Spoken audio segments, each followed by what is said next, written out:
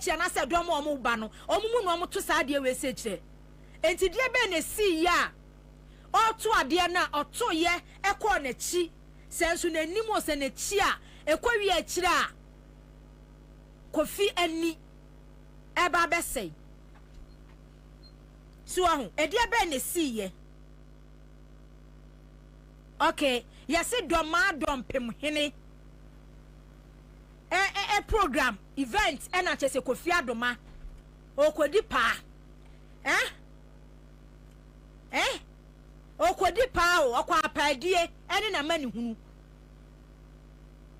ya rehosem chese da bia me kase ni pe nam ho yensa hwi o unti mu kase na wa fa se ni pa onam ya se a wo dress yensa hwe bibia betimi ato anytime utuka akora na se wo ba dwuma he obi betimi akroso anything can happen to you at any time she enti on said Jesus and what mu Jesus nani baba Ibrahim Mahama say hospital bills Sedra wa mu ye Kofi Adoma senya Ghana ha kwa na omde ne koye Dubai or the Dubai me hu ni pictures ni bia or that hospital medical we say ya ni aba she enti gunpowder na wa to a che se etimi egu hom ama honum nyina yesei ama obi kunu obi papa na anu ya kwa ne be ware a Kofi ahihye ne ho ne simu gire anwe ne si a wo sere na ade anche doma dompem hene program a wokoye wakwa gine nisuo otina akrom ha wote se president Akufo-Addo nua otina akrom ha efise na Akufo-Addo tina opposition eba abaimu wote se na Akufo-Addo busuani ni nua obi awura hihia mu da ama wote se kenofori atase nipa kro no the hospital bills and answer ne dear crano or for 2 those bills. Oti bida, wa mo beje wa man kantan so yo mo ju wa man kantan su. Wa mo so de akwa pe fancy pa gabi wa kire da ko asante bedi atuo num. Oti bi wa Ghana ha sei da. Ebi to da, ebi si da. Sana na Akufo-Addo. Ne wo fa ase ni nua nom. Emema wo mo appointment positions akese. Eji sikanya sika bum no wotina Ghana ha wuti bi da ebi ansi da me de me na na amade me nti bi da apart from one kasa personal interest say ye ba be pe wo man enu nti no ye mobilize ye ho ne ye nye Ghana ne ye mebo wo man ne kro no me nti bi da na anu ya baba wa bia leukemia cancer ye no wo yare a wo wuo South Africa baba wonu ankasa helicopter kuro ya President Mahama kwatere mu ya mudi twa da pa di twa edi cancer huni ne helicopter na baba wa no yuji wo wasa pictures no na omudi ga na ekọ no omudi ni tum no pema me mo na mo fanto so okọ ekọ nyame da wutumi say ade na didi leukemia de cancer yesi wo blood mu no de eba na se didu mu sa acha ya ne ha dwen ye koye ni surgery ye no eba out say ye wom se ye kwa ya baba wa ne surgery na sika ni hwanom Ibrahim Mahama te ya pe osuo bibia onu ankasa ni helicopter onu ankasa ni private jet ene de baba wa ni mu free Ghana ha sei eko South Africa okotua thousands of dollars so the hospital bills surgery bibia ya koye ni bia leukemia wo se wa fa de abonebo ba sa ni pa we ade abeche ama obi akwakodi ade na wo ye no ade abeche ama obi kasa papa na ono wo ye wo man no so kra no musanso wo hu issue musanso kra wo hu hawo na se yenya president bia na obedi president ena ni nua ye sikani ni nua ye odefo ena wo ye sa na ma we ya se nkoma ne beko nanim wa hu se ni nua no ade okay lady ni nie nyame mfa ne kransie nyankopon fa ne kransie onie you je wamde ne to ne jet ne private jet ni mu no fa ne nyina tototo so na Ghana fo amna mehwe na se yenya president ya ni nua nyame ahira ni nua Nani nuanu nye greedy. Former the late president Rollins na ka say onye greedy bastard. I see greedy bastards. And what kind of president me say memu abreso. Ye di lady ni kono anie. Lady no na ye de no eto private jet ni mu no. Ye flying in free Ghana. E de na kwa South Africa ni family members. I don't know so my me gina hono ni di are enie. Ye de to private jet ni e de na kwa South Africa. Ni akwa akohwe no. The car will boy nyina no. Hwe e na oda ayisu a. Ye de no helicopter no na ye de no aircon enie. Akata nani. Okoya wa ama. Okay, Samuel Evans Ota or say $100,000. Really? $100,000. A car walk $100,000. A car or quacotia. I mean, I know you coffee adoma bills no. Hey, everyone more.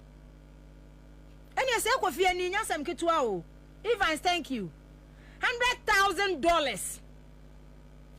And wakwa kotua lady nani e de ne kwa South Africa ni o onie so ahun onu an private jet onu an kasa ne jet o en wode ko na wo sore na ya Ghana ni na wo se wo de wo ya MPP ni enti mo party no ma shanso de ayi wo sono enti wo dwene te se aboa wo sono pa de na wo so wo yo sono pa mu wo sono Obia was asisi bia no my young criticize na say attack no but sometimes no one can use common sense so obia be the president nani nua as a businessman onye minister appointment ya me na appointment nim one kasa the private businesses and one running or any business from nantin kodo ho president Kofo Abreso no ye Rollins Abreso no ye Mills Abreso no ye ni nua vice president no ye ni nua be president no ni nua co opposition 8 years you can still now ye voter region yente Ghana hanomo ade a ye wo voter region no aban na ntimi anyemu even 5% kwa aban ya ntimi anye olodu niema mattress and track kase ma ni alodu ni de ko rice track kase ma 10 tomatoes ehun niema wani nyina akora akwa na sika san so da so aye che sika de mankrofo wani nyina akire no eniema tracks akase atoato so e ko voter region wo mu bia via refio bia akoso modama e flood ye twifa ankrofo so no eniema no wode kwa tata so se ya yes adan ya land foforo I relocating nkofo enyina no odi mu akuti di mu tintiman eni emu me nka na akofo ano se na busu afon so mu ya mambofo pa o then ade achia o kwa attack no for what reason eno no de yedai ka kire ni se nyankopon hira no because when I attack no wo kwa hu hie mu a edipa na wo defendant wo ba attack no that person will never come to your aid o ma na se na social media so ane e ka na so ote a nipa na wo criticize ni nyuma pa no ono an na be san so ba jew ono an na be ba jew. Also for the little girl, it was $125,000. Lady na didn't call South Africa no. A car boy ni bills no. Omo didn't call sa leukemia cancer ni ade no. $125,000 US dollars. Now Johnson and I want to find out that why can't Dr. Kwaku Watin pay for him, but rather there be patch on it.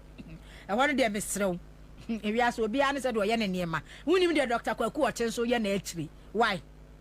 A nipa etimi sorry, or be by yare, on consumano, on yen juma, by what is our yare. Leukemia near South Africa. $125,000. A Ghana cedis more, millions of Ghana cedis yo. Now a quacotia. Kofi Adoma. We began powder or festival, and then the festival no koyo. When ya jumama no, on consume and yare, one yen shio, or tea over $100,000 was a messetter bibia, hospital bills, surgery bibia messetter. Nasa, what is saying in a hini? say box site o say the amano na wo te radio ni TVs na wo di atem. The question is say the wudi na chi na wudi na atem na Akufo-Addo no onua mo bom tini Asante bedi atwom no kan ofori ata o ma be wia Ghana millions billions do what it be da me who pictures sometimes me who videos I was social media when we are 1 or 2 a year e bia me boss bebre me who say guy bi kura no say de na hono ne tuo de put to the tinya sem ketwa on the photo bills hospital bills Yehuda bia obi wo ho ananim wo be say bibia hono nanim yes ye be hia 100,000 Ghana cedis ye be hia oh almost bi no be bre so nyale ye hia fo ya de o dollars ya de no mo yale wo betie yes baba say bills ni nyina wo fote eya na da bia me ka say ye num ye nyale hia fo ya de esikafo ya de dollars nso bi kra na ma mi hu bi nso no say bi obenya obia nyame nshraw nyame nshraw de meka no papa nyame nshraw oma wo nkwatente oma wa hoden ehran le anim se bu nkama fa so ba de wo hia eye nkwatente ne ahoden yenim de wo yanim ebia na betimi atome ebia na betimi atokwa me kwaache na sa wo ahoden na wo nkwatente a yenso watimi aboa ye ebetimi ato Eugene so aho enti se nkwatente ne ahoden wo ho a na yenso no wa aboa ye Dinya me ma nkwatenten ene ahoden enhira no abu kama fa so o ma ne nso ne ngumi so why because said the enhira na no odin no de aka no kakra o de me pemu 5% me pemu 10% me pemu 5% why enhira na yakopon de ama no me pemu 5% 10% de me nya ma cheche krofo agumu wo Ghana ha ya mi sha no onyo kese you je musa ma me video ni biem Mami Kwabena ma video no na me nto aso mfemfem me pese Ghana fo hu enkwanhia to ye nua Kwabena ma kwanhia ene arehosem ya to ye nua Kwabena ma ya Kwabena na obeto Ghana do ma hene obeta fa se no bi ha bari ma kujia tu aduma Ghana do ntenya abu no bi ha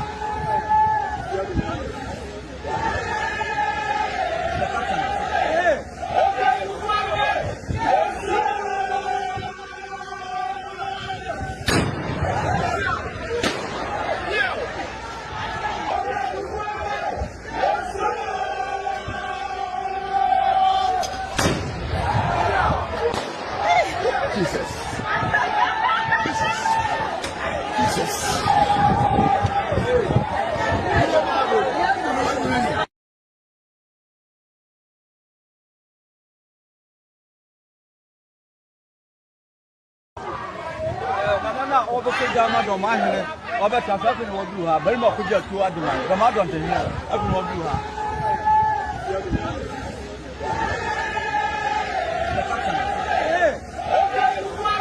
ya bopa yesese de news no kokokoso no ne ade no Nyankopon enhu ni mobo na wonje no ema o man Ghana sanse Kofi ye adwuma de boa o man no Kofi ye adwuma e de boa o man Ghana me call parliament eno minority for ya de bi wo parliament na I don't know say who oppositioner ena say before me ba parliament so na enu ankofo frefre me na omu bisa me say ade woni afia pokua da bi vim lady me sister Penny me say beef no at this industry enkofo sorry omo set agenda no akoka Kevin Taylor because the more na bia Kevin Taylor eboni din ekeka nsem hunu ho akoko katachi afrifa na oye popular no me that popularity no me na ma me mpebi because me be citizenship nsem no kwaya na doso me huni a me ba be kan ma be set agenda say obi ni matema na me no obi nya beef me ni afia ni beef oye me sister Penny me kwato no wadom no na me friend sister fia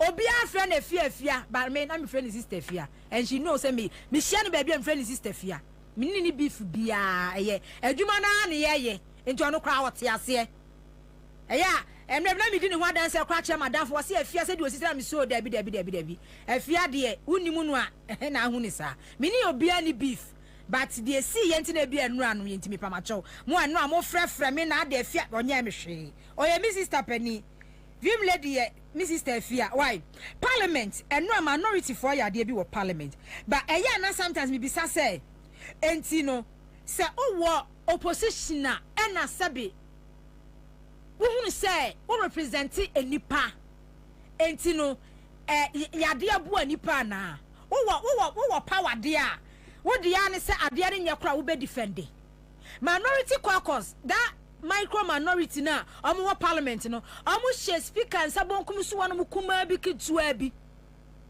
enu omo kutakuta niema e wo parliament ya eye dede se niema ekoso na omo bonyo so omo ntiase eye hu dede ekura niema ya twetwe so wo parliament ba eye me nwanwa because eniema asi 8 years ni no eniema Ghana ha ya witness for 20 from 2017 to 2024 ewo Ghana ha say no Ghana fo suo mani wamu ni suo sei Ghana fo su ni suo yesu moja Ghana fo wu Ghana fo yale Ghana fo adakom. But this same MP some more parliament as they say no one more minority side no after no markets in the crofo no one man you know one na so am fight am Ghana for the only thing they did in power and government they say be defending sem hu na na ekoso adia ye tifre MPP MPs hu our parliament and say always no defend it bia eniema bia no defend it even at the time Ghana for esu no defend it mo Ghana ha after 2016 general election eniema see ya Ghana say 2017 am take over power me da bia me ka say hey MPP for NDC for mani atia broso mo ye civilized hey mani atia broso. Because the way na me expect say we bet all the 16 regions nanka ebia NDC fo atiagum na wo mo bon krofo na wo mo twen krofo pie na wo mo attack krofo no ne ade no ye hu ni sa because ade a witness in 2017 e wo Ghana ha na wo kan obi akata say we inside krofo nti IGP mra mecho me say obi ani adwen a wo de dwen wo Ghana ha na obi di ma adwen na adwen ana say mitisi obi kon so into obi ni adwen a wo dwen na abeka say de me kan me insight obi eniema ye experience ye witness ye 2017 wo Ghana ha say no se na me sorry me say Ghana do say Ghana ye din say NDC supporters etie omu leadership efutu ani ade na Ghana do a eya na ye me nwanwa and then we parliament yanara ya sassini eya board and de maye mojana nanum hwegu nyade to ho maye when was the 8 years mutu bi e wo bra na mo president e kum nipa wo Ghana ha e wo bra na Ghana fo e da kom edi hia e wo bra nkrofan kasa investment nkrofan kasa investment aloke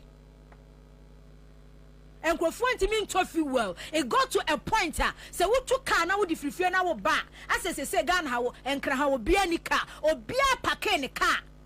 I can't remember Bobie mu Kumase was in Anama he said pa wo took car Kumase at the Musa hardship and what tram with the bag Ghana for so no MPP MPs mo fan chemi sabe na munyansa ni ho because more na Ghana for ebre na Ghana for so Ghana for di kom no sa bre na monyam ho wo parliament that 137 MPs munya wo parliament business amodi aye 4 years ni nya asem ketwa business plan amodi aye 137 business amodi aye wo parliament no enya asem ketwa and then ade abechi in less than a month e wo NDC government wo behwe parliament say anodom pre na your friend say no mu leader afenyo markets ejina parliament eye dede so mo condemn attacks wo mo condemn the bend whatsoever the audacity some mumu bejina parliament some more condemn me be akoso in just a few weeks more condemn and then I will condemn it and then I will criticize it. Ghana for we've seen it all me say Ghana that's so yeah Ghana yeah ku SCCC neighboring countries yeah e BNC Ghana has na me chese Ghana for no all the African countries ye dem back. Because the opposition party to say NDC and opposition leader to say President Mahama Samrenwa and Kagane Jatum.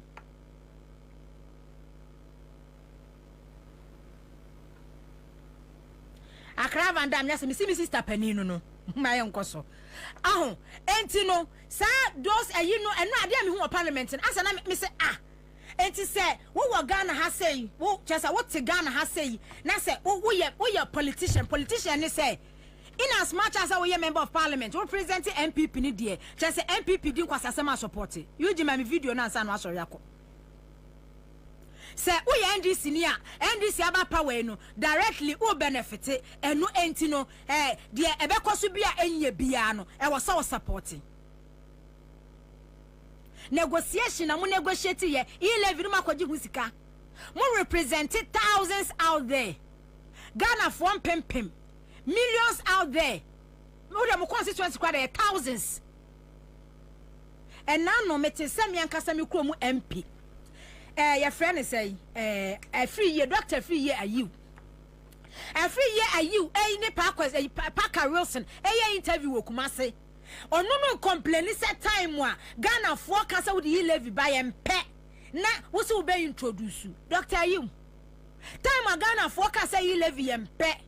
Yeah, I can't say be introduced no. Yeah, who minority form work out. Doctor, you now team.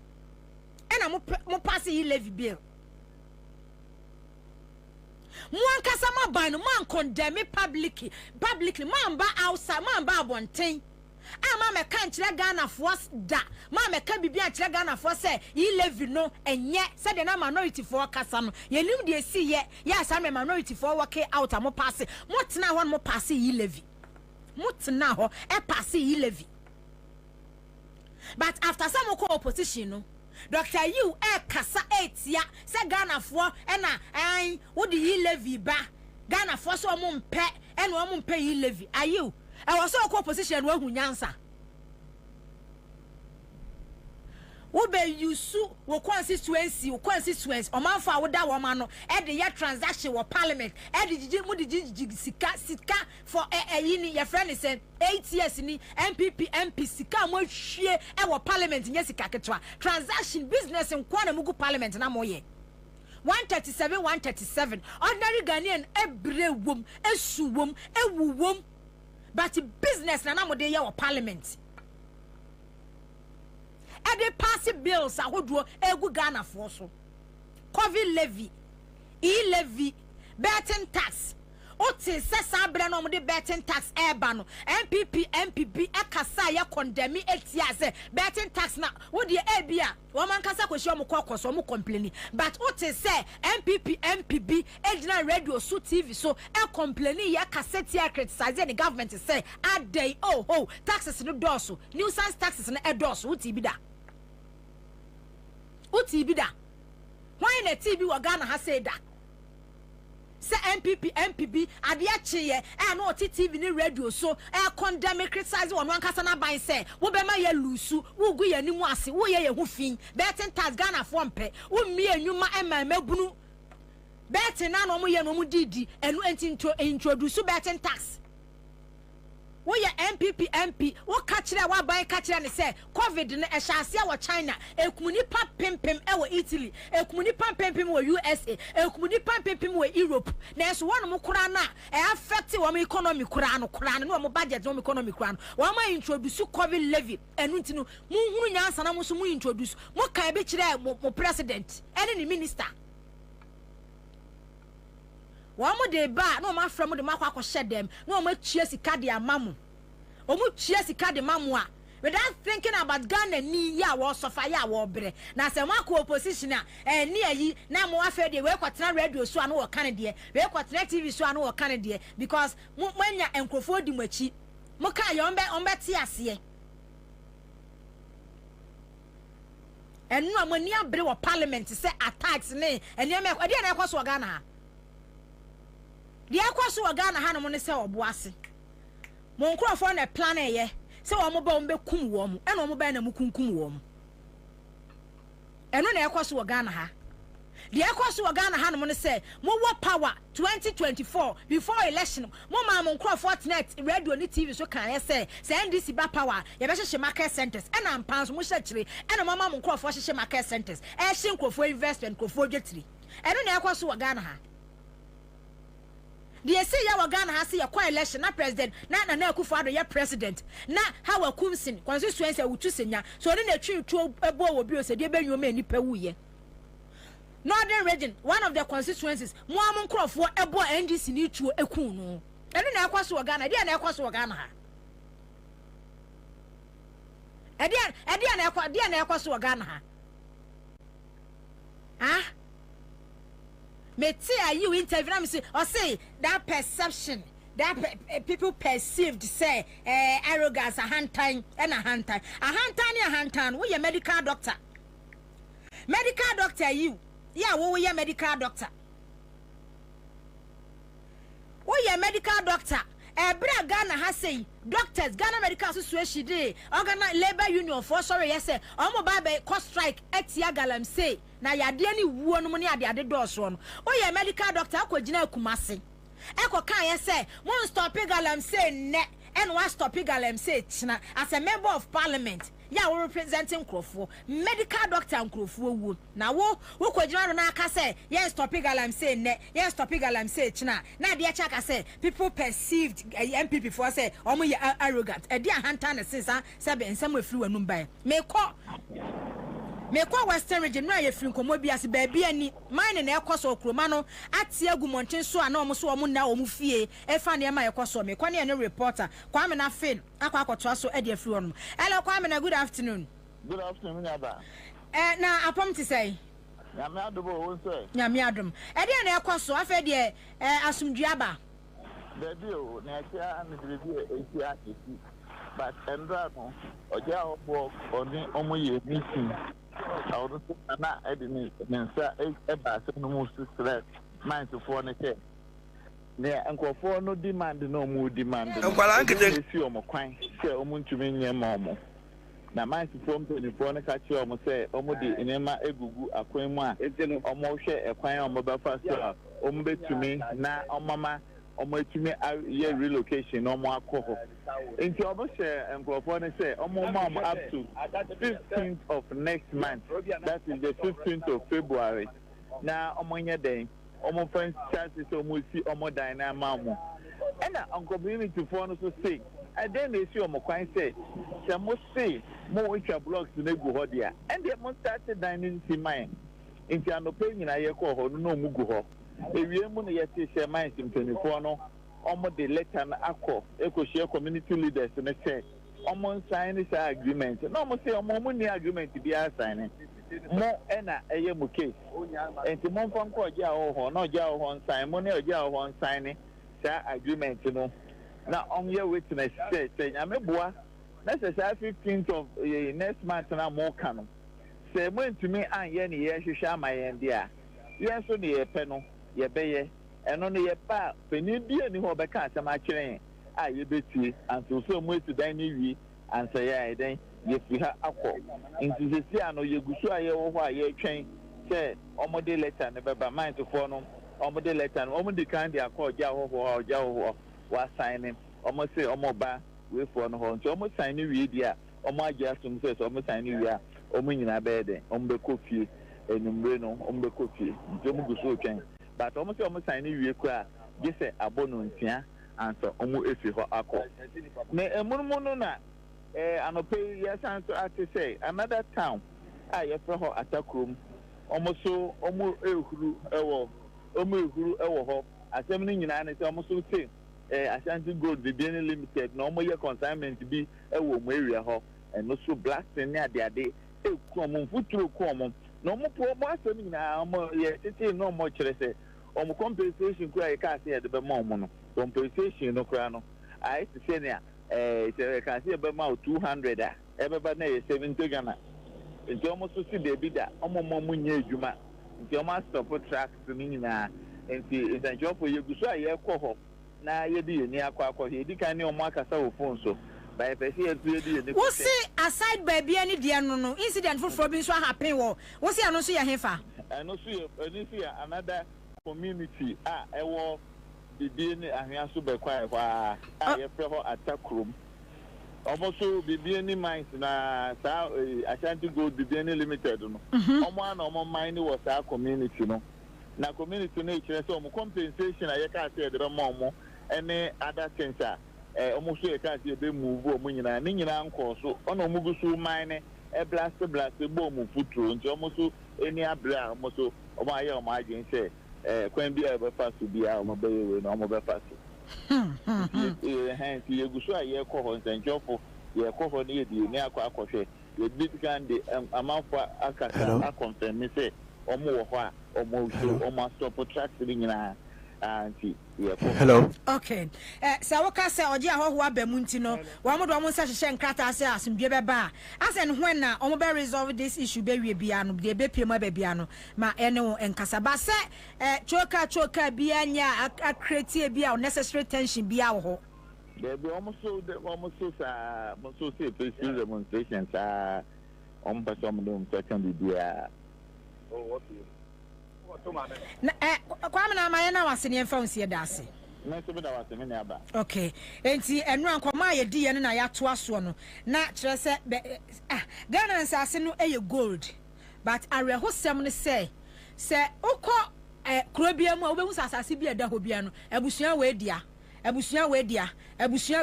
we mu didi so ba de akwakoya ne se wo mu asase ne ye wo mu dia no omunya so mfa so o enua ne se ya ba be sign agreement land no eye gold na kire se ye the trucks any equipment machines aba be guso na ye tu gold ni ye de kọ ye tu gold no na ye de kọ na kuroma na mo akasa na sase ye mo dia no mo de mo benefit hwe obetie ye say royalties yakosi school dan obetie ye say yakotu boho obetie ye say public toilet enua no any krom won mu nipa be say bia 50 60 amu benya adwuma ni bia ye ba se kro ni mu ankasa no gold nu a yetu na yetu na de kọ no directly mu benya ho mfaso se ye kura ya chichiri kura yi ya yiyi akwan ye wi kura ya bi adwuma bi wo hankrofo anya bi ye ne de lalai eno de wunya bi da eno de ebi ensi da titem bia no wutu krom ode hye pa wuti gold so ba no adane akoa ya wuti mfuturom National Democratic Congress NDC for the release bia ba condemn wo mo nkrofo ne ma wo mo ye enura ebisi wo bole bamboy ena ebi edi kan siye say President John Mahama papa fi anim o ma kwahye car ties nom ni ade wo honom say wo mo member of parliament enya ministerial appointment ento mu buafu bole bamboy for the senke anim awie o nkamo de ho president na mu ye mo de ne de bebiem na nkaka bole bamboy for de nka de ye no nka mo de nka ani mu awie because matimi to president na mu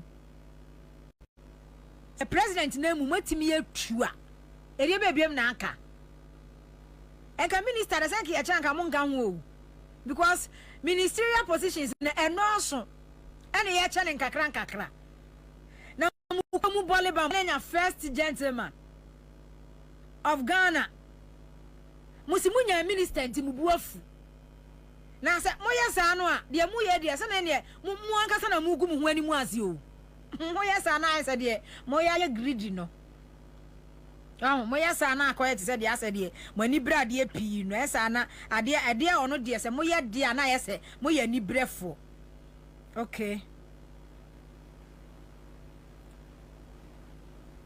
Condemnation of riot and destruction at Ho Central Constituency Party Office. Enti ebiesi ho ene enra so bole bamboy ebi nso siye. Okay. Enti where your regional chairman. Okay, regional chairman. Ena ninsa hye sa release we say yasi. Ba Mr. Tiefi bole bamboy. and ra story no me na me kan 6 p.m. Say omubuafu na ubuafu no ministers na ye eche no ye eche nkakra ministers no kwa ye nche nwie ena se bole bamboy die so obi abubefu amomo nka ho se obi ebubefu a mo bole bamboy for amomo nka ho wonya president presido na mu every constituency osimibuafu say aside president na yenya no yenya minister enti yebuafu hihye ka tai the next one ye party office okwashe party office say na say ho Ashanti region yenya president fro na yenya minister ba kokra fro no mu a e ka wan na betimi atiase abonje say okwakoye protest uko protest eti awan ministers nyina sha president ase deputy ministers the chief executive officer nyina sha president ase enti say wunya president na say wunya minister eno ye ntokwa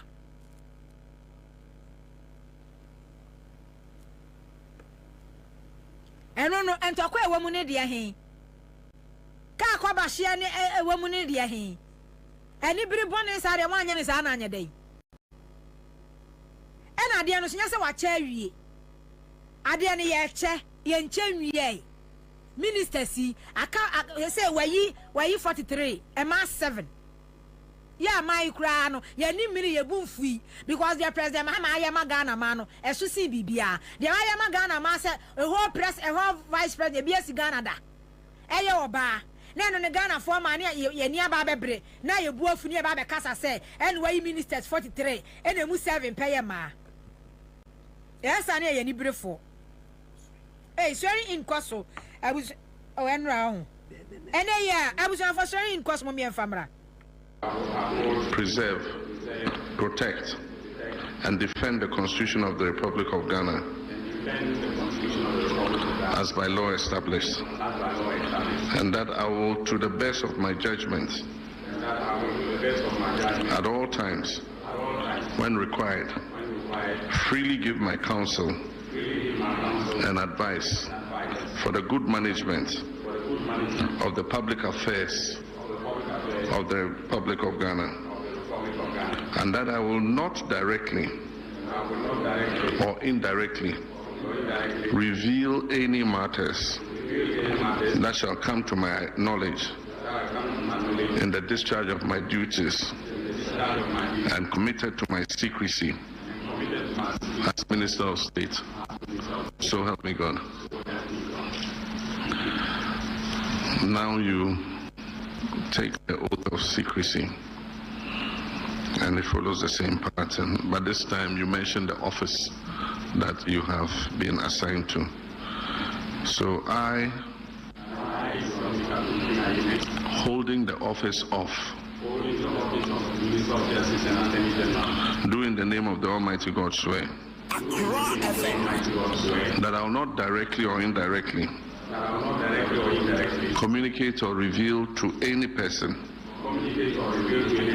any matter which shall be brought under my consideration or shall come to my knowledge in the discharge of my official duties, except as may be required for the discharge of my official duties or as may be specially permitted by law. So help me God. Congratulations.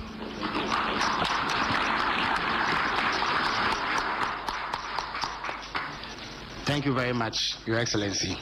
You may kindly resume your seats. Well, at this stage, we come to the presentation of instruments of appointment to the ministers who have just been sworn in. And His Excellency will do the presentations. So it's in the same order that I mentioned earlier. Honorable Dr. Kasiel Atuba Fosi, the Minister of Finance, will take his first.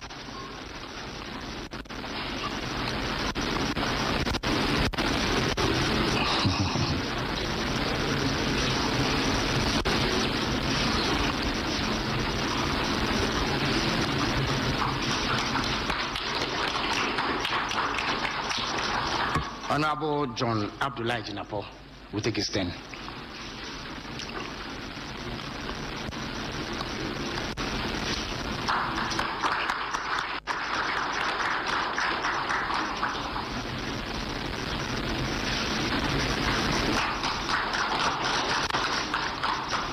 Honorable Dominic Akuretenga Ayini, Attorney General and Minister for Justice.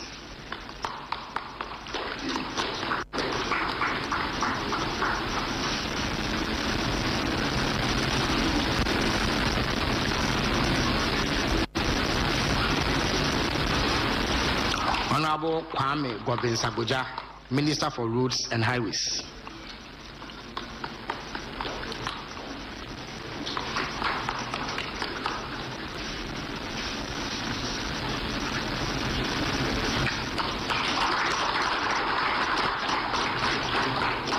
Honorable Eric Opoku, Minister for Food and Agriculture.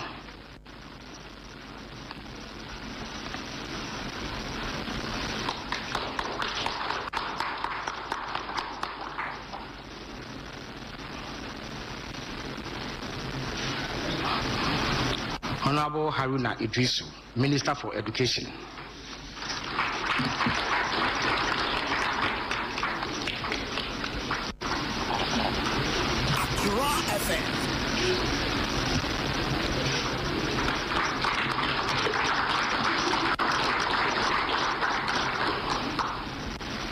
Thank you very much, Your Excellency.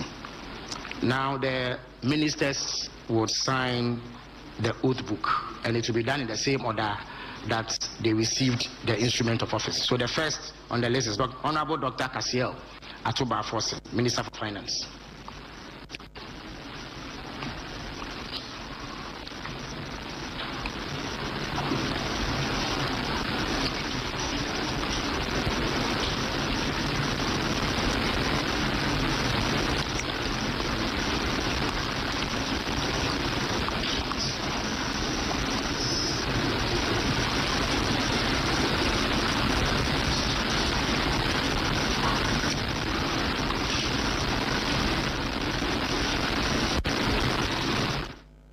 Enti na chese Dr. Case to force was one ko ni case or the Casiel, but they said the Kakasa Ghana phone who say wa ono na they say no all sign ni bibia enti swearing in no one my finance minister Dr. Case to forcing ono eye finance minister enti ono no they said the edru no so a woko kwachi president Mahama no akọ sign eye John Jinapo onu abuka ni di no na say bunu nka ne de ho okay onu ye John Jinapo, Minister of Energy onu na adru no so yesi wonsem wodin yesi wonse chi adin bi wonsem abrante de wonse chi yedin sa yedin bi wonsem we fine gentleman, fine guy na mo kaka say wonse chi adin fataw minister si ebo mu din ba ko pe na mate se yesi ni se chi adin minim say o constituency dey o hwe wo mo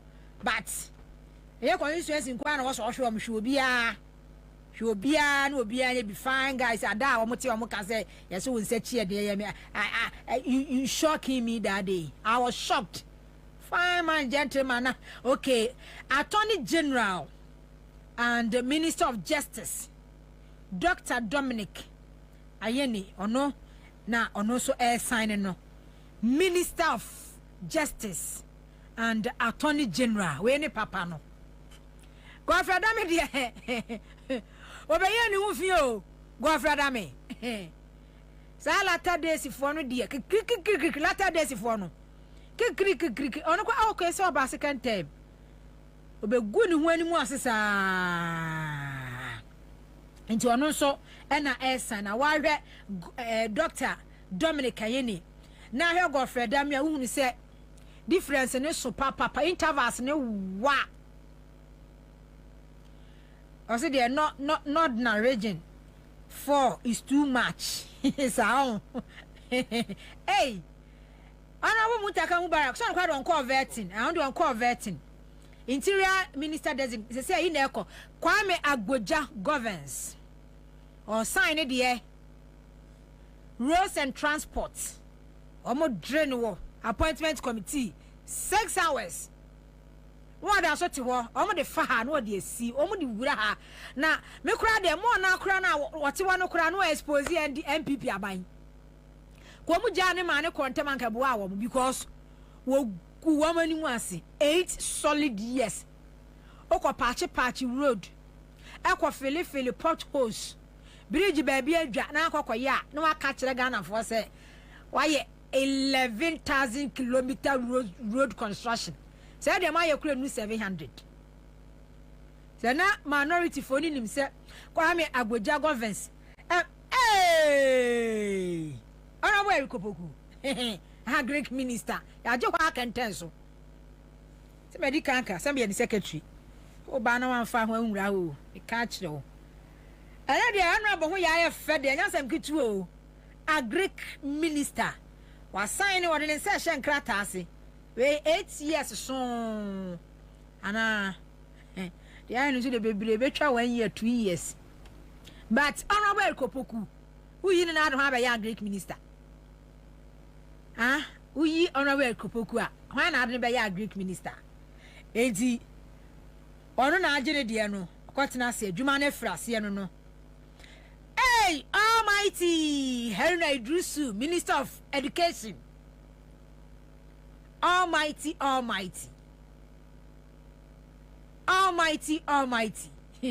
minority for to say we love you mumisa questions we love you ono so sign ti adwuma na frase serious school for ankora mu bedi di peche honorable Haruna Idrisu mu minister mu bedi di peche nkra manu anu mu agya die wana sha eno sha agenda answer ni na e free senior school just e sha na se school fee sha na se but in as much as e sha Ministry of Education ase no o be di peche e sha agenda eduane sha agenda eduane di sha agenda ndi esi anim fellas kwa chi ofosu o kasa ho okay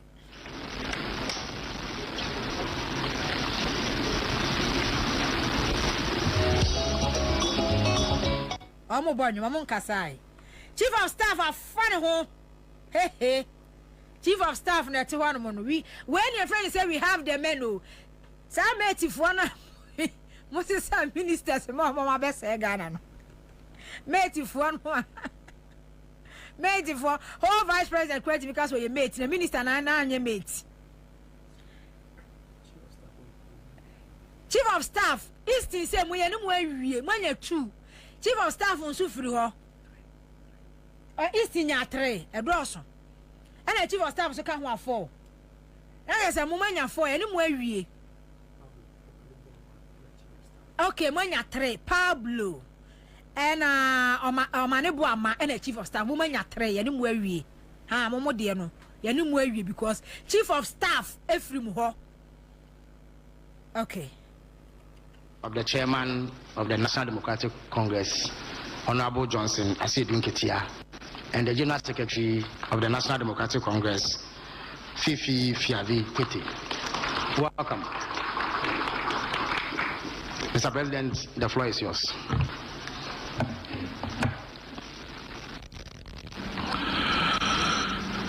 Thank you very much, Your Excellency, the Vice President of the Republic of Ghana, Jane Nana Okwajimai, distinguished ministers of state, distinguished staff of the presidency, national executives of our party, family and friends of the newly sworn in ministers.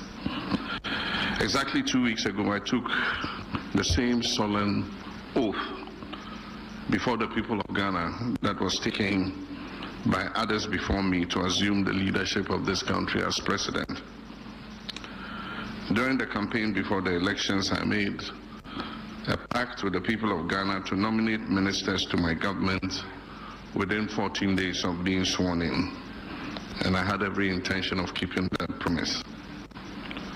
14 days after I took the oath of office, which was yesterday, that promise stood fulfilled.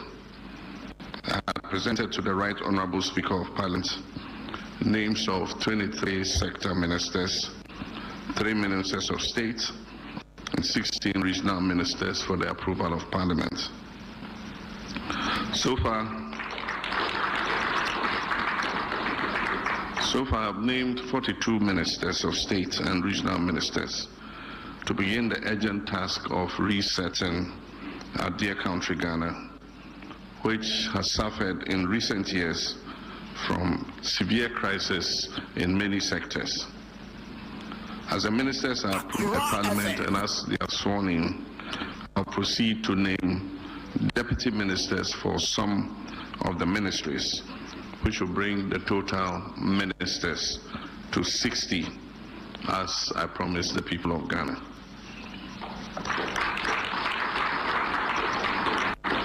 This will make this government Ghana's leanest and I believe most efficient government ever in history. I've just sworn you in the first 6 ministers who are responsible for perhaps the most critical sectors of our national life, especially the economy and the energy sector. In economy, the people of Ghana are looking up to you, Dr. Forson, to reduce inflation and make life more affordable, reduce the cost of living. They're looking up to you to bring our debt level to sustainable, to bring our national debt to sustainable levels. They're looking to you to stabilize our currency, and they're looking to you to rein in the deficit so that we can achieve macroeconomic stability. To you, the Honorable Minister of Energy, Mr. John Ablai Jinapong, Ghanaians are looking for stable and efficient power supply. They are looking to you to accelerate our upstream and downstream petroleum sectors in order that Ghanaians can reap the benefit of the potential that God has given us. They're also looking to you to manage the energy sector debt and be able to remove it as an albatross around the neck of our economy. To you, Mr. Eric Opoku-Agric, Ghanaians are looking for food security, and they're looking for cheap and affordable food to fill their stomachs. To you, Mr. Govans Abuja, you probably have one of the most difficult jobs. Everybody in Ghana is complaining about bad roads. You have the duty not only to maintain existing roads, but to provide new roads for smooth transportation. And probably one of the most difficult and complex sectors, and that is education.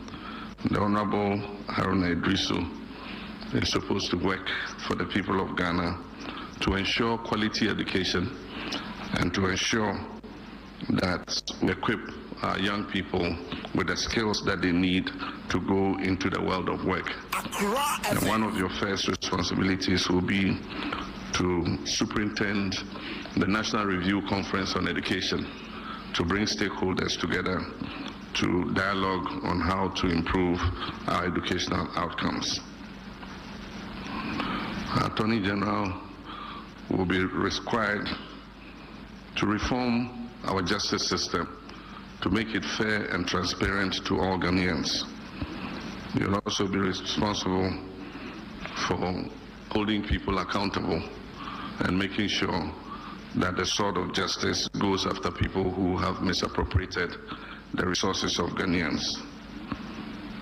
One of the major tasks you would have to undertake is to shepherd the National Constitutional Validation Conference in order that we can begin amendment of our Constitution to make it a living document for the future.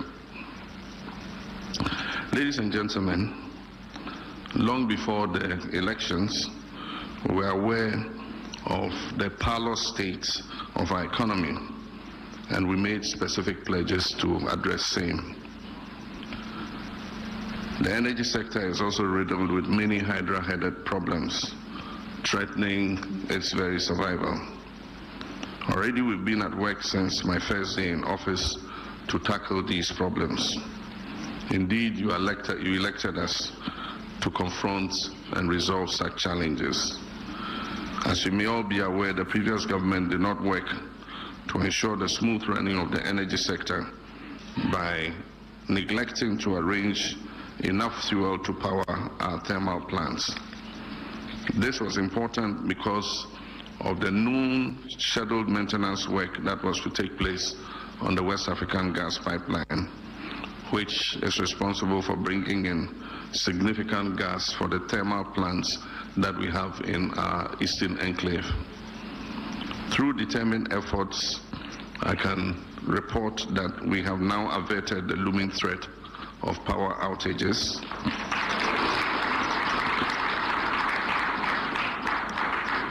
And began delivering fuel to the thermal plants in the east in advance of the shutdown of the West African gas pipeline. And Honorable Jinapo, I want to congratulate you for working very hard. Similar timely interventions have been necessary in areas such as education, where an acute food shortage was a major problem when schools were ordered to reopen on 3rd January. We have put in short-term measures to ensure that our children have adequate food so that they can go ahead with their learning. These are short-term measures and will help to keep our children in school, even as we strategize on streamlining the supply of food to schools and pay off arrears that are owed to schools, some dating from as far back as 2021. Over the weekend, I announced that a committee of eminent legal and governance experts would lead the process for a comprehensive review of the 1992 Constitution, taking into account the work that was done by previous committees. This will ensure that we refine our Constitution to meet the current exigencies and stand the test of time to meet present and future needs. I believe that this effort will be supported by the majority of Ghanaians who yearn for a Constitution that is responsive to our modern world. While we were all aware of the country's parlous economic state before the elections, it is important in the spirit of openness and transparency to inform the people of Ghana about the true state of affairs as we inherited it. Therefore, I encourage the ministers, as you assume office, to tell the nation about the state of affairs in your sectors, even while you work tirelessly to lift us out of the current situation. On the part of the Attorney General, as I said, you will be expected to spearhead the much-needed reforms in our judicial system to make it more accessible and beneficial to all, irrespective of their backgrounds. The people of Ghana are desirous of a system that guarantees equal justice for all and nothing more or nothing less. It is quite clear that so much needs to be done in so short a time. And I assure the people of Ghana that this government will rise to the challenge and will reset our country. As I pointed out during my inaugural speech, Ghanaians have, through their votes, declared their intention to demand the highest standards of governance, and we cannot afford to fail them. This naturally puts a burden of responsibility on us, which we must prove equal to. Ghanaians have shown that the days of tolerance for disrespectful gaslighting by government officials are well and truly over. They will take firm action as they deem fit to punish any administration that takes them for granted. I therefore charge you to serve in humility and candor, always remembering that we serve at the pleasure of the Ghanaian people and that the authority we exercise emanates from them. We must exhibit tolerance for their views and work to meet their aspirations. This government will not tolerate arrogance or disrespect for the people who elected us into office. Modesty and prudence must be the guiding principle upon which you, myself, and our Vice President fashion our governance. people of Ghana will hold us accountable for the trust that they have placed in our hands. It cannot be business as usual. We must be transparent and fair in all our dealings. The anti-corruption institutions will be empowered to investigate and deal with any appointee who falls foul of the law. I expect all of you to begin the process of declaring your assets. The Chief of Staff will announce the cutoff date by which time all eligible appointees should have deposited their assets declaration forms with the Auditor General. I wish all of you good luck in your duties and a pledge to work with you, myself and Nana Jane, in the interest of working for them. I thank you and may God bless you.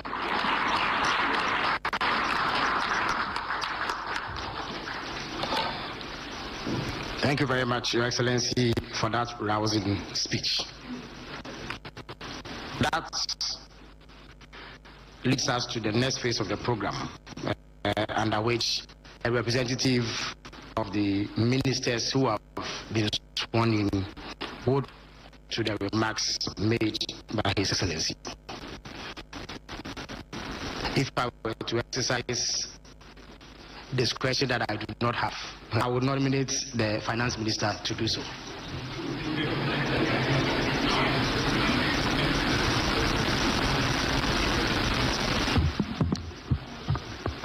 Thank you very much, Your Excellency, the President of the Republic of Ghana, Your Excellency, the Vice President, Chief of Staff, and senior officials at the Presidency, colleagues.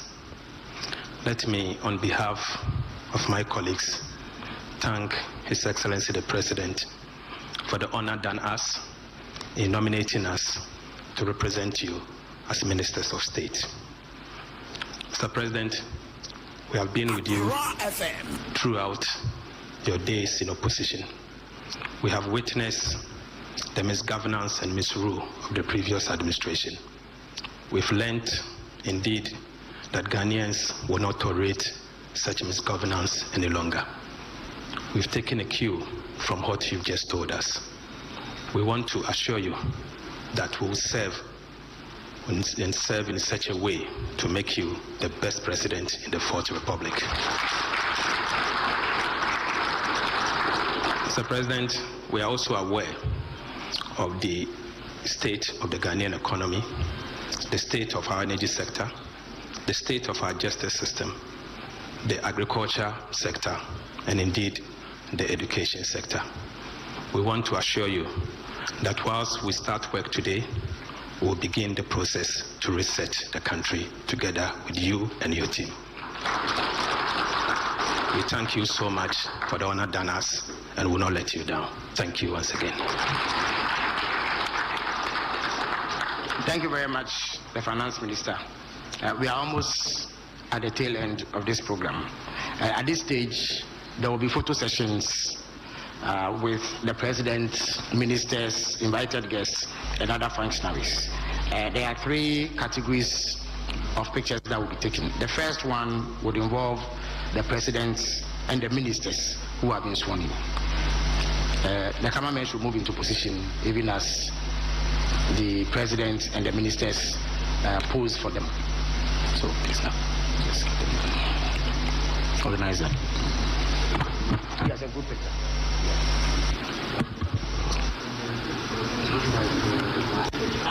Yes, so they will take it together as a group. That is the program I have. And then, yes, please remove them. Abusuafo nti de na ekoso ewo abankesie mu no swearing in of ministers of state eno yaye ene de prof ho yaye fe de ene de prof ho yaye fe no enya asem ketu akora nti no swearing in no aba wieye o ma wie eno nti no na President John Dramani Mahama kasa ensem bia wakaye no wose wo ye ni minister na appointee a make sure say asset declaration wo ba bam no adwa pade a wo no fa kwama AG Auditor General asset declaration ma ye hunu se wasase nie wo fie nie wo store nie wo store nie wadwa pade nie ma ye hu bibia asset declaration ma ye hu ni nyina wadwa pade ade ba bam eno de eno ni adios afa so se ne kan kire wo mo se ene mo ebebo mu din no mo amo be convert no se enye na ba mu na be pa hunyade abe pesika enye na ba mu se wo ba be ye minister na wo be ye minister no wo de wo ba be pa hu se ya chaw wo be nya ho afa na ba be lutuo wo ba be fum sika se kwam de won wanya aduane na ade wo nan ne won sa na ade abom na wo fum President Mahama se enhodu enya adwuma wona ban mu enti se wuti mu pone se wo ba be pesika de a ene 6 months reshuffle be kaw 1 year reshuffle no kwa ne sanso na wo bi a wadwinbo ne be tuma be pesika reshuffle kawa ne adu free ministry na esa adu akọ ministry fufuro na cha se wo de na ban mu no wawie to se yan kan kire omo and someone or the actual minister said, "You say, I'm on swat, one more anya point will be abobra. I quack any but it near can't a procure and sure to goom. It was a corruption, dear. And I saw a hand time soon why who ye 8 years, Nino.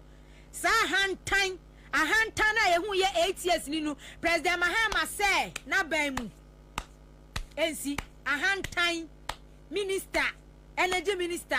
Ni edundum kania no waka kira ya say ai wo pelo shade amko yemu lo shade amko yemu timetable minister wo no atu fun na num na nwura wo no atutu nwura e ma Ghana fo enya de bi besie agric minister enwani ni ho me kai se mre bia ayi ya fra ne sei ayi poultry farmers eburobuo ya de ne kwafra agric minister he Abroni wandu anya de nso nto na abroni wandu anya ndai eni sa hantan subi no ana wo enkrofo mu wo Ghana ha se ministers government officials mu no President Mahama say na ban mu die wono ye president ne bra ne ho ase wo hene ne bra ne ho ase na henkwafo ne acheamefo ena mo mre mo ho ase hwe President Mahama hwe vice president Professor General no Pokwajiman hwe chief of staff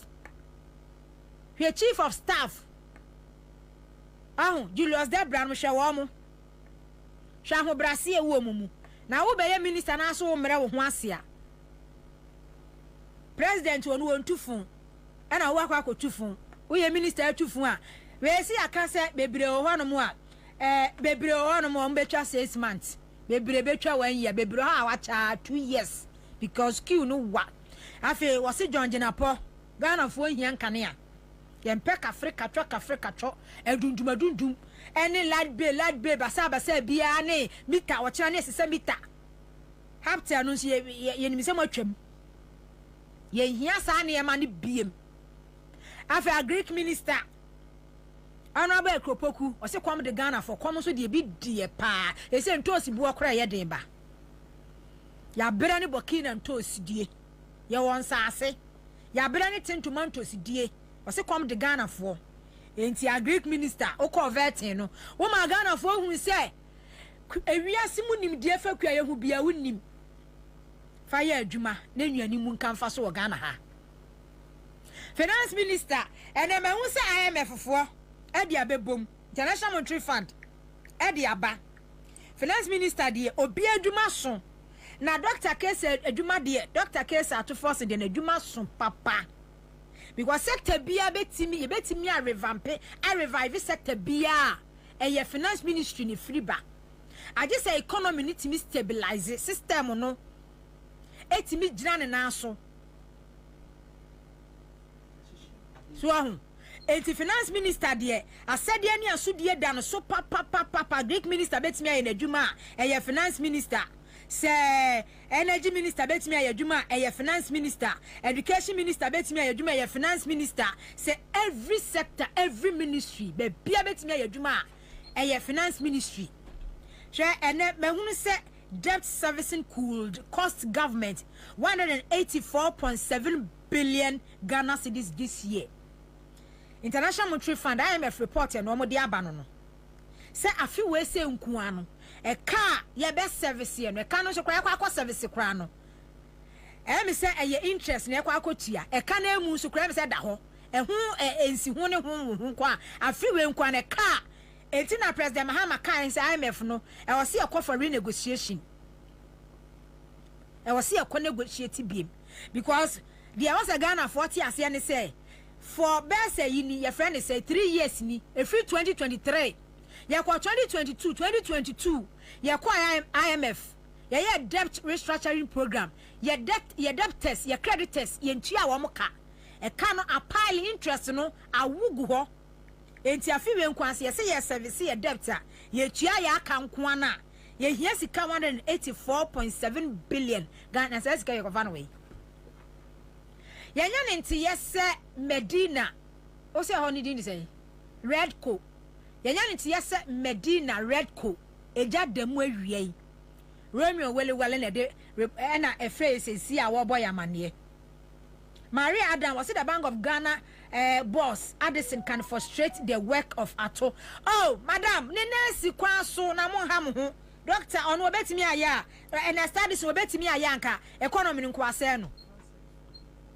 Fire service for call. Hey, fire service for yesremo Redco Medina. Redco Medina. Hey, apia we Ghana na chat aye videos are we isa no.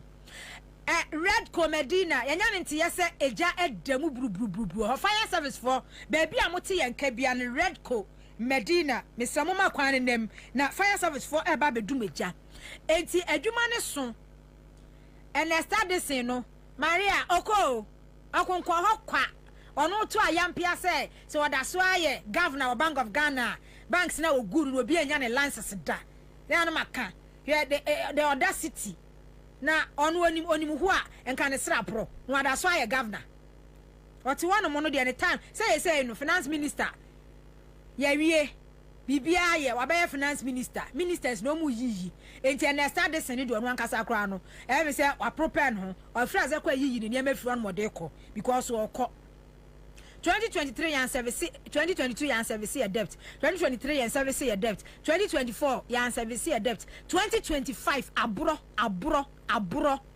aburo ya kasa ban bi ya aburo so aburo pa mu aburo ya kasa ban mu obi aba bedi abura ya kasa obi aba bedi abura for 3 years wo wa broka ediagu ho wa beto ka 120 billion Ghana cedis that 120 billion Ghana cedis no atwa mu bese 740 something billion Ghana cedis 3 years when tua bi dawo wa bobo se awie sika no enye wo de ya bibi kura be edi sika bebe o wo de kwaye akwan na to buti edi bi kwa akosisuo ene ya sika de afiri wo de si hospital ena hospital no ye de be generate revenue e de atu aka no wo de si airport ena be generate revenue ama e de atu aka no anasa wo de si market center ena de di form wo mu no o be atu ato ne de be wo agi sika na fa anya hwe o 3 years one service debt. What sum can e my predecessor. So I'm not metu aka. Na say economy no yi kakra bia ma start na opposition. Omo na be ye dede hunu wo Ghana ha sei.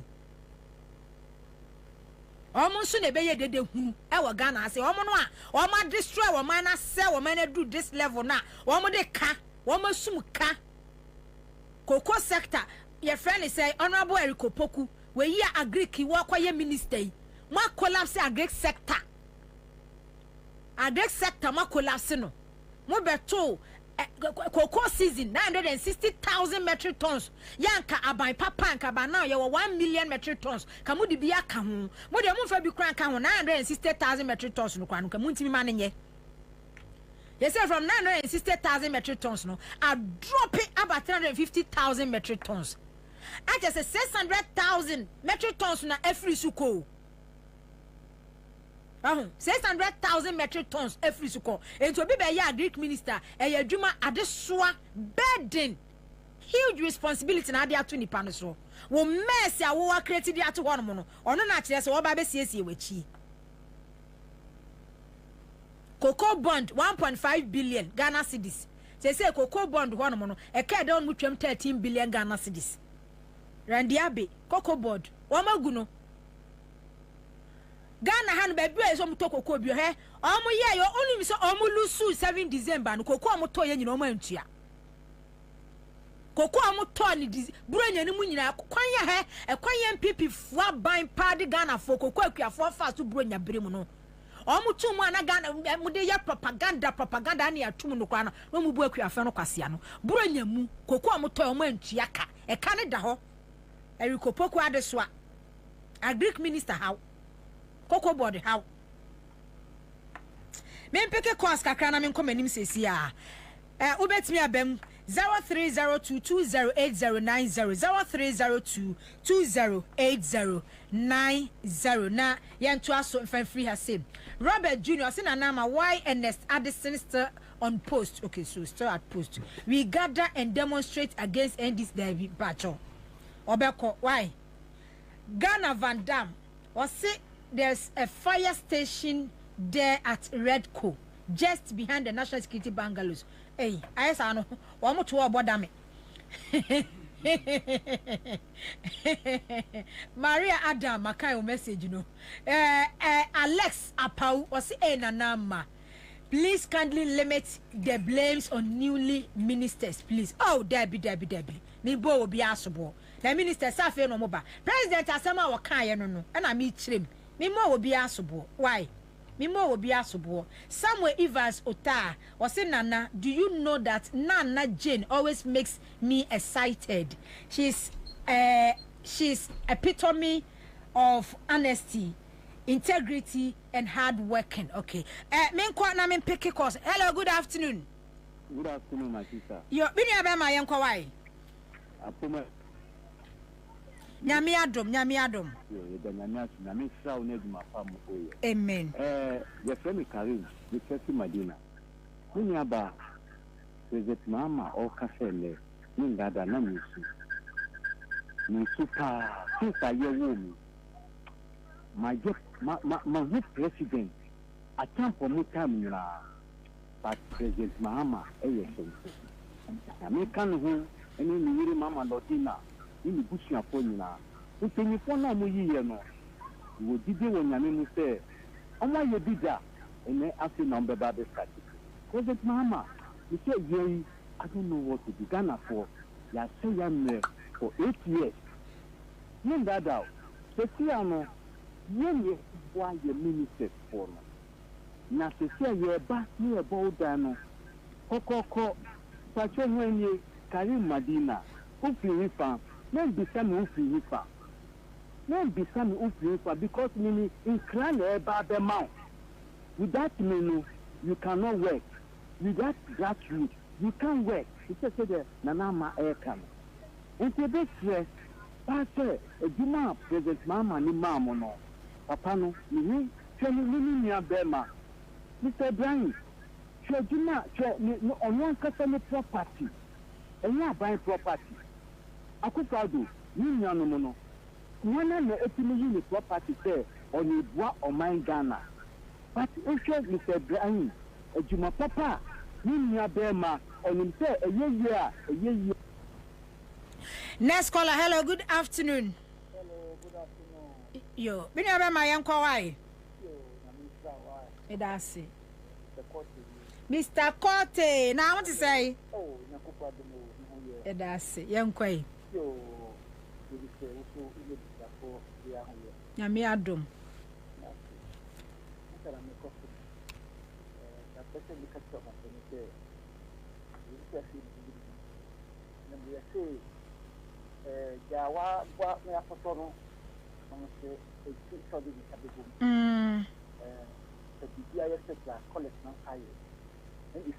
This time, my on my India.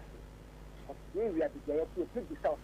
Why did you have my desire? You need to phone net desire. You get back net desire. What brother in this year? And then any free move. Yes, it's a mammy good enough this time. You. This question, the MPP for the media almost a summer for. And I almost feel so into, and I don't learn from their mistakes. Share the humiliating defeater almost a fire. And come at casting.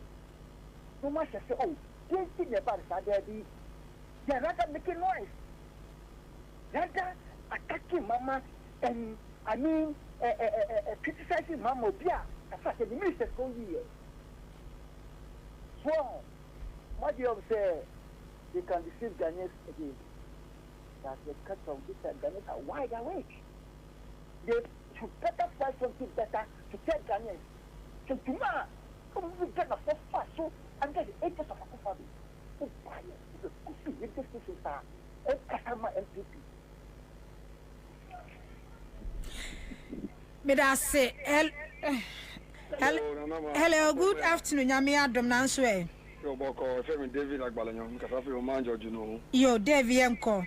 Yo, ne, Eda, Omampeniasi, Papa, or Kasapa. Me, I dear me, show me life, ne, Obi, over your tuno.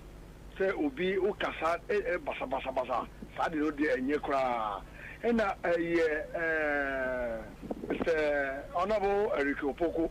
Ejuma de sheni sanu anu na ehia ye pa e Ghana for because obia wo duani e woni fie obia de mi a o di fi humbio because the common de nipa na e na ne kasa e bebre nti ye bese o ma o me ko minister no say o mo pesca me say that me ko me ni minister de fie me ko e pe ejuma no so e abotre o mo nya abotre ma ministers no ejuma no ba o mo de be ma ye the o ma de bia o ma sorry a no mo ministers no fi so no o mo so mo jai because minister no ma o hande Ghana na ya o china o ko ho a o be sa ma o hande Ghana nti ye bon pa e bon say ejuma no bon embra na ye 24 hour economic na embra na ye ejuma na munya bi nye ejuma no ye ejuma ye busu wo na etu e ka anu bo esu bo te ye be sorry a minister no say ko pesika wo ho no mo medase Mr. Ghana for obi anya botre medase hello next caller hello good afternoon yo yanko why yo e be mo beni me sa mpa chawo pese me kantre e don mama me no se bia nkofo a eya atute bia no mo dem rasho mo nsema mo pese mo ye no on ka ho asem na aman no mo nye pom because ya no for na ka mo kono na tinti ya form 20 ministers in we no wo hwe nsema mo keka o mo nye man kana mama hwia because o mo boada obo ade wo we je mo ya mama na bi beyond baby ayi okay no the that for no mo to mo boade ama mo mpedi mboni mbambe kwacha papa no yes here that say hello caller good afternoon hello good afternoon good afternoon mami apomo nyami adom yemko anya na okay papi okasa sisi wakasa mboni ngajipa you say yes petition no boss dogo but minim say Ghana for ye ye hwehwe pe eye kuyi mu beye mro kakra because bible no kwa ka say we are tini kone we ya emre mu ye din baba na so ye tumi fa ye ho to America for ho inti John Mahama his excellency in ne powerful one jiri wo ho kakra especially one way you won say onu wo beye adwuma no wo mu srai say wo babu papa no na niema aye mre adwuma ba obi anya biye obi anya aduani dia obi antumi enye basabasa biu ebinim so ho a why wadwen say because of papa Mahama aka say we bie ne puna to ho nti mu bia ngore mu bia yena bi say osore pe o community bi fie ana o community bi office udu aye ma okwan Yesu Kristo kwa no wo fa no so anse wakọ Yankopon ho nti mu bia yena bi say osore ya na okọ ministry bi ho okọ MP bi ho okọ sise so dabi ebinim so ho a wo pa kire say won constituency MP Mahama amfa ho nti o mu ye basabasa sankofo mu njai na ye bechicho mu ina gumu medase ye bechicho mu ina medase hello next caller hello good afternoon good evening evening yanko why me am awapo mu ye de nyame adom ya ba ma me fa kwanya me so na me mo wa ba so me da se how many times ya 3 times me da se Bobie Ansah obi I shall be the same thing na me the mom yo ya da se only 21 salute na me the mom nyina fange wanya duma wajikana afi kwasumu waya de papa na me fa kwanya na me mo wa ba so ayi you program waya na me sa fa kwanya tumbo secretary John Dramani mama abaso una miliaba nana kache ni say Ansah me the crafty burma mu say ye manimu any say una ministers ahodo apa miliaba and nobody advances John Dramani mama secretary na mangu le be koyi papa ore miliaba so se me boa ore sector wa point is here Andrew Bobie, then I with my amma bibi timakitwa bi wono. Na me be bomb price agriculture minister and one about go. Only the otimi ye, any the obetima ye. Then na bona akomantamu. Okay. Market no. So can say na bless no ma contact my. Wakwaya regional minister no. Any secretary normal secretary normal otimi ye kromo ano. Bura dinin ti ase so ebe bua Ghana for come here ye dia ho abufu ko to abati akubado no papa ebe ma say ye ntaka me da se misrama ele ewuro suru so a tie tuma ya gari ti ma kuru kese no eno so ye bomba ese ma me agwada ebe tuma ma ye kwa nyina because over ka jam ama blame no ko ko to na ye no bona kuma ntam do ma abatu ni nkeka wa ye da se ye rad ye da se papa kwa wase madam please the new ECG meter is killing us every 3 days my mom do buy light 50 cedis papa ye nyina na ye wuo meters ne de ye nim so won de be bo okro no nti ye nso ye hweza na gi minister John Jenapo ebe ye bibia fa ho as soon as possible oh Henry the message bia ba wase na nama wo bia wo be ka kira wo se John Jenapo emma bia no se ni bakro no yensi ni hu wo se wo give you rough and so wo so anka so wo bi give you wo se wo give papa ne nsemu go ne nsemu omre hanti adano wo betena ha be kan ye se John Jenapo ense chi de no Henry se wo boa it's a lie and so wo so anka se ne nse chi den omuso wo give papa o give kra kwanti be energy minister no wo give anka enka mo ne yam kra anka minister ne kra kuonya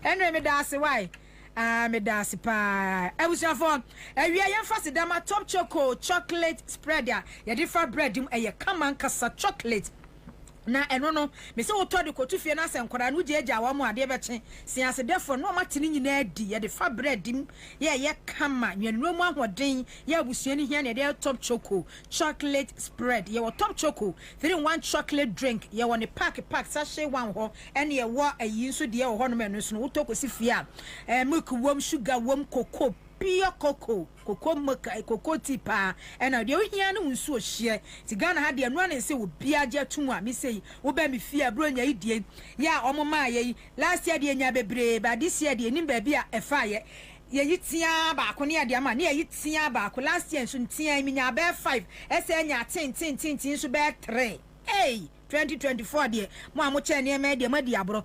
0243033033 0243033033 top choco ubenya bitabia herbal center so e tabia herbal me shaba bia malaria ha fever ha honam duamu ya oya onum ato a wuntimi di waduro ni tabia herbal capsules so obi asisi yade ne yamutim ha wo waduro ni tabia takum ene memma ni se wugina so a ni se wugina so ahode wompem ahode adidi pansu nya bi ye otabia takum no wo se eye ani flavor ewo flavor 100% organic enti wunya bi asashe ni bottom ubenya bi pa Ghana baby etonro bi FDA approved ubenya bi ato cash dragland do so promo ho frɛ 0243 686861 0243 686861 0245 749206 afen so shane so se ya ton sase plot ya manso twibia enihu plot a woto a wasumbe dwo woda wo beda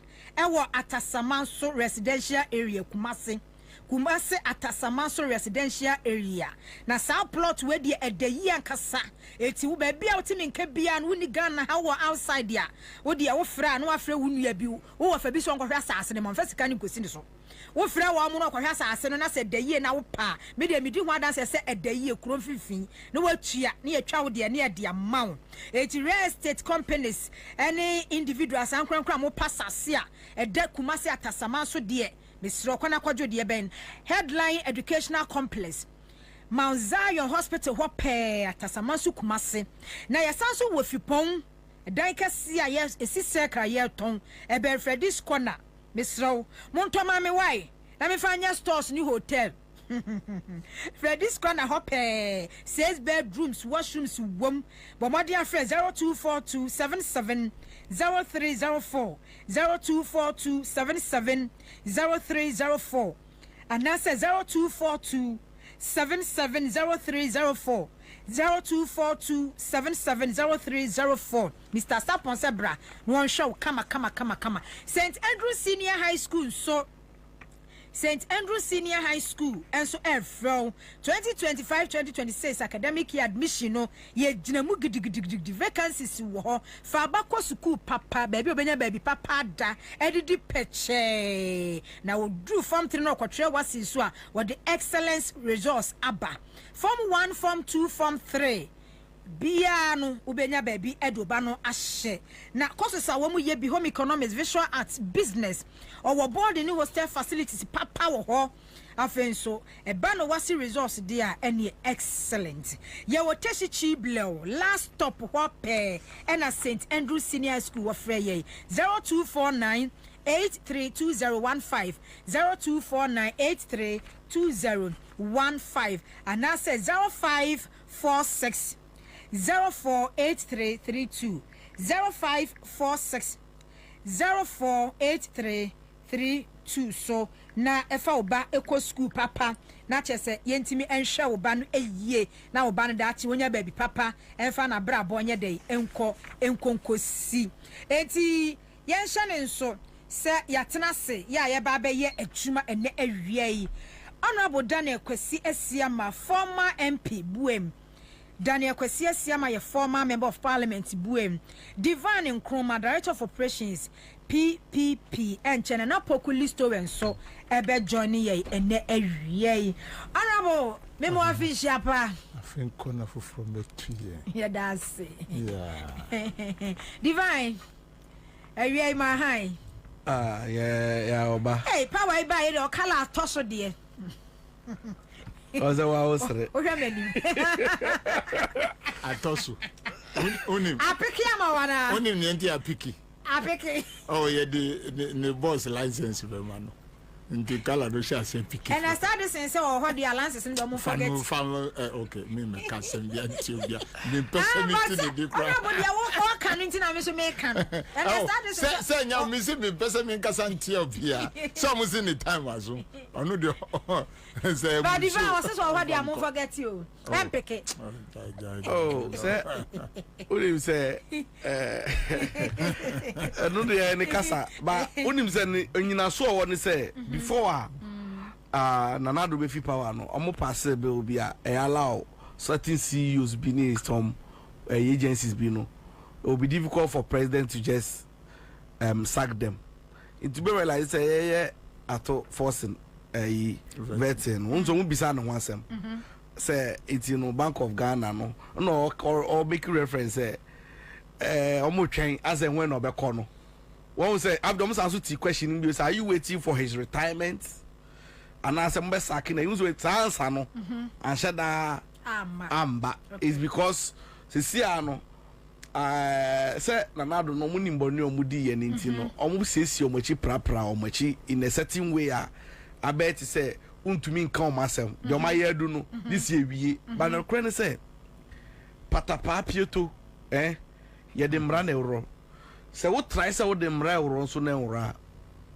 pieto de wo di blade kura twa ye di blade betete ho ya renda nkrofo naked ya fire omo na say ye fire wo moko enti na me pese me cho say na say na ho ba te wo mo na me pese me cho say de aye no enu bia de de be ye o mo nti o mbeko enti enu de enya asem bia on do betimi aka na asem say enti no say as long as I not te honum say oye BOG governor ne die mon forget but emre wo so unu si endi nka so eye na obeko nti enya asem obeko na say wa nkwa de na chese dwoma ma wa mapa wakora nka na ye men worry ana na bo me boa enu obeko nkrofo mi ensan nyina no mu se chichi nti mu hunyama mienu sa na do kodru vice kodru and even the finance minister ma be say o minister look mati say match obeko so what is a match obeko match tun coming kwande onkonne mo tina ho match Ghana enhine enhyo china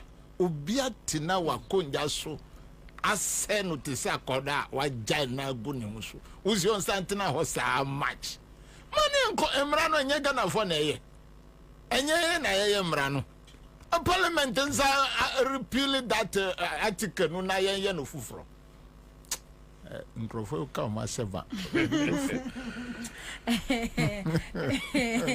match die mu wa o ma hwe ya obe sabotage mu me say mu wa because obi abaya government mid inflation do 54%. And never mean say and that told to me Atu is a special person. Atu during Mahama first time no ye board member of Bank of Ghana. Inti baby anyama fatu kroni nyina munim. Yes. Inti wanze omutumi ka kire say adisi print sika time MPP for say yeboa. Atu tumi ka kire say adisi no print sika o MPP for say ye de MP adipa. But he was able to know say he print sika o memu. Inti nde baby adisi ti so be print sika atubehu. Atuda also da crop we say this interest kanti so muso mumpam no dia match dia e balance and say me mampenyi pa dia won say na Donald Trump ye na no was executive document number bedroom wa body pa for they say you are fired yes son in that very day no wa fire mo sorry in say akwado dia yes onye ba ye fa wa fire mo straightforward there never ba emra no nye ye na ya emra after we ya pen was say I'm the president unu never say time wo about 6:30 American time and no shit so left in 5 minutes I'll be president into one fire be document ni na no mo go fie go to court go to court court to be Ansah want to go to court. No. Inti sanete but. Okay, we are hoping say as soon as possible because nipa ba ko okwa be Ghana for the start this. Yes. Onu omu nyina na di Ghana bone. Onu ni the last acts of evil aka. Yeah. Okay, say time amuko Iraq no. Almost those Iraqi can their axis of evil. Ba ko akania this in here. Ese say yin no firi ho nanado akọ kenuforiata akọ baumia akọ aka nu na bedi etuo so okọ maye matise akọ tete wa abrochi obi matise onyare odwani akwa no odwani inti no akọ tete inti the last devil ojina park no say no any adisi what na Ghana ha when your stroke when twa hwe few months to the election yes when your stroke we twa hwe boa 50 million Ansah na Nigeria ni no so eti just ono so ti ho hwe okunu e dey akwa no me African Cup Afcon all African games $50 million $50 million e feed 5,000 people yes enti no madwani na yire akọcha so ohwe ni kunu bati hukunu nyale yenim na ni nyina amoboa me ni Kofi Adam be kwa kotu na ba sa all African games ese mumbra okay ohima say ya sha se dia ana yenya sha se na wa sha se okay so ya sha se ya sha se free ne say oba wutie president metie ehona na me de be free yes ana when mu de say mu asem de wa mu de yi o me dead goat senka me da so ye teacher like before nkrofo incoming na ma ba wo me kam ubi wanu na machi 1 on the spot nyemo ma say ago ho no enye nti etie for me chia ma chia me nua divine ohima me chia pa na ne ewo me say me ba no na machi his excellency John Dramani Mahama and komwa onuni one of my show in a way a dear. Ni speech no yet by more true. Or you no short by more true. Or say finance minister. Ni obeye ama Ghana cedi anya hondi. Ni obeye ama inflation yenhu ano. Ni obeye ama yeka ebeba forma na yebeye noa nipa betumi abobra wo Ghana no esese wo ye. Energy minister ni awususu beye ama kane agina ho esese wo ye. Eche say utie MPP phone there o say oh ye di amam ye di mudidi ebe na amam ye mudidi ebe ene Ghana fo etiefo mahama kono excess capacity a MPP for to me botaya akokasa ho saa no o ma didi ho saa to 2022 enu echo manya hwe 2022 into 23 ni na enema hyase essay mahama se be kai programmer His Excellence or have work in Piski the crossroad no or catch mu say no ade no sound mu ya bibio o ma nye ho hwe ena oba yenua erikopokoso say esese nipa endidi nea obeye ama nipa didi hweweni na uni ukoye village school ko growing areas a we say sebi o me bought tribe bi me ham your friend obi cabrefo they are from Togo omba be ye juma wo kokwasi okay ko mo village akoda no ni yefu ni ne koko ni bibia no na hye ba pioto kitwe bi na senase koshoko enye koshoko wadidi chese eduane no ewo inti akoda no didi mi wie no ni kukura na mabodi konfa ho na neni agino di tumrika. All that I'm trying to say is Ansah na sundwe ba Ghana no is food. Minia is food and food no ebe free agriculture aba. Na say ye waduane bebre wo ho a ube say inflation, the food inflation no ebe ba form. Ye waduane bebre wo ho a importation no ebe ba form. Eche se mwabu wo Ghana a ye don wa ve meni miamia aburabu wo Ghana a ye do wo Ghana baby no but say people who you know how Ghanaians behave omo to meet tenasi Esther say die na ni ho ube hu na wasisa ni dollar no o se oko import.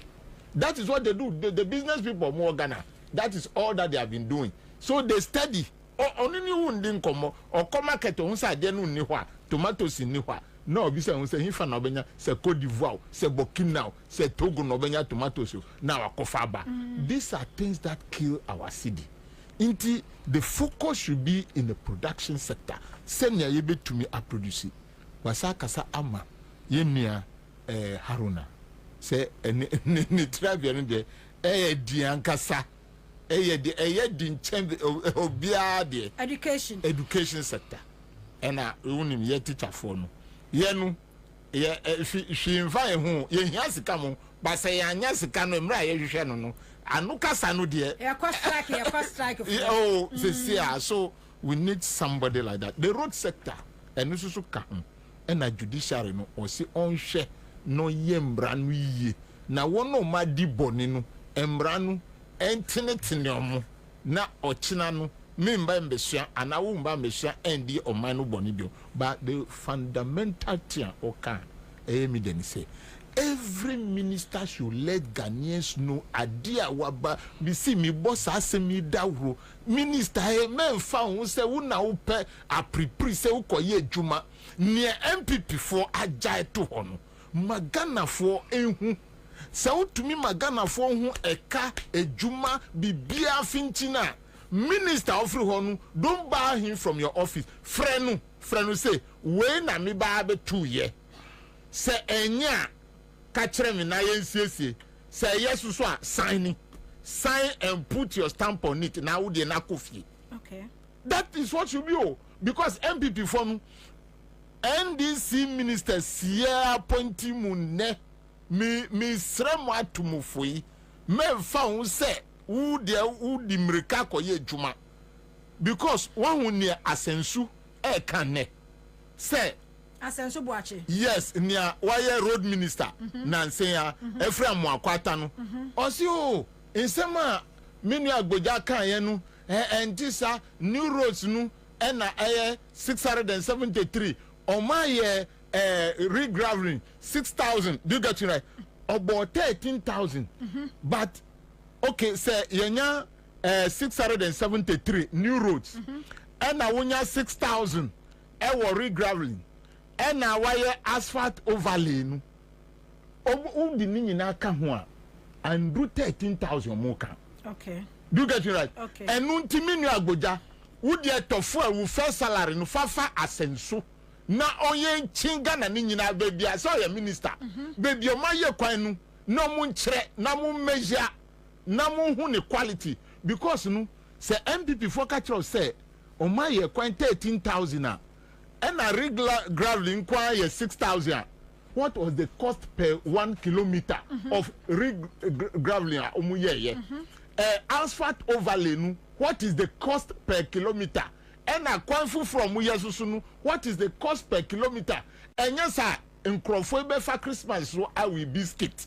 So, road minister, MPP for Chassis. Today, this is the second station, remember. MPP for Chassis. Don't go and put your leg in their trap.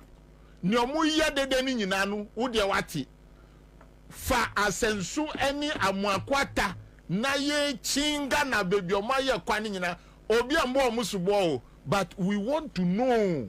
Nana do 13,000 musu onsende omugusuka ena 13,000 ena 13,000. Take them round. No munchre. No munchre. Munchre Ghana. Enwa fa mu no mu. Hey, enyesa our campaign will be very difficult in 2028 because they'll be using the 13,000 to compare what you have done. Maybe I would owe 500. And no say no my equano asim. Say who gravo e kwanya mfutu kra who gravo. We want to know the money ohima ayen because enanado aba betu eka 113 million one tria wajai kamera to hosa meanwhile kenoforeta bo busia in the first year of 2017 and I kenoforeta kobo busia 2.25 billion Templeton bond wakai saa sika no odiyedie went to me a yibi and 113 million Ghana cedis. We are talking between dollars and Ghana cedis. So one tia in this 130 million I bet than 600 over million Ghana cedis. Just interest. Intimino Agboja, don't sit down on this mess. Because when they blame you tomorrow, it will pay me. Niamo maye ni nyinanu. Mwankasa air sign amwakwata onyiye manu air condition car munchi onwankasa nkita ni map. So no nejiskadi ye kwanu. Na ye hu bibia. This is what His Excellency is talking about. Minia Jinakpo, Honorable Minister, Wususu sa Obrabonia Haptel, Abebo Womaimu, Omasa creating levels of taking our money, no? Instead of leaving the what? ECG, credit to prepaid for no, Ombe Jama, ECG, any third parties, no? Omuko ya, Omako creating what? The major vendors. The major vendors, you know, yema mu 30 million every day. ECG mu guarantee omo ko discount wo GCB. Now mu dey ato credit. Now mu dey achicha my third venture vendors. Now we nkwanu omu gi 2.5% a month. So you see how they've created. Haptel susu gi 3% a month. Mu gi sa adwuma no enfama ECG for. Na ECG for ankasa omunye because we are paying them. Say nipa no anye adwumari ya fire the person. Simple as that. Intermediate safu tua omampenyi dima ehu hia me papa. Enye sa one say time ayesi e-blocks no. Mato poku prempe okita books no mi wo parliament osi yasi 47. Educhum ba ye no educhum say yasi 23. One the same party ni omuye. Edu nti besi ne na educhum say 23 pa no hu ye. Meanwhile obi a wadi minister before you came in or see on 47. NDC ministers don't repeat this because this is the time for accountability. ɛsɛ sɛ obi ahu akɔdaa no kora no yɛmfa nkyerɛ no daakye sɛ this is what this government have done. Na sɛ mo anyɛ saa mo akɔpiri sɛ yɛpɛntɛm a ɛndeɛ campaign time no yɛn nyinaa yɛbɛbrɛ because they will be using these cooked figures to challenge us. So let us not fall for them because they've started talking. Omusha say kasa ena yedi ajam. One na ka say edwuma no ye ntumi nye. Edwuma no ye beye but niema ye adi wo man no boni no esese ye hwem. Ye edwuma no ye hwehwe books no mu yiye pa. Na ne wadi boni no na ye ntwi no efa emra kwan so. That is why declaration of asset ehun hia pa. Niemesre one of my point say, look, sika se uwo abrosan makra ubewu. Uni bi susu a ubewu. Uwo sika dodo susu a anhwe kra etumi bo yare. But let us govern, let us lead, carrying every Ghanaian along. Magana niba ehun hiaw. Ma obi dia ofri amanoni eba Ghana se oba be ye juma a create juma pano ma ehun hiaw. Ma mumma na yenye juma ne jai tomato paste craft free Italy. Ye craft tomato paste free Italy. Ukote ma heavy industrial area. Na mudi a good drum. Blue ones no mudi aba. No masa aye mashi atu ho. No mudi paste na gum. One tomatoes are ediko soko de bogamenu. Okay. Na say paste no tomatoes ya from no. Why should we be creating job for Italians or Europeans? Once we have learned to grow our tomatoes, these are some of the things. We have water bodies to grow our fish. We have learned to rear poultry and all that. Your best but never hear say sika. Abuja, Ukana Assembly Nano. Say you have to meet with the stakeholders. Bangi kwa omuma contractors sikano.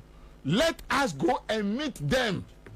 Echese Sagana Ninyina Asia, Sabangadan Susubeshi. So for us to continue doing business, we must come to the round table. Sa 600 and something, and our contractors for no. Let us do something about it. Let us do something. Say the 10 years and now 15 years, let us pull it aside, and then we move forward with the new strategy. Miss Repa, Senya Ghana. Betumi atune enya sa abrabonia nanado ni na by boy no.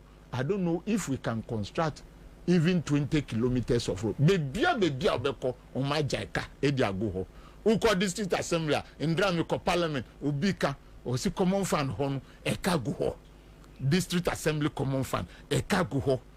Usako mia ni nyina o majaika di ago ho. Look at the energy sector. Intinu se no but honorable enokra no road yakaya wo se anhwe yi a 20 kilometers kra mu ntimi nyi they say the aye ne say the omodo omo sa so ho nkwa na wo se mu behwe na mu ye wi o.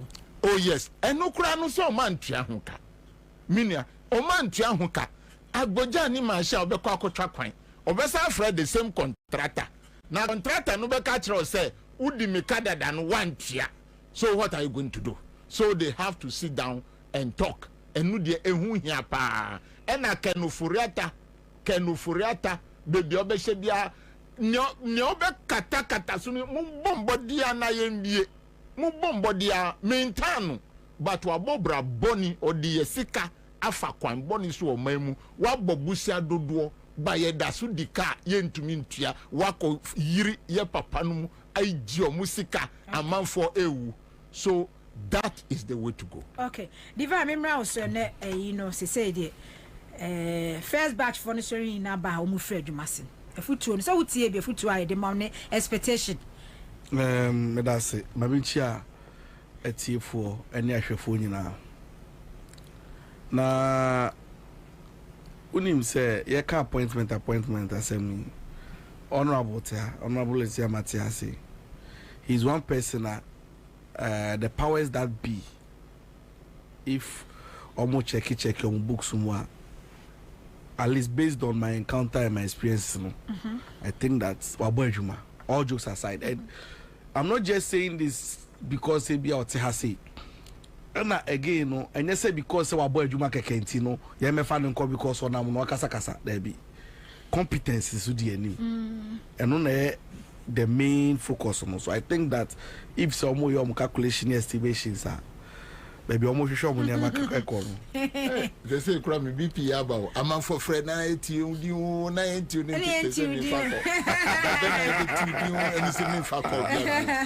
but me what GDS say me share yesu emra me fa me sika say me kodo e wa fom no me share yesu amen and you say na me honorable crown no for my MP this sneaking no crown ono crown pressure that so unim say na say me post bi on Facebook there see you congratulations oh last time me call show me me no honorable happen the call show because ho and no go chat online the headline be go to say divine dancing because the appointment aba the appointment is something they acquire the job but on a more serious note no me unim say me be na me tie emmebu na omo sorry na you see saboba you see Boliban boy who any microphobia omo expect say nke be bomb microphobia di omo anti microphobia din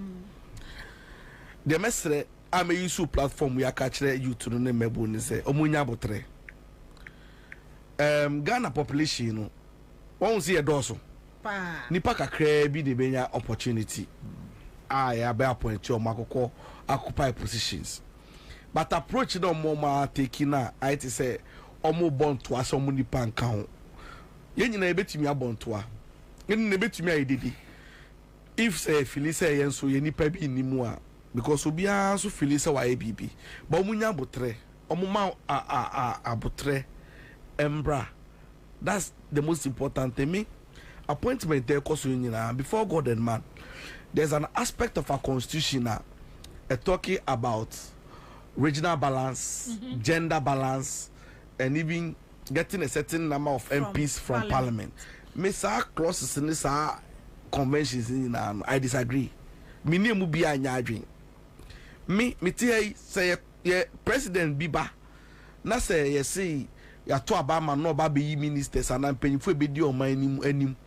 Na se obehwe na se ye mbanko no befa no me competent no musu ehunu no wosoro a me ni hu problem bia se ye ba ye no ye se obefa anwunafo enko na anwunafo no ma bin no ma ko school no betuma ye adwuma na enyina ebe boa ye nganafo a me ni hu asem bia se president bi beba no hwe amemu oni mu se okay fisheries cocoa sector, agric, finance, asante for bina, when we say no boys you when you're doing, and no de be more. I'm okay. But say ye pesa yenye say chia nechi gender balance. So bani nya de cry po ba bi shemu no. Me ni nipa na nya adwen. Say ye see obi fi north onya de cry na say ye see regional balance nti ye fa ni she me ni omo nya adwen. Because at the end of the day no ye ko school ya ye bo bre ya ye bo adwuma nyina na anya no regional balance o so dim sa ye ko adwuma ya ye ko imagine say ye nyina ye studio hey adwuma bi aba na ye see o ye hia balance na ye see e po bi a obetumi e bi a wadro Accra FM yi ato wo ho o ba ka chem say because of regional balance nti dey fa na man koye I want to me ye yeah I want to me ye si enye ne sa intimi ho no youth no munya botre e ho no and a president no I'm not sure say ono ankasa pese on cutting the nose and spiting the face so obe faili I think he means war and on to me appoint obi bia say obi anko di post eno ye one de di obi o eye enkrofo no ayasan so am opportunity na sisi a no mo ba be serve in government no ade ba akubi President John Dramani Mahama kan here very profound and he say o say ma omun take Ghanaians for granted na Ghana for na omunam hosa no o your madia they will punish you one day no say omun krofo na etwam ko na banda da na etwam ko no omun suban any omuni na exhibiting arrogance of power, the disrespect and lack of information, no, masa ne appointees we mu emfa omho enkogigi sa na mani me ho na me start me nsem na fi say obi bia wanya appointment bia oto ho no mo think so special change obi o anasa mo feel say eye ne ho na ho fe anani su ehunu bia owo no bi hu bi danti no eye just a privileged opportunity a position wanya eno no akako piem wo ho. And so the many other people no mun bedu ho no morning dream say o chen obi a because under MPP government no ya na ebinum na ko school ya ne omo na na enam odim say suddenly ya da sorry one day akrofia ba be see e konso all of a sudden omo onya sa chen ye ka bibi omo ntie ye ka food inflation omo ntie ye ka fiscal profligacy omo ntie ye ba na ye ka trom about mismanagement of energy sector omo ntie mi wa no na mo kra no muti school na bi mo wa na muti abon muti awu nyame na aye madom e na makwa pie baby amwo no enti mi stress sa to me no akakabensam obi mmobi obi ni obi akasa rough no enu ni ade agana fo chi kuse enu na yo mutan chen bibia imagine say wanya kasa kire anchire obi a on say yesi kasa brewe e ma ba to say asamba gidigidi a the way how be approach asem na wo be meeting no na be ma nipa hu se onjo ne brass ana se mo pepre ne ho on say na na Akufo-Addo for instance and na man ya politics for no so man bu obi a no wo be kaya okokuma se aye ka se kwada sofo o ana kwada sofo constituency omo kwan nye kwabre yes baby na kwaku otimba ne ye kwabre aye se kwan ni nye kana na Akufo-Addo see dim say Ghana problem dina ye tumi solve ni nyina in 4 years 8 years kasa bro na be kasa o ye buso ye be ni ye o chaze mo kai na say na monto mami na de na kura de mbe bia me na me nye de montoma you get it o kai say afajato ohini bi ebe catch President John Dram na Akufo-Addo say omo man ultimatum say ombra no meye e-blocks na esi wonum na omunye aflawo udi bi say na Akufo-Addo catch ni say na no e ho na be ma me ultimatum obati bi agozi esi nwura ni mongo ye the same post channel na Akufo-Addo ye no ye pese be hu ne so bi time na ka imagine say a school for ka about insuo emba any omo toilet facility enya adwuma na po aka kire say wuntimi nya hwia okwa akoja onan sebi o engu roba mu na ohwi a wahuri ato edan na chi wo ho no these are comments from appointees so na appointee betumi aka kire say dum so no unti ase a wakasa kone koye timetable. All of these things, yeah, can the Amagana for the type of the caliber of people are near in the past. And to these appointees, Obu say the Jawa near the Aswao, ya the Swawa near the Jawa, ya some Cassia, and near the Amomuno. A Juman near the Amomuno, ya some Cassio. Now, unfortunately for them, no, they have come at the time where we are almost at the point that country no is literally on its knees. Just say, yeah, the form team. Me who sector be a minister ya induct no ana ya gina tum no me who sector obeka so no sector ne de emu da ho o de adwuma bia ni wono mo ho mre all the sectors ni nyina no o magija asai no na honorable can be about the road minister adwuma no say e bia kwan ni bi wo no ma unim say da ye to aba wie ye I don't know how it happened. When you say all of a sudden, Amo Yagata say ya kwine our areas be because of audits purpose ni the fact to say accountability suddenly they are all over the place constructed road there Yagates. Now a common ye mpo Kenya ya Amo ye no tan when you say Amo ye kwine be abokobi to Taiman Abakobi to time ya to abawie ye no I think so on the 11th we said then and omo buy no mbe sapete edigu kwan ni so when him say 3 days kwan ni na tutu 3 days e kwan na tutu omo digu su basa utimu say unhu adwinko etaya kire ukọ ayi areas bia obekọ no no mu ye nyama ni gidi because oma jiskani dada oma ntuhu anamo skano oma jio edi abai sesa ya no afeso oma hu so oma nya ye beti omo e na omo ye adwuma no freku basa road ministry ohun so wa adwuma eye again energy sector ye nyina ye nim asemu e wo ho na de di ho ni say ministers we mu media me ka kire omo. The first thing, Mamu Majina no Munya Mamu post, no Majina no Mume Camera of a grand local talk.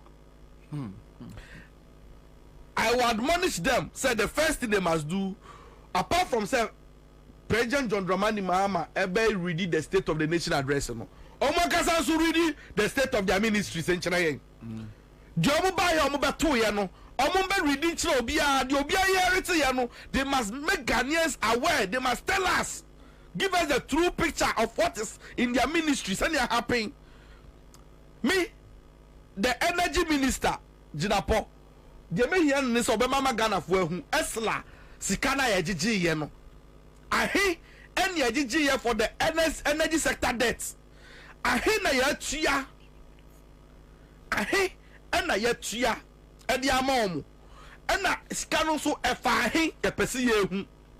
Ye Pessie new meters are about all of a sudden you go to thought every month be every week be ababa na asesa meter obi to be that sorry onya hwi on ka bi nhemu na ne meter no aso eche na ese odeka 12,000 because ECG for ni wiase kan ti omo push that no e dey come from meter so consumers and to them say who you sue ya me di obi achi ekododowa dodowa district no a very big district adenta home the kosit ayi mensa danfa aboko bi teman edi be si pantai fo nyina kaka ho bi o unim say one day na lady bi da sorry ya waso kwakoto credit okoya yesi odeka 12,000 na nipa na wo foforo na me say na obeka na asem kire mi nti oka kire mi na me say no I have to follow up nti mi ankasa mi si mu pampai na me call dodowa district office ho unim say me call office back me see Ghana ha ho ya ne ehun na me see people are being paid for less. Ministries, you know, they should restructure, they should overhaul, and those are undeserving. What are they doing? And you know, say we pay a company to provide internet services for ECG. Then we have a company, internet is down. Every month, we have some job market here. IT in Kwabena in charge of IT. Then we have a company, IT system is down. And so every time we have job market here. Me say because do wa ho no na me ko complain kire o mo say obi at dem your wire TV fan and a fridge ono person ko anete na ne meter no use no so e prepaid obachi na fi 2 years no so no on Martin do ya on to bi ono na etogum nto ndeka me tena ho no woni say me call day 1 o man to solve problem me call day 2 the 3 me koye dede asana omo de car edi machi afi de isi guy no hwe area ne so no ono owo kebi honum obae no behwe no hu say o say but this does not make sense now no nipa no dem as say 2 years in pokrana or say on electricity da krana on to me in case we consume 12,000 later na me ba be hu say auditors be come round na administrative cost omo disikano ebia where this ikabe say ebia 2 billion na omuhwe sika oma generate 2 sales any revenue no ebia be 1.5 omo deficit of let's say 500,000 no match iti ubaba no okoye audit na ube say aka no work for ho but the truth is the crofo on this aka no na can you imagine someako ECG office na me catch up say they should come and solve the problem omo see system no na identify ti o computer no and na identify na first wo hu say fault wo meter no hunti no plani negotiate into them say okoho na no ECG ni no koka onu timi hwe wani mu ano say okay you better so kakrama you be 9,000 amount ya spread it how It's nice a chrono to go do no more. I'm sure anymore. I then the way you sue, yet to be fancho by best spread the amount. Robert spread it, or monument negotiate. Why is it that there was system? Not say a chip nation, not a redia. I didn't say you know how much any pana consume, and yet the idea any ultimation upon anymore. Divine, Miss Sister, Ewo a Kumasi. From last year January, no ya de bi wakra. Enti onu ani fie ni full house watum. And if you no squaw ha, ona no kwa na wo fie ho. Ne matu omo wo boarding house. Enti ni TV ni fridge ni ade. So from January ni honom okobe somewhere July. ECG for abre ni bill 15,000. And was me ni ha. Kikri 15,000 no o ma yi ni kene wires every studio goofy. And what or say before the back of free, you see, or say, but our cross will be a labor cry, etega now. But our in monthly, or say, you see, the gun was last month, could be 2,500. And was a massa. Now, maybe what how can I get them different year cost over, then I'm different. Only me say, since some way no back crowd, or buy and every month be a when you on the phone, so bill 700, 800. Omunyik wires ni gu form no kra no maminka sam chiro yes baby maminka sam chiro nanama nugu suba every month baby maminka de we put the said dance ho akoso mofo ya nsuo dwiri omo dan nyina egu ya omo fi ho no almost 4 months no omo ko ya yesi omo nyina ya de meter nsuo de wi omo no ya de labro omo so omo ti omo de ka ewo ayi it's so pathetic.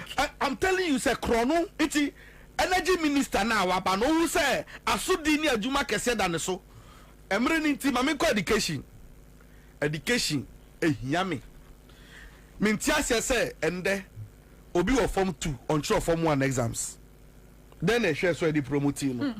Me wo fa se ba ko. Me ni ko shia ne nansa. Da bia me shia no.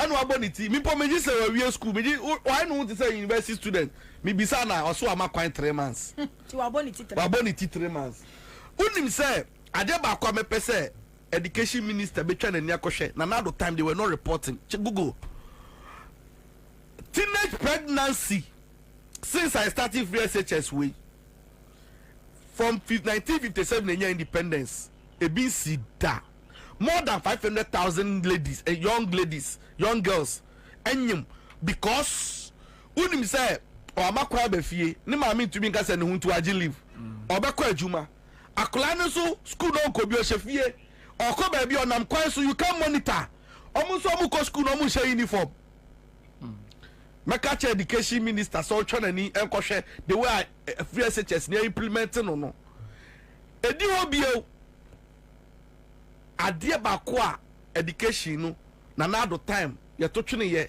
eye extra curricular activities ti enye obi a na betumi akobo homa se ne tia waben obi enye obi a na betia esua de aba journalist se wo obi wo no ma ne de eye nwum to obi wo ne de arts obi so de sports ye ko school ni nyina no incrofo engage in those things are ye kaso ye sports festival ye cultural display ye say no be so ko exhibit me what presec I remember me senior baako through cultural display ni eyo no onya scholarship straight to US me what presec me bought table tennis me to school fees because of that and all of these things no and another unim say PE teachers for nyina ye mo cultural integrated science I'm not joking no na omuja interco na na ye kwa ye tumi identify ye top football players ye tumi identify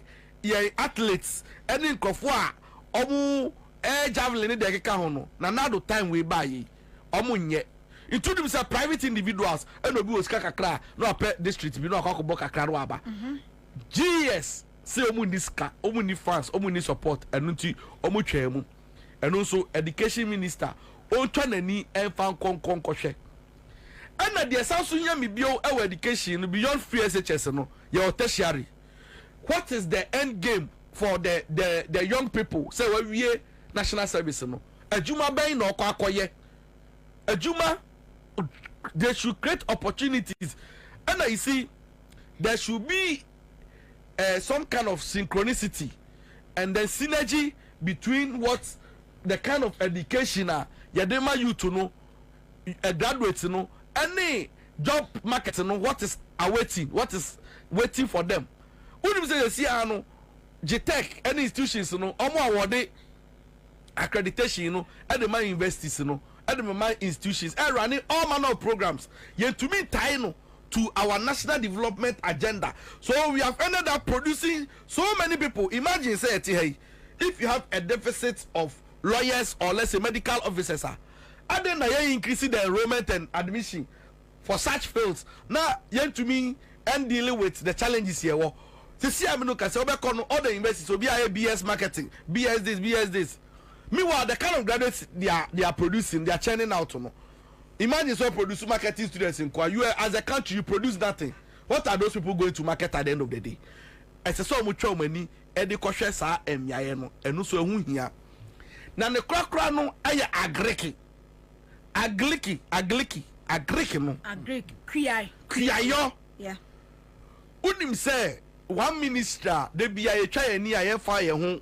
Ye fire drink alcohol agric because yamana it say a full yama.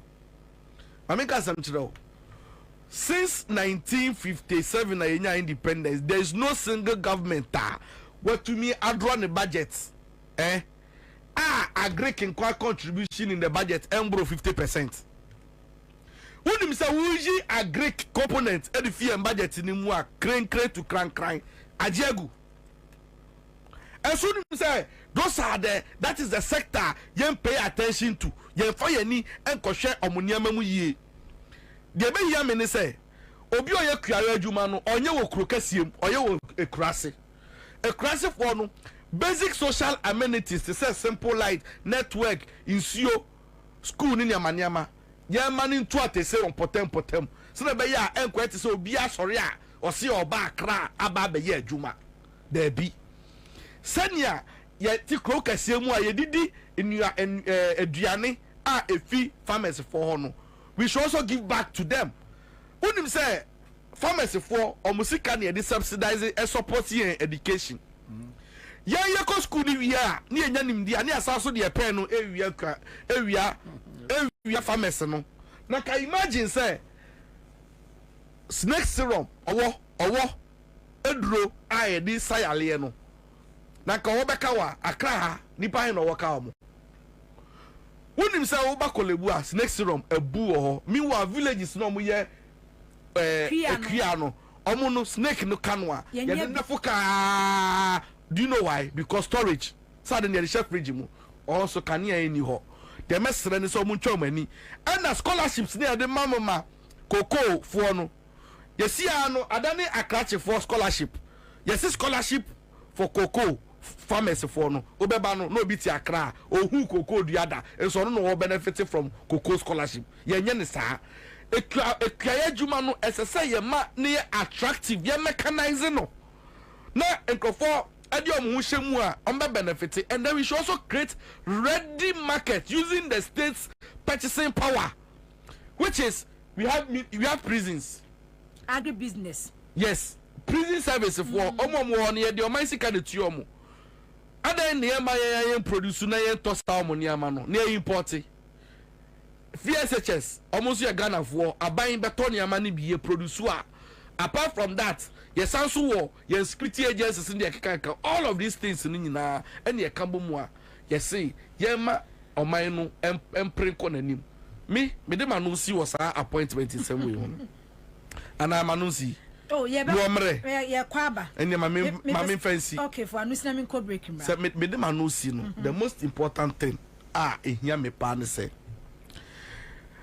Yes, see wo your swayeni necessary so mani na problem o swaye the mesren say jumade ne de ahwo munsa no mumbu yen omundwin Ghana for first hwe obi ani wono mu a oye ehwehwemade a obepepa ne nsa kwa ebi ka ne nsa ana se ka timu a ka etimu a na obua Emma car no sparking na ejeswa set free na utna mu bia wonye bone uti ase de make kwakosi ni say amemu owe etise dokono ye de hye wonsa ne yesi ye na fa se bo obi ayen kekanwe ye ne size kenken ne hwehwe ne kakra no bi adidi bi ma umbe greedy na umbe keka umbe kekanwe na ye ne ekoda kom wodi ya ne se wa ho na ma ya wie no hwehwe a de wo wonsa ho no na watafre omundwi ye ho omuye ni yi a esu nhira na beba omu ankasa omu so ena meti ye o te se meti se yese eyi Kofi Adoma Kofi Adoma wani ebi obi anyakopon fa ne sanka no na ayaresa bia ohia no embra ne so na ade ba ko a me see in all the conversation ni nyina ama manye comfortable ne say ye fly no wako Dubai aba ye di ni ko UK ye ni say experts adan na ye Ministry of Health no ye hye mu kina na obi yare a on tena ase sisi ananado na pom de ne ho dododo anxiety ache no depression ache no woni say sisi o ko abonte because wa say kro no ye mpanyifo no ha no betena ha no mo omunsiesi oman ni yie na bibi wo mu a omso manya so mfaso midase but list of remunti ma me no nye ayi necessary in no president nsam a wo kan ye eno no ehia pa futuo ne nsam a wo kan e de a che ne ministers no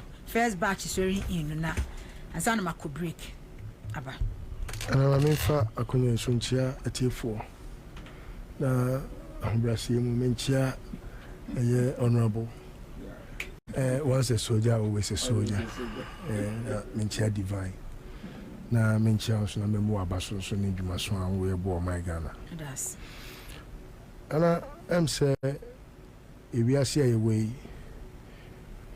esi di odi akire sua di odi kan nante na se obia sebi wadi amayo semachi ache ewo oman we mu no se president bia nisu ne ban edadi wona ban mu anuntina se wahwe free nkroma pencil nkroma's aggression to national development no emma Ghana fo so nya ahofama bi ni etuho ache bi se on beso no mai yes edu ba bi a na akoba se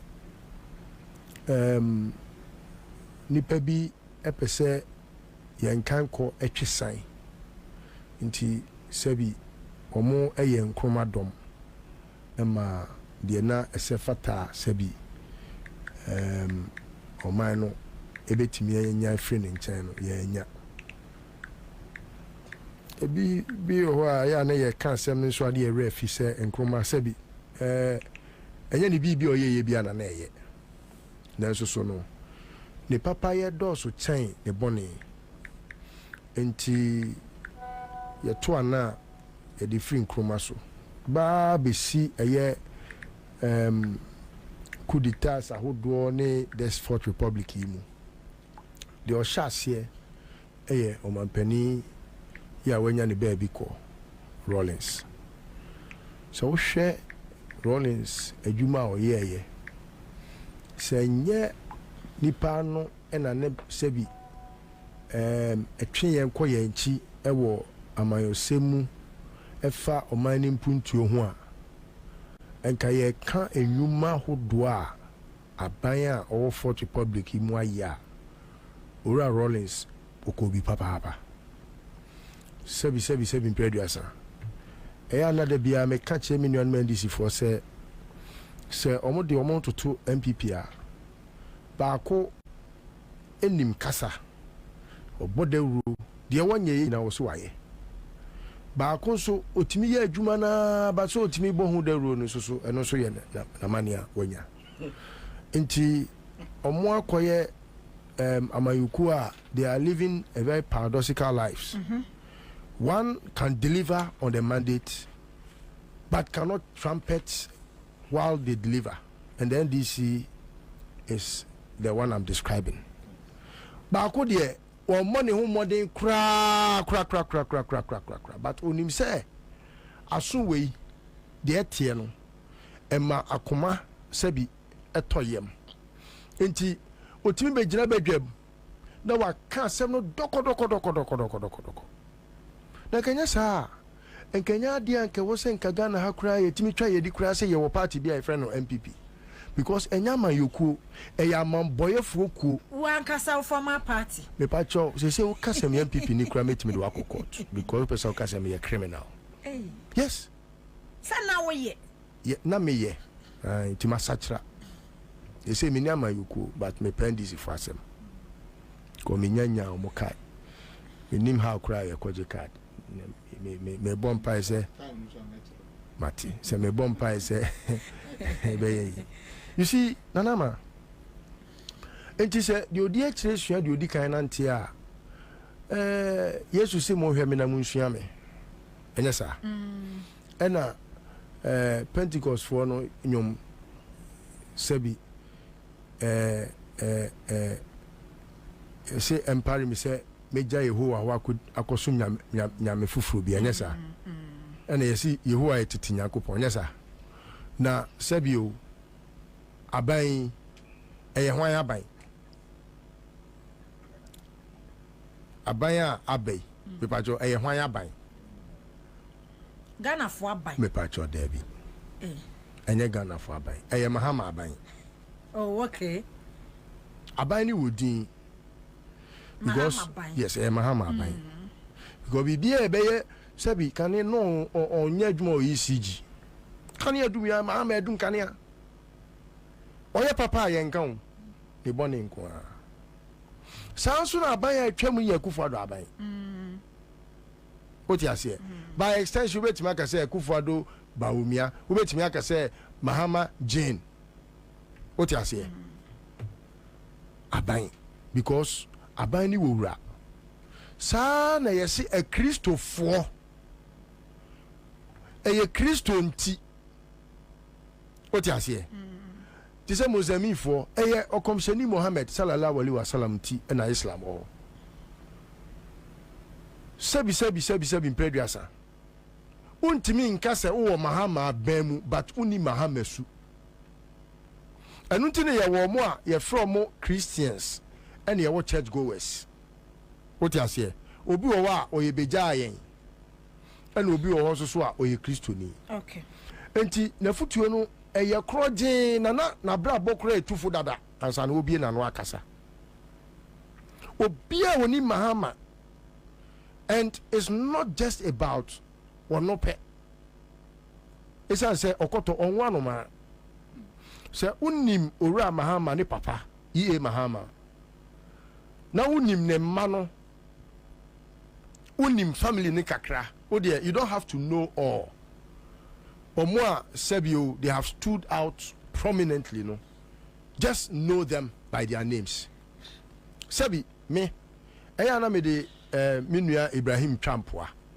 Enye bibia se Ghana ha, ye kasike niya Sebio or Ghana ha.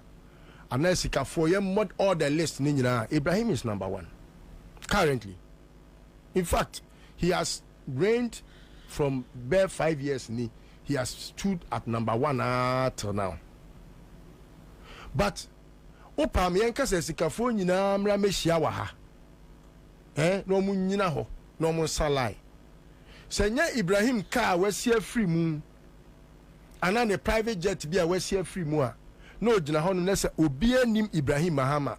Ne yeka se onko yi the richest man in Ghana in the queue or in the line up. One way ya ubehwe obi lene na wato so aka so na the richest man enso me kan na sebi esu fi bi adum ja oti ase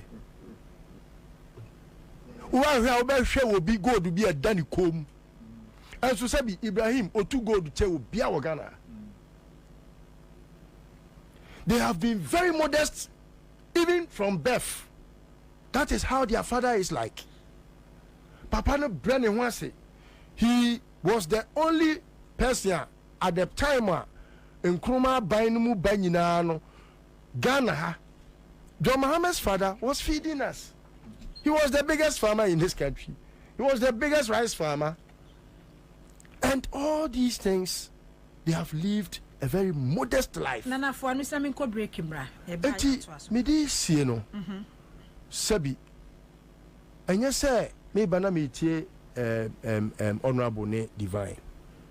Anya say sabi o eye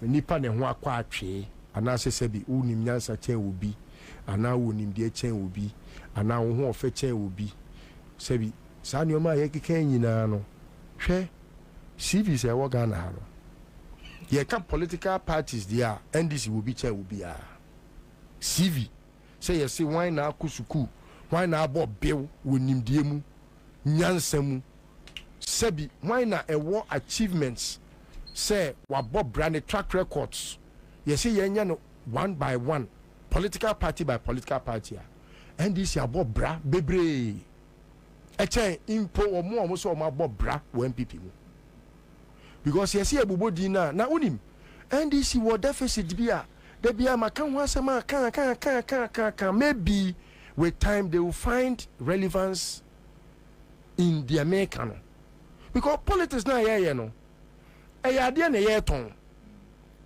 na obi aye pentima mento esikwa ho yenya ntuka ye bi kura engine nim but we can na efe ena wo so de wo de ni engine ye papa ba wo so wo penti ho obi kaka wo se bra betu ka ne hwe na hwe mirika de obeko na ma se ekwan chen de efa enya sika na edeto na de na ba na efe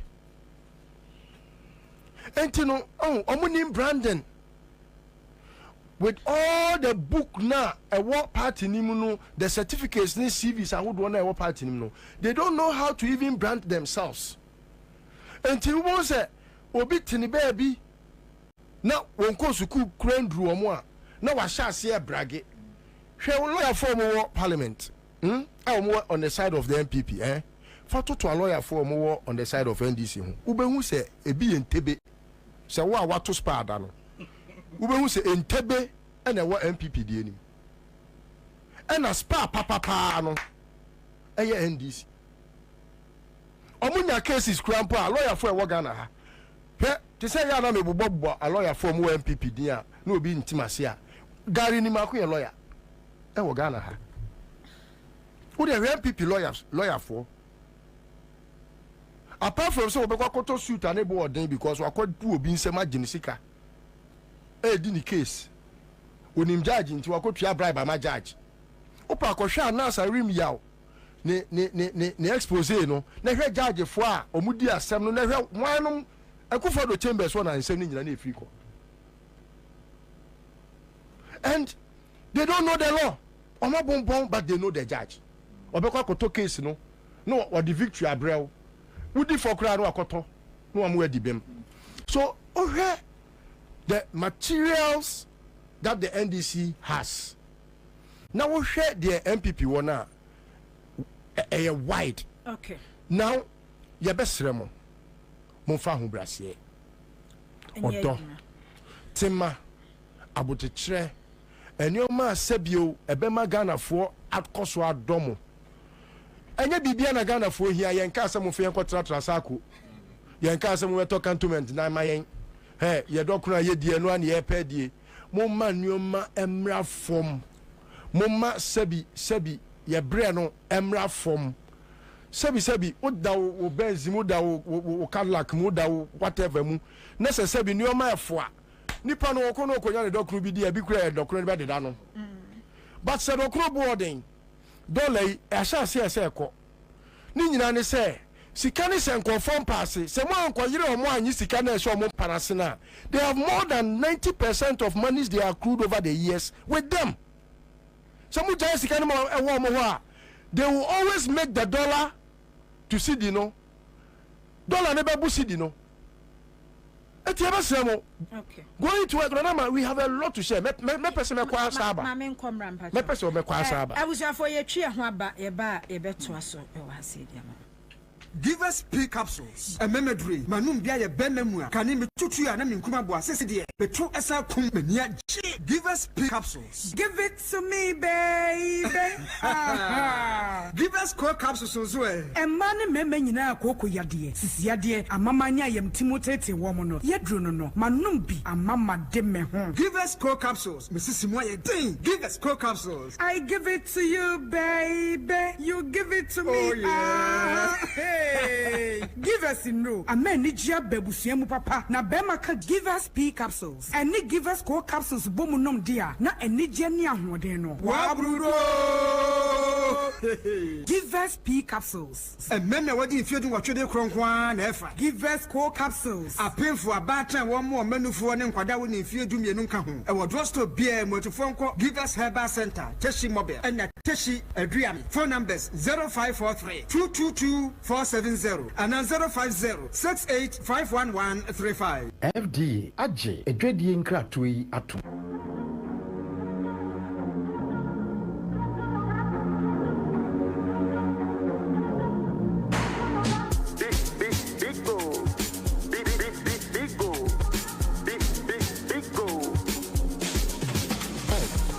Everywhere you go, big go. For the friends and the family, big go. Big refreshing moment, big go. For the kids and the adults, big go. Boys and girls with a drink up, big go. Everywhere the party day, big go. We go mash up the place with it, big go. Greatest in every battle, big go. Big go. Big go. Big go. Big go.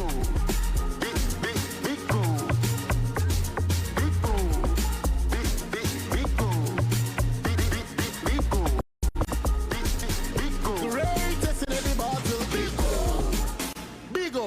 Big refreshing moment. Beagle drink. Big refreshing moment. Another quality product from Trillium Industries. This advert is FDA approved. Hey, say the mako who our Greenfield Scientific Herbal Clinic no. Me who graduate say enunti no manya award wa. Eya world best. Obi an transe ema dompem ya de ka say anase mo boya de enkan nto dem bio. Greenfield Scientific Herbal Clinic. Asanya want to say ne ekuro etu no ne enkan ewo nanum. Oba na be mo pa wo. Ene enyarwan kaye. Nansi ma me ka say ene spinal cord ho ekaye no. Greenfield adarumenti ene wasa so le gina na so epiem. Greenfield Scientific Herbal Clinic. Our ultra modern laboratory and a diagnostic machine, sir. I should show the Pediani Mwankasa. Greenfield Scientific Herbal Clinic. Our Nungwa Dogon, Estate Junction, last stop. Frewa 0243 983 906 and 0261 651 898. Greenfield. God is our healer. Greenfield. Your last stop. I believe. Hey, Banjo. Why go? Massa, St. Andrews Assembly Wayek machine biomo. Have you heard yet? A buta 7 A's, 6 A's, and 5 A's no abruso.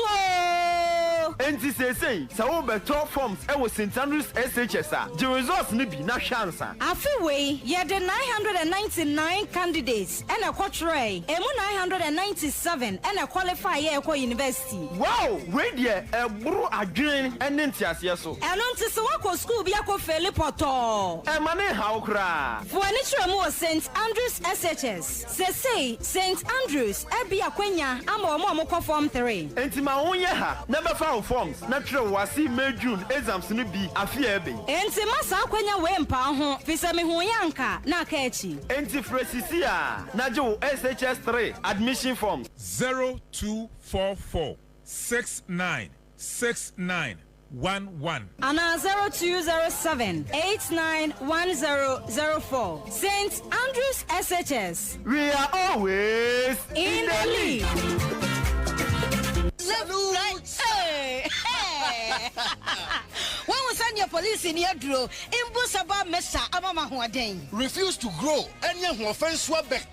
And what day immune system or Yankopon, and your ready Pedrian Musamaya Hubano, and Nasa Wunum Imbusaba Mesa, a Peja immune system Nabribia, Ya Yarientimu. Sasa dear, a month for the one, the Imbusaba Mesa, Dronua dance yes, and Yarwa who ran Nipa and Yina Etimi Banaso, and in Yarwa Cassian Kaya Wutini D and a Honka. No, Yamwa suing Yano, a boy and Hoban yi efiri ho en na wo mpo a omo wanyarewa ne dada na omo nom doctor enro no enom imbu saba mesha no a emo mo ahoden pinti ya omo ntimpo se yare ese omo ho imbu saba mesha ewo kanshi ene o maimu babia yeto enro atufo mfre 0246 208496 FDA ahihye se adwede nkrato yi magye atomu se ye Starter, it's too far to dance. Oh, what? Cry is the market women. Everybody can do what he does. Be bold, be you, be you. Be bold. Be you. Charlie, be bold. Oh, chairman, be you. Brothers and sisters, be bold. This year, be you. Let's go. Be bold, be bold, be you, be you. Be bold, be you.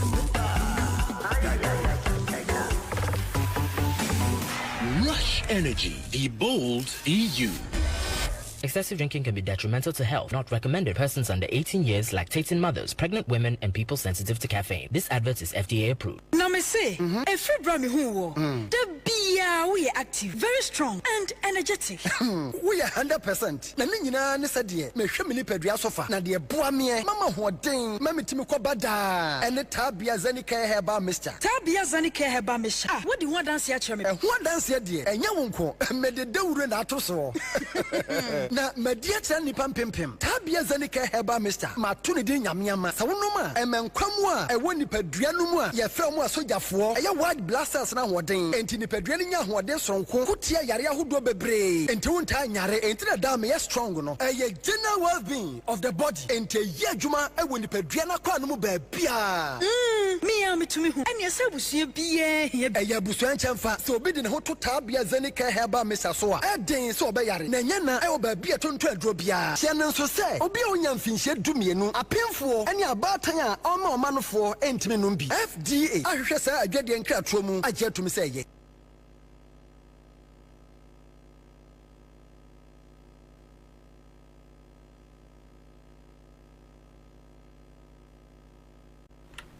I was for Accra 100.5 FM su enie na ye to aso a ye kwa parliament na ye de to aso former defense minister Dominic Nitiwu ena akwa nsem bi ho say president Akufo-Addo private jet na odi tutu kwan ne nyina outside Ghana na domestic de enya de a ofa private jet bia na wo come na si se on tia se president John Mahama esi ni nua private jet no di tu kwan o se hono mo no de won tia sa se president Mahama be ka se ni nua wo private jet enti no ni nua private jet ena chese odi tu kwan o se no de ono no won tia sa e wo kwan bia so nti ye kwa parliament na ya kwa akohwe honorable Dominic Nitiwu ene ensem odi atudwa e dia fa private jet me phone when private jet ntino say the fact say wono ewo opposition no doesn't mean say yentimi o say Ghana yenya ayi broke country. President Akufo-Addo has not rented President Akufo-Addo has not rented any private jet to travel within the country. West Africa, yes. Outside West Africa, yes. But in the country, no. That is also not correct, because that's what you said. That is rented just traveling within the country. And Mama will not do that. It's also true. The third one I want to state is that ever since we took that aircraft to France for it to be done properly, it took almost 6 months, about 6 months to 7 months for it to be fitted properly and brought back. President Akufo-Addo has been using it. In fact, even I think 2 days before he handed it over, he used that aircraft. President Akufo-Addo has used that aircraft for the last 8 months. So it is not as if we were not using that aircraft and now we want President Mahama to use it. It's not a true story. President Akufo-Addo has been using it ever since it returned from France. That's the third point I want to make. And the last point I want to make and still make, which is the last point I want to make and still make, is that President Mahama, when that aircraft was not available, rented aircrafts. Private. You are not yet the minister, but I wish he had just focused the issue on what my honorable friend, Honorable Nyundam, raised, and not veer into who rented private jets and who didn't rent private jets. As Minister for Defense, and the records available to me, President Mahama kept on renting private jets any time that the president, any time that the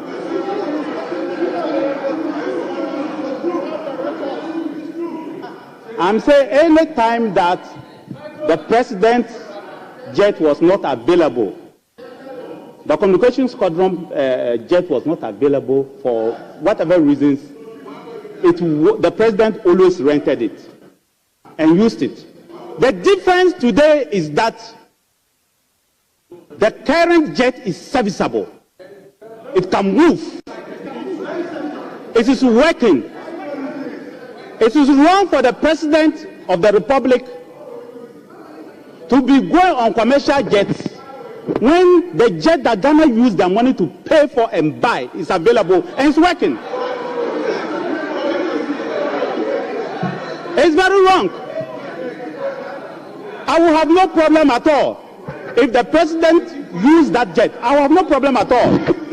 In fact, Mr. Speaker, if the President of the Republic, for some reason, this jet is not available and he goes to rent a private jet, I will have no problem at all. Take it from me, I will have no problem at all. And I will not blame him. Ghana is not a cheap country. We will not chip in ourselves. Ghana is not a cheap country. We will not chip in ourselves. Ghana has been a torchbearer in Africa. Ghana is one of the most important countries in Africa. The president, who is the #1 citizen, must be protected by air, by sea, and by land. That is what they are doing.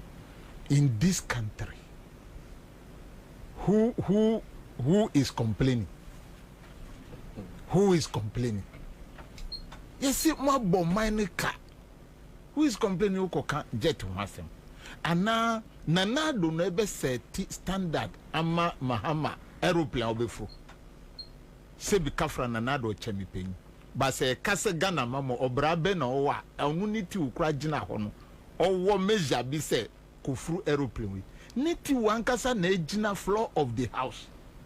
E katre se or renti plane ama Nanado na plane opeso renti no opese musu se no betumi adware wo niti we ya na kasasa se Nanado betumi adware wo plane. Today you are talking the time that Ghana presidential jet ewo ho who need to akọ renti plane ebe gina tamak so no de wa ho. That is why I'm saying that he's not serious. Ma chere ne nti amaka chere say niti wo gina ho kasa no onye serious. But the niti wo can say as a former defense minister no onu say presidential jet no serviceable ye betimi asiesie President Mahama betimi de tukwantu won te asie de nti e wo so for commercial jet say ni nua jet nti okwa. You see Mahama ba ko nyaso how many years ni how many years ni almost so home nkotra and when tin America trend this for those that they are appointing the ministers no you see nkrofo e sha say too futuro go omani so say you are appointing wa niti ukasa say a esese yen friend on kire ye chartered plane na warranty ama na do a sika ye tua afa ho a emra Ghana presidential jet no ejina tamak. These are some of the things na say ubetie we ya and na say na Ghana na top plane ama Ibrahim on the top plane Ibrahim kwa wamfa ni workers ama Ghana time I see titi odona omudi omubaye no o man fast ka ma de ne ya ko fast ka won Sicilia dapa Nanado tumi bisa no no niti wo minister for defense no o tumi bisa Sicilia dapa bibi. They should not disturb Ibrahim amfa plane no ama MPP for am Franco ye wo Kumasi time a omu si plane one fa jet no anfa amomu MPP for mu ni asem bi account inti Ghana for leave that man alone niti unu onu na current jet amana nado aye hu se nanado ni obinmu emane binmu tik ade no empani bibia wo jet mu inde onu be my yastic plane as say Mahama onfo sikaze na Mahama giye. Let us compare to the one that 1 hour ye 14 and 18,000 on fa figures numbra say ofru Ibrahim plane this is what he has paid. Say krono and say na Mahama onfa ni nko kaga na niema o ye nimu ni o ma ya gu niema so ho because Mati say Jubilee House krano omu di cameras be 7 secret cameras abubo dan. You see, that is why they are forcing Mahama to use those things. India says national security. Juma omu tribonini ama omu yegu woni nyina fro. Look, nanu me call Mahama office. Unim ne makacha. Omu si ko hu se na nanado ni MPP for say ye Jubilee House efin. Efin. Omu hu fin. Omu si ebe yo nwanwa. Efin. Ebe yo omu se ho poto. Efin kasa e wo Jubilee House ana Flagstaff House. Go and see. Na so see ye boa Ashanti regional minister ni dan ya ye akere no ese ye mfanye mfanto regional coordinating council. Honorable, I suggest to say, you see, before this things all should come out, all these officers to use the offices no. I will say your media for access. Take a picture. Uncle video yes. Na omuma Ghana fo hu akufado hu fin say so oba year renovation to some ma those you see they must let people see how it was left, how it was, how we come to how meet they it. Left it now who do you say sinful who do you say me last time house Mahama wo ho no na me ko ho unim say na another time we am ko ukodu onu mu a obekọ no obeka se bocha skill ho no ni mu na security zone no obekọ na take away parks om tete honum no mu didi squad afaka sifu akwa ba me say shot what alcohol efi omu ofia entinu ne ani to me always maka just akwa no nya siro mini no atena chamber pem mini no atena chamber pen mini no adi nkomo pen asem o ka no everything or ye politics. It is this the same person wako wo Ansah nanka wasiesie presidential jet atowa unsan currenti obi jet aye tua $18,000 an hour sani pa ya o kasande Ghana for muntu na sembu. Okay divine okay nana remember nana solicitor nana ma sebi unse fi say ya wo me am ba wi asi me I've been very serious in life. We in Kasem we nya dia fata crash and ka me ha me ho say me ka bi. The only thing is that it has brought to bear how my brother, friend and godfather Ibrahim is. Otiasie. That's the most positive aspect of Adia Ibrahim Aye. Was showcasing the goodness of Ibrahim Mahama. Otiasie. Now ebia na adwene ye ne say ye ba be discuss Dominic Niti wu na adwene say bi eboto a Niti ewu enti ya tu ni din Niti wura. I'm not going to discuss that. What must say? I would rather discuss how obi enua aba abemu. You see, enye se ni nua mpo na aba abemu nti no ye wo. Ibrahim any day any time doesn't care. Once it's about Ghana, he will do it. He doesn't care. In fact, most of Ibrahim's decision in life, is about others. It's not about him or about his family. And your man or that dream said who decided to want to undertake, most of them, let me say all his life, decisions are what take about 60 to 70% for others. Just a few of the decisions I will take in life, and for the relatives and even persons that are sometimes around. What you say? Well, you are bedroom Ghana. Me friend we are seeing me because in most cases no wɔyɛ adeɛ a sɛbi ɛnyɛ ordinary. I mean, how many people have private jets in this country? Yeah, obey na adwene say, oh, me de me private jet ebema minua use ana aban because John Mahama or any other person would have had the same experience. And you say, yeah, John Tino Diamano. When him say, say, like Honorable was making reference to no. Or more asheda akofa and confirm mama a baggy and yoma our offices any private jet in him. Say, or more pe and yoma a bear debt.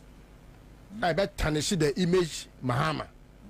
Na omo ashase Mahama kwaha and we say and Mahama faha and we say. Unfortunately for them, every day of John Mahama's life, he wises up. He is not that fool that we saw previously. Oh, kase oh Jimmy no, not oh Jimmy more. No. John Mahama is the kind of person or ya dear now calling Chanka Chen is open ya dear way who seem to near or that was it. The next moment, he is repented.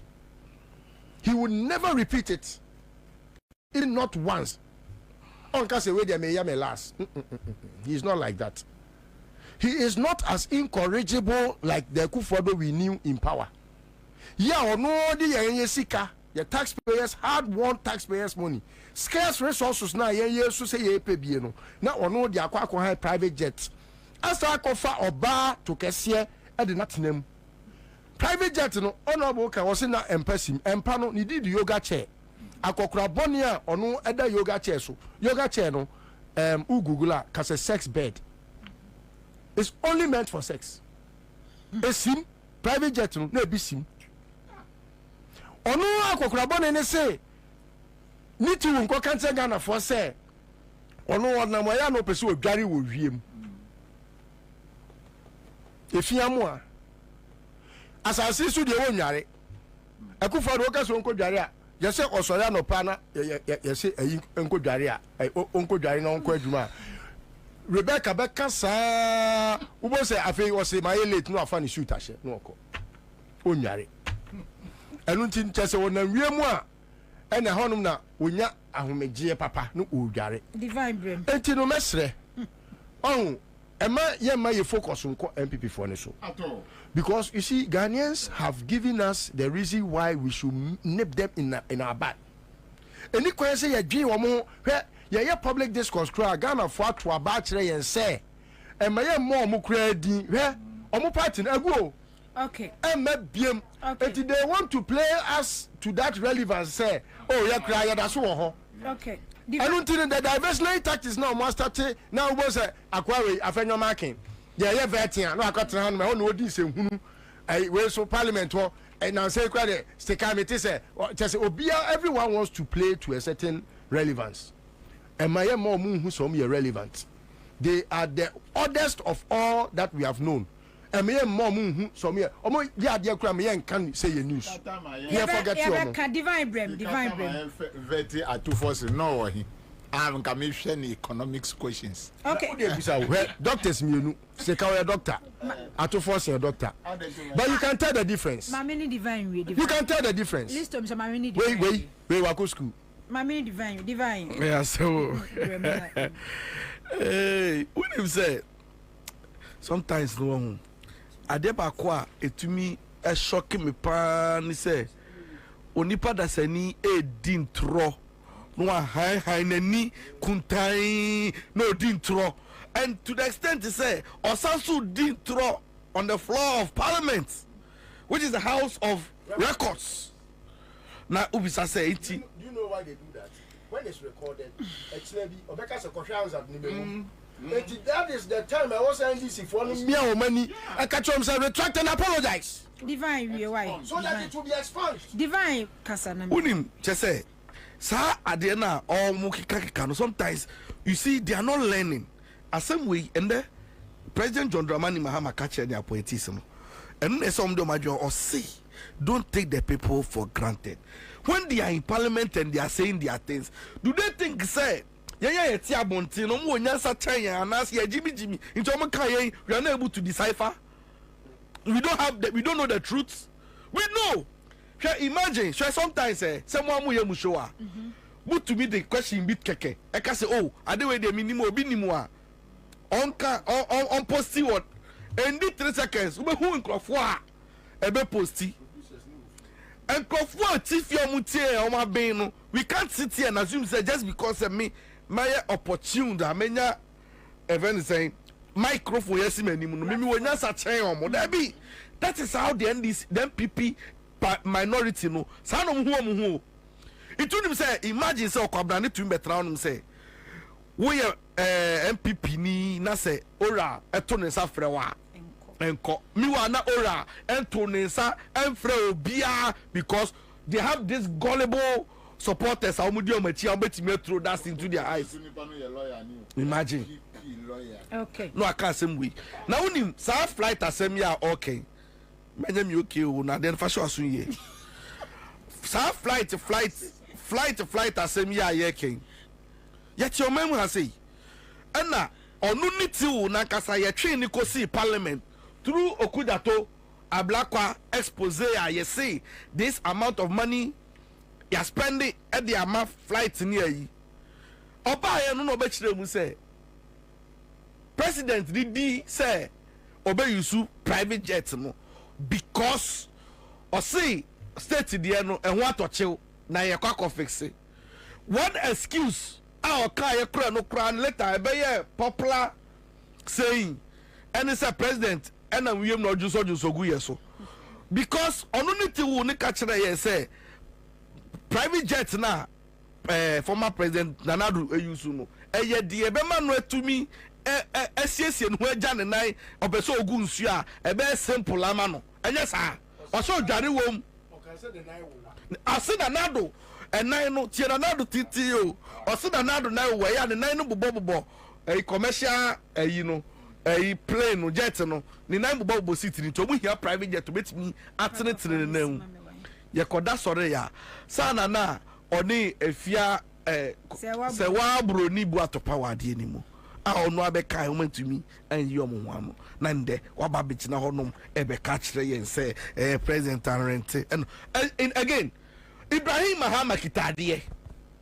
na so de be mani nia free no man bo ka ebe shimi sana nado edi yen jet ebe mani nua bom ti say on fan tu kwan na ehun be kire ye no de enti ase okay and then to the extent say Ibrahim Mahama tiwe it's not and yet to say ade a onye bi da.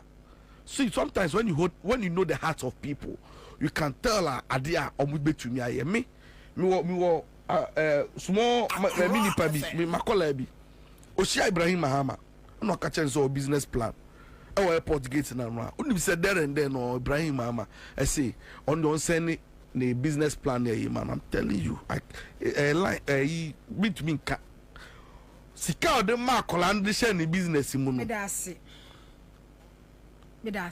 na kola na kra ayo Amenchia Sofu Bedukubi. Medase you are loud and clear in his ears. Oh, thank you. Papa we dey me mawajo. Yo, yeah that's it. Na me ko do me so na mo twa me say. Mr. Bacho me time aso. Monsieur yi ma humem. Bacho me.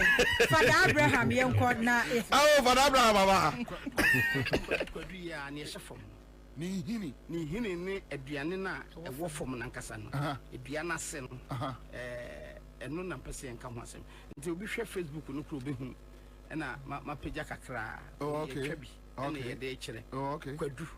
Kwadu ya asma. No say many boss na ya me say koko I'm yeah koko mankani oh ti kwadu yini ni kwadu na sin hidden. We know no team. Me first time I mean who be. Oh yes, very good papa. Kwadu na sin hini. Esa ya de bebre. Kan wa sam kire. Okay.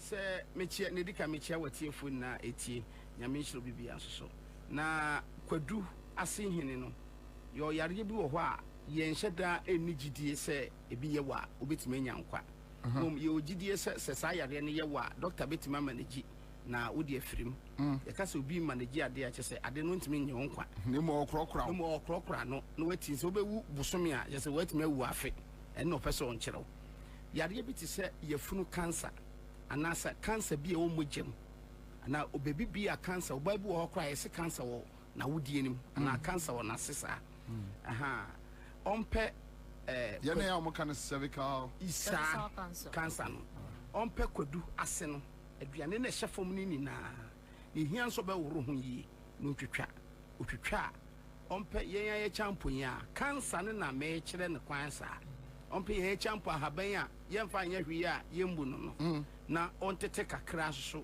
enguso na owie so a obetimi de tanager aka ho ye frɛ flower haban bi ye frɛ se tanager ne prof din is eno de me ankasa manko school ntino ne o ana me ka che Dr. Sylvia ne betimi a kire bo so no mo ko school a o mako nimdie entity edro ni bu okra me ko fa ba no ohun bi da aha na ja ono aye ne hwehwem no de abake eti Dr. Sylvia o senka we won yo hwehwem ansa na enka de ma me anka de kire nkrofo oh yeah tanager no measure that dia ba e good Accra FM be tanager de ahaban bi a common shedan nye ahaban bi ho odin bebre but amanfo nim se sa na se we ne friend tanager no dia into obetimi de aka ho eno ye cancer na ewo onipadua mu no ena fasa ahaban ne count the cancer ato nipadua nipa kwan but just say eye kokuram no ena fa ka ho ne no na eye osade en fa hwenka ho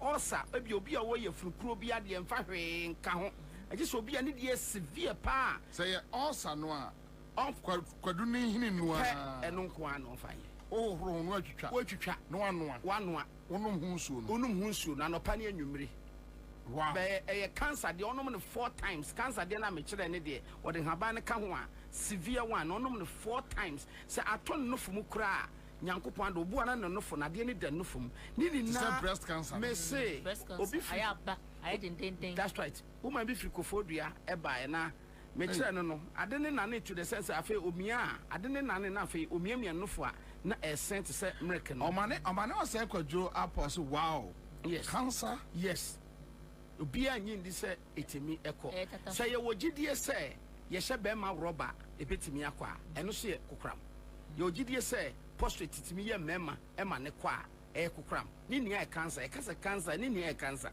so that say no mo ebididi so cancer no ye wo ne nchechemu ahodo 9 your first level second level third ndie na sa gensam na so obi antimi nya hwehwe ye twen se obewu ne afa na won a mo de first second de wo de ade american ka emritie bi but won mo de severe ne de won bo no mo ne sade american ti se mema na mo si positive how no mesom se mo de anom one bedu 1 week no I release but ne person mo ti say ekuro ntonto aso no be se na wotwe miensa senya continue na see into woni ma de ayam wanwa I wo Aja Abraham on say most of the people your turn radio so check akra yeah the omon cheo adekro sir oh we ya Abraham ba but when you are giving us a free consultation yense me nia ne ko mutuma duro hu nia obo akra free studio na hu nkro cha na onje so I see yes wa be kire duro no so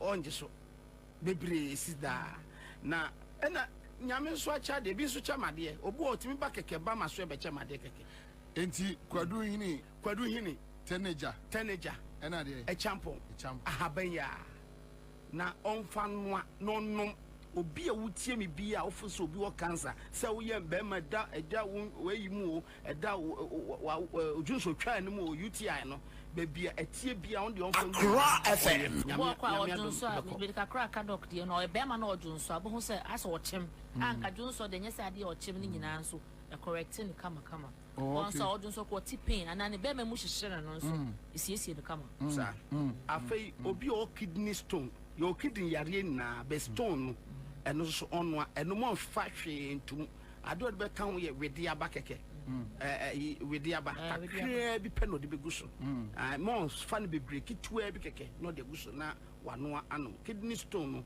sa kidney stone type no eno o de be ka ho na wanoa afobu ho an kokoboba moja free ne to yesi koko ni ade so obi de edro we kana no a ohunu ni obeye so with okokobo de we no kwa na abenoa obenoa we no kwa obi akoko ne kokobo pie ana koko hano no ana se ni sisim eya ne yankasa nkasa otrase koko yi dog eya no mo maye ye bra mo me ko twitwa nnua bi no mo de ahya yesi efre bibia petese sa na ya ne nkrofo kana ni na ewo ho ebi susu ano ebi nsu tu ase ebi susu ano ebi susu tu ase but koko yare no pese ni panti ase se ye ka se syphilis ye ya sembia but so omo awo Ghana army mu ana so me MPP for boys eya omo sha omo police ene eya soja atare nkoa no omo Ghana ha nkoa dia.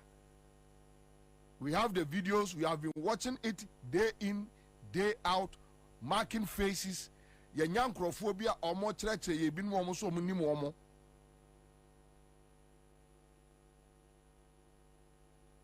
Intiama compensation no ensi wa. We will go further. Sebeya ensi sade ninsi bio. But when you scenes from Okankwe South and Sadia Mekai no, sa seat no is gone. One of the traditional seats are MPP Luzu, a free omonsa, a co, Takra de co, secondary co, a co, sa places we a co, cost roba from a co. No matter a year, a forces from the Kwakuguo is gone. Any year bill. All right, so let's go to Bobie Kwabena 2 is one of the seats are a shaky pa, a shaky.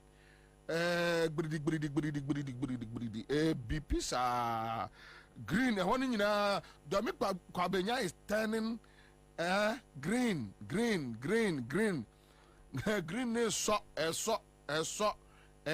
green is so e wo sa na so putomputo nweze na so putomputo Bobie Kwabena eliklim enra won also show strength ewo eye Bobie Kwabena munya Teresa Awuni video a mesel obi a wo Teresa Awuni e videos ni bia no mo na mo aboa yen enra eliklim enso akrugu on also show eye matched strength.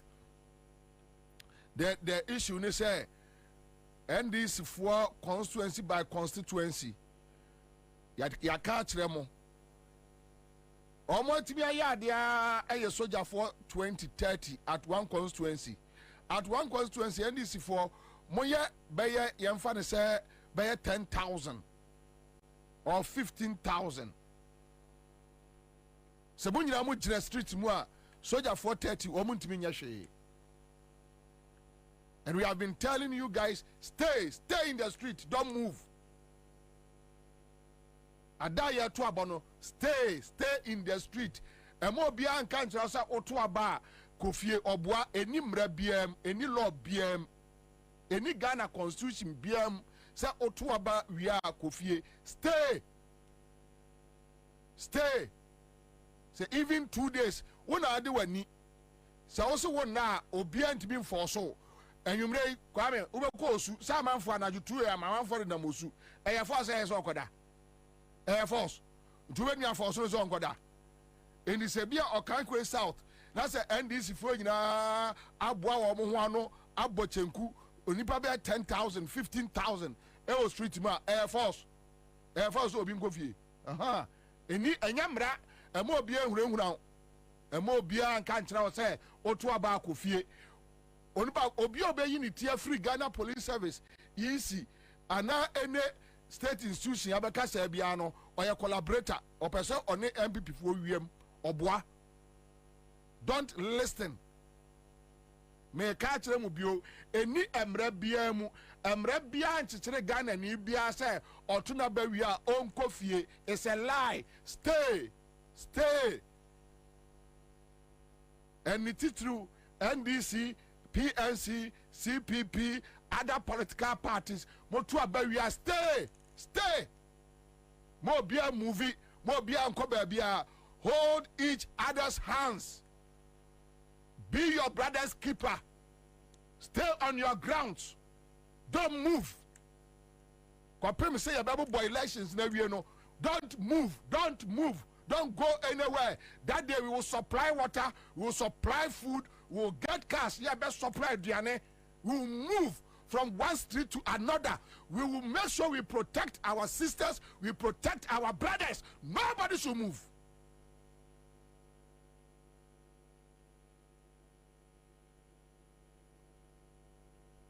Eni mra biam so to abawia kofie omoboa.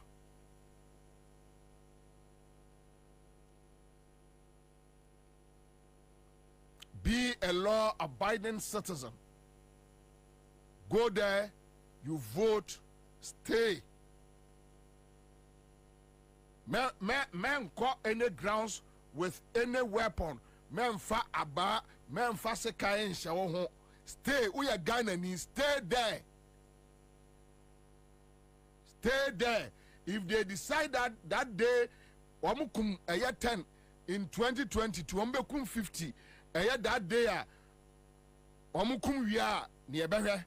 if Ghana will be the same, but don't take anything along. The only thing you need that is your weapon. Go there, show them that this is my weapon, this is my bullet, this is my bomb, this is my machete. Let us all agree to protect our thumbs. For that one, we can assure the government, we can assure Akufo-Addo and his wife, we can assure Akufo-Addo Kuromo Chebihine, we can assure Gabinum, we can assure them, their family, we can assure them, their friends, we can give them a full assurance that we will do it. We will stay in the street. Nobody is going anywhere. For that one, we can assure them. Obianko baby ha. Yewoheya. Emran ni baby asa wo na abekere me time a. Je se ada ya to aba no mo ma curfew. Say bo says obianko da. Ye no so mbetimi a ye behwe. But emra bia ni ho. Emra bia ni Ghana ha. Ye beto aba no. Constituency bia wo bia no. Okankwe South NDC afa nti obi bia wo tie mo Okankwe South. Oto aba wi a stay in the street. Enko ba bia se ho bi enkrofo bi free ba bi ba mo nkyere wo mo se eho and a momote. And you're replicating every constituency across the country. Would you stay in your constituency, defend your constituency, defend your party, defend Ghana?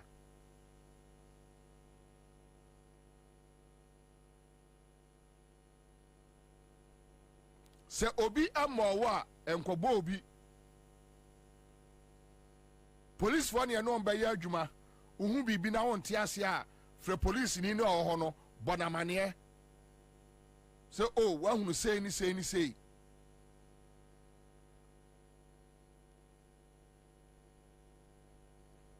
Fiwani, the only solution now for them so mbe pade ni titru ni Ashanti region ni kwaya do mbe faso ho.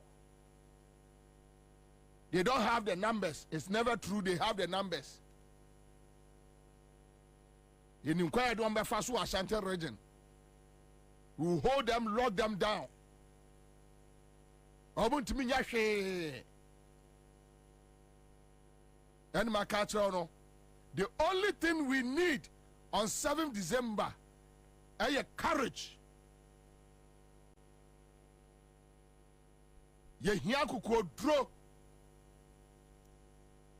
We don't need any gun, we don't need any machete, we don't need sticks, we don't need stones, we don't need anything. They here yakukodro. But if Akufo-Addo is a man na sɛ Akufo-Addo timi replicate ɛyɛ 2020 sɛ ɔmo bɔ nipa baako pɛ sɛ tuo sɛ ten Akufo-Addo ne mama no etie mi they should advise him sɛ Akufo-Addo ɛne Bawumia ɛma obi abusua bi su a ɔmo so bɛ su they will cry, but we hope that their friends will advise them. Yebeko polling station, you turn 1-1. We are Yebekai, Yebeko Coalition Center, Yebeko figures are no. Regina, Esro, easy figures nini, body away winnie. Quietly, Obia konifio, Obia koni baby, Obia no Obia ni asem. Adia ya shusha no. But say, ebia kwasi abite eya Jubilee House was matese bia takra this seat eko intima suma sojafo every cantonment say omonko takra de no hani agise bia ebia sojafo bia be bongo kan bia be 10 hani ebi be se aba but sa sojafo 5-6 number traffic pick up muko nobody is moving soja ni a enko ba bia gina ho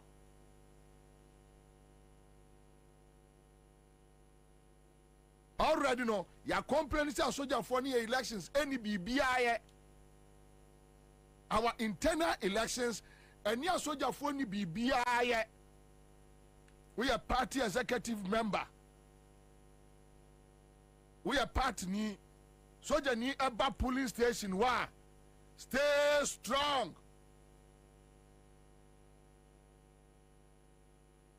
Said ya no ewa Asin North no Asin North obia mo obia mfa bibia mbo obia ni nyina ne say the opposition parties led by the NDC ejina wo mo nan so we yempre we yempre enya ntokwa yetu abanu wie wa Asin boko din NDC we ni ye obia ntutuo obia ntoaba obia ba ne fie quiet eno ano no se MPP ne we ni ya obia be ba ne fie quiet eno ano no but nobody should allow any military person to invade a polling station and polling station biano mu make sure say more than anipa by 100 200 ewo ho for the NDC every polling station because every constituency biano ye nikura no ye wo baya anipa bi abaya 5,000 10,000 we need them in the streets. Every polling station must be covered. Every polling station must be covered. Nobody should allow anybody to intimidate anybody. This is Ghana. Ghana is for us. Ghana is not for anybody. All right, so yanko dome Kwabena.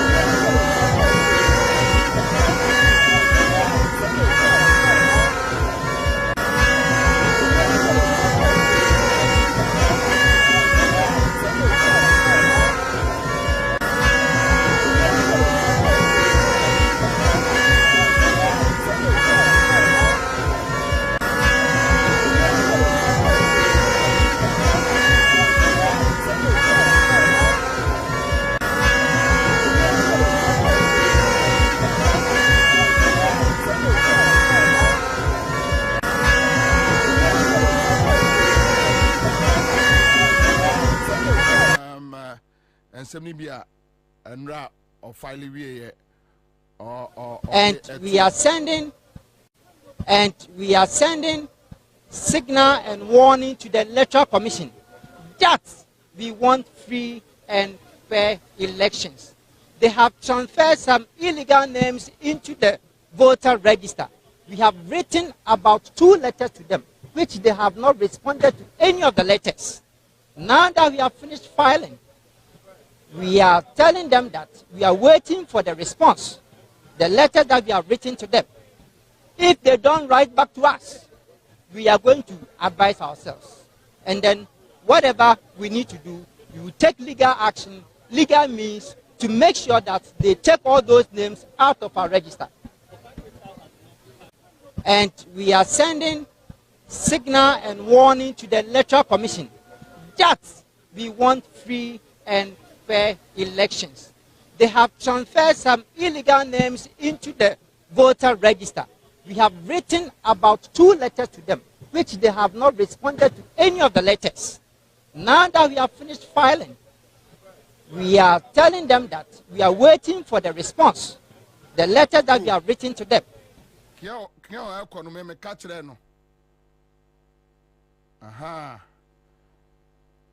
And every NDC PC biano, you catch them, don't show timidity. Show strength. We have the numbers. Trust me, we have the numbers. Anywhere, anytime, any day, we have the numbers. Ghana, Etayechi.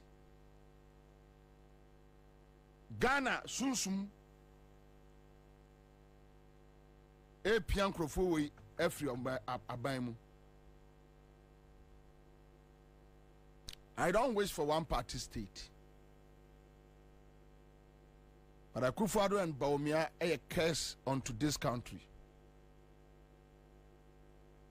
Omi and Nome. I just hope and pray that one day MPP Benya may be quality leadership. Membompa yes MPP no, never. Because you ain't mean on my way so my NDC in Kwa.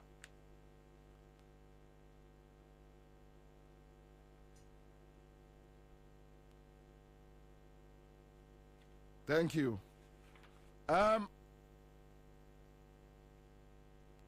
Mame yes idea we Ansah na yako. There be we talk about your friend is say development. But Meseda aye ho adwuma Ansah na Baba starte yes adwuma we. Kwame for allied health for no not to amame quick one. Let me just work on it. Fatua say for so meko demonstration. Ati Raphael says good afternoon, Bobie. All right, thank you, Ati. Chale munja this MPP guys. You see, most area about a craft and page na mumba be did matem amundi di matem kwa no class na me catch them, so you don't need to Karestman Blay Monsieur Niga the second says good afternoon, Commander. All right, please, I'm just waiting. All right, and allied health professionals now almost say almost posting yemfa omon koye enti the basic so picketing mo pacho mo hwe I see effective Monday 16th enti allied for no at the shim 16th no allied health professionals no at the shim 16th no at the 17th for na NDC so the ashim no me the ashim the following week ba ko bi so ho yes said ba no so the abashim the best almost the best organized labor. A quite dodo, Cameron and Nimkakra. Camera in Maka. Okay, so a coalition of unemployed allied health professionals. Coalition of unemployed allied health professionals. Na nyameya adma Monday 16th anopa nonkron omu jinemu e Ministry of Health premises. Na me ka se allied health for no mamoma obia meka ntem se munyai no mo bekasa omo boa musiko asoso na mo ko health ministry ho no mo so mbema police for abebomo a momo mum provoke omo no momo aha se di omo peno no sa na omo peno ti sa na mbe ya ma omo se mu tie mi a minim organizers no kama fremo nyame ya adom na adwada na mo kwa mamon sai omo betretra ponkoso na ayi e friend say sa ayi yohonu be skills kakra ama omo hunu say position omo de ama no oni agro no omo de nkrama bia betwam no omo aseda ahye bibi ehihye omo ti enya adwuma omo signals ni nyina asai police service signals ni nyina asai enya adwuma omo boa ayya hihye omo ti kwa enya adwuma ebi batrewu kroma police ni kuratu kura night na bullet nim we nimsem obi anim omo boa ntidwada coalition of unemployed allied health professionals moko kamo asem makatira Ghana ni bia say to make sure say you be expose o machire wi ase no make sure say moko demonstration mamo mfa bibia say obi ko demonstration okura ba na say okura there be obi aso alert international media friend ya unim no make sure say bibia ni wonsem there should be a reason why here is a Ghana for ebu efu intimon kwa adwada on police for bebomo a eye pa ye here we need those indicators a good omen momo mebomo ade atia NDC jirem den so thank you edamase Ansah Kwame me de ayibi ato me pacho me ba me de NIA ayibi to page ne so me de NIA ayibi ato page ne so and before your friend say campaign bi omo ye campaign bi some ka cha mo say galamse asem no me ha me hu bio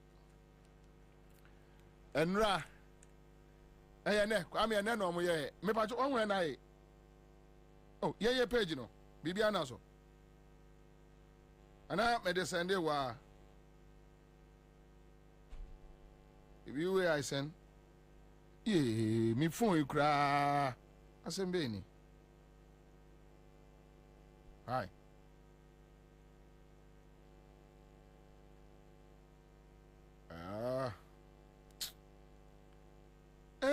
ewa so enye ni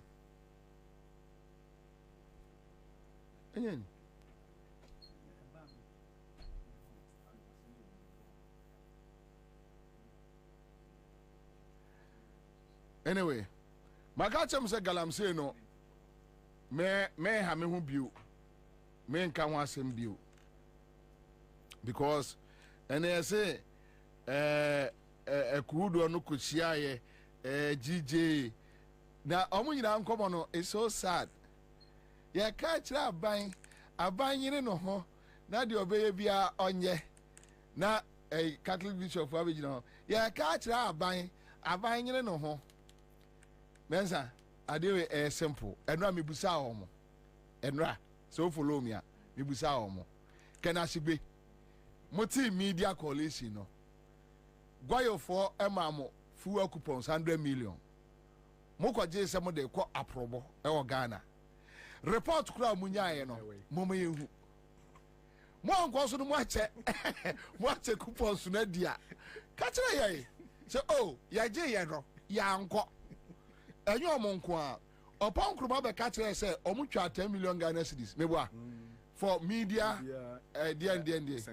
sensitization enti ye no so ehwo asem ekosi sei munka kira mo se yenka but mo de mo kwa pro no say go ye Ghana entity ti ye taxpayers ye mu 100 million fu an 100 million se mu yusu eye VJet kura ebeso biaka timo kwa probo nyina no mo report no amode bae no ewe ya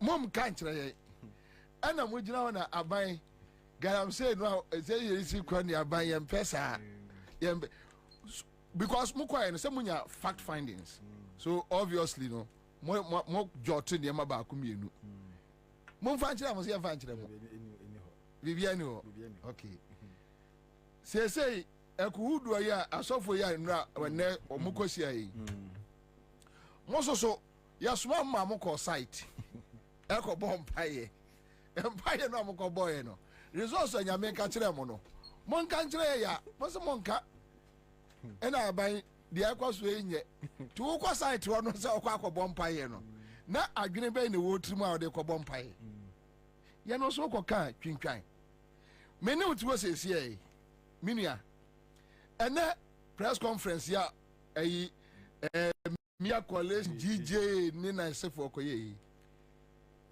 OSP last year July report ya odi aba about Galamsey was the land commission for NAS ADN. Lands Ministry for NAS ADN. Municipal and district chief executives be your investigative woman. Charles Bisiu. A friend say Edubuahe. Woman, you know, Moko ya press conference na. Davi avai de mu he de ya ni nyo ho. Na that's Galamsey for omolo ya penyi ne Gabi. Only Davio. Ya do excavators on the fresh you release excavators. OSP report ro mi bo bi nyam nam troye. Anya mensa Thompson e troye. Enyo bia na troye. A state institution report ya wa tro. And come on press conference and say if you mean well for Ghanaians, come on press conference na say no. Nenke kura mo. Na mo apaja e di akire wiase nyina say Akufo-Addo when I was at OSP office, I'm report on Galamsey ni.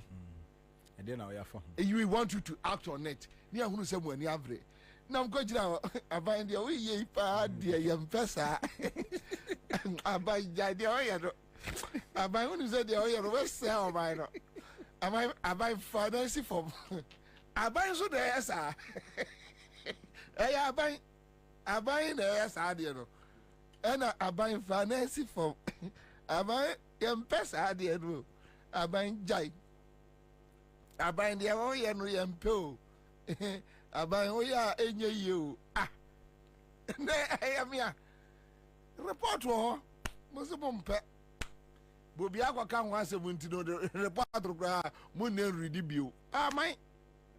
Na onyame ohwe nyina na mko gira ho. We nkrofo sponsor our press conference no. Ti o manya kakra tafre. O manya bia dia wi o mo de o mo wi a kwahwe fufuo bia mo kwako di no osu no. Enya sem kuma faso bia ni so ayi ya friends akoya no ya langadi ya oye GJ president Jomfo say oton sase sa Jomfo oh unim Jomfo GJ president no no oton sase langard for no ka ho Jomfo o se batakari sa no nanko aye yese tap na say me madam vi kasa so chare ya da don fo hwe me kakra don fo hwe me kakra kakra dam say Jomfo akola we we dey give you Ufo bi akwajiru osika jomfo we. Jomfo we na akwa sire disika. No tonsase jomfo. Ya ka sama oh we are so we dey bone. Na tonsase say journalist say we dey we no report to my paper bi. Say ni yonko ni crusading guide for no. Oh jomfo, odi jomfo. Okoye adwuma wa Tinka FM. Jomfo. Ode minim no pa ata no obere na multimedia o minim no. Na me hu no. Minim ne pa ayi wona mo bro se dey akwa wasra wa hwi asrada. Jomfo. O ton sase. Hwe, ensa se jomfo beton no kroma. Busa no. Oba ka kire o. Wo nim langa bibia o kroma jomfo. Wo nyetu. Bang, so I didn't munim nkrofo kro. Hwe, me say no more special duty be me guarantee no me fee because my imagine say omo bedi ya ho agro bio. Say odim de omo ye. Press conference we omo nyina ka bo ma wie no. Omo be ka say omo per budget. No ma say dia aba pro. Ni akotwa 20 million Ghana cedis. No ma chedi. Omo di na esa. No I say omo asase twetwa pictures ibusa say na henfo na yesa. Henfo na yesa ubusa yi. Omo hu saban foforo so ba. Nti ne yenya eba ni e dia sha ban no foforo no baba ne kon ho. No eno so magi kakra. No mo adidi kakra. Yo. And now the only Kenya Ansah Samens. It's out. No, this is a man. And not dear, Samens. Me tears says Samens. Me himself or your Casamens as some won't but Samens me tears so Kenya Ansah we are check. If Freda Opunu to Kodi Gabiachi, a landing done no bodyguard, him the tree left, him the right, him the left. Now I'm saying Gabi now him to Edina Chisano. Gabi watch the dako. Now him to Dina Chisano. Ubenya problem pa. Na my radio or Kasai. No saying. Oh, was saying the way a Akufo-Addo air fight here the Ninyan Galam say no. People like a Samuel Jinapo. Any lands commission near the ade and cases I'm and ka. If Akufo-Addo are serious and Kawasaki woman dada, which I think is a very good call. Na just answer when na can on the station so also on my money TVs in this will be. Oh sir, there be also omuna and kana walk so omuna asema ya free if you pay. They say yeah, say eja on it a devil echo dine. Say TV no. Oma to Gabi. Almost makes you there be Anna. So sorry, I put to my courses. Oh, my pamo. Almost so hard as here. What's that call? Is here you. Never catch us at you live. When you live, because only Massa had a Gabi. Oh, on no him the two Gabi a china and I'm saying, hey, Samensi. Now they say there, and young call share. If he's a Gabi beto station, my point. And Kofa Odia Oba now about by nature. On the Pamuzi. It's city there. TV no. Friako. You have read Friako TV. Friako TV. Oh, yeah. We say money show on Basu in the Mapamobia. Oh, but media Samuels Kenyans as much, but not there. As same way, me say Martina Omo TV so I can. And I'll see me make us out me free hog. David, and you're no neck. Una walk and see yet. Oh, Kwame. Assembly and no cray. If only you, what if Operation Vanguard 400? Galam stop a 26 was a say, and I do my operation. When your resource are, and yet service commanders and so hold one responsible. Send it 400 at Senke, what Saki woman, Kwabena, a soldier for no mkoye operation Vanguard any a police for no sa intermission to say omunyina millionaires omunyina millionaires inter ministerial committee no omwasem ewo OSP report no me say omukra de na omoya kronforcing galamse yes no no more question now press conference no me no press center sa press center we say obi di kosua na hina ko bodua to say obi jira na di ntru na nka bia se duane bia apaya boa bo because am ko jira wa asmo mo ka no mo nim say ye boa no oka na camera siri so no anyinya na nim no akekare na nim no oka asem no ni bani tiri mu pa no nim say asmo me kan di anya ne kore eni fa yo me dia me mabre mapaba ade documents wo cases bebre wo ho ana galamsey fight no when you don't start dealing with kingpins individuals udiagro go to the site arrest 10 boys the kingpin or tene them no another 10 boys you from kumapembeba yes you go to the site but when you start dealing with the kingpins like Gabinom Ekwawusi see police for mpanimfo ni media mpanimfo wom kwa Ekwawusi for interrogations bema the whole Ghana enko tufo to gba fede gamanche omo nyina sori wo Ekwawusi so se bema so wan kire ye nkrofo kura eni ekroma ye nyina ye nkwa ha na Ekwawusi a kire se media for no Bobie eye kwam kwache eye afri fakatachie eye kwam sefa kan eye kwaku baako ni ache ye ubonse after their sister omo bush one kra no they will start running away they will start because omo hwe anibra a free street no mu eba no a they will start running away we ya press conference and over kwaje budget uri me enhye dam kokabi na say yen kantia why yen kantia so ladies and gentlemen, we have come here today to tell the government the Galamsey menace is really affecting us. Our future is in danger. The future generation. See, I know the okay will be amiable. So, thank you. God bless us. God bless Ghana. God bless everybody. Crack. No, okay.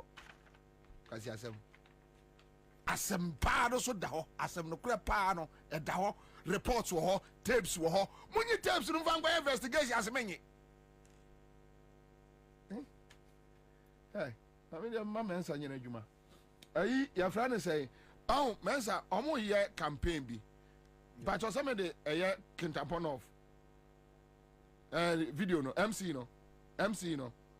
ni video made ma na yi ba omi akosia nkramofo asem o ka kire wo no oh ya boda ba omi akosia nkramofo o se nkramofo time ni no but yenkotie Ghana ni bia ntie eye Kintampo North MC police fo ntie oh ade aye me ya ne say me offer upon pepra on ACDS da bia Bobie na enye dampare minim ne ga kro se ne mama ne bi ni makope no se de o minim otan kro minim ade kro amaye no se nso kofi bu achi ofa asintin na da bia na ni abreme so a be me mfa no but sa dabi oh but oh chama me ya adwuma wo ana onim oh Kintampo in my farm. Kintampo MC no. Akosia Fulani for Kintampo. Oh, my dear Frizy. Ye, phone you will be pep for you be mammy and media my bro. I foresee beton me, Fakoto. I foresee about me, name your best Okoto iPhone 16. Dollar do 17. And no crime if I ATM wash it.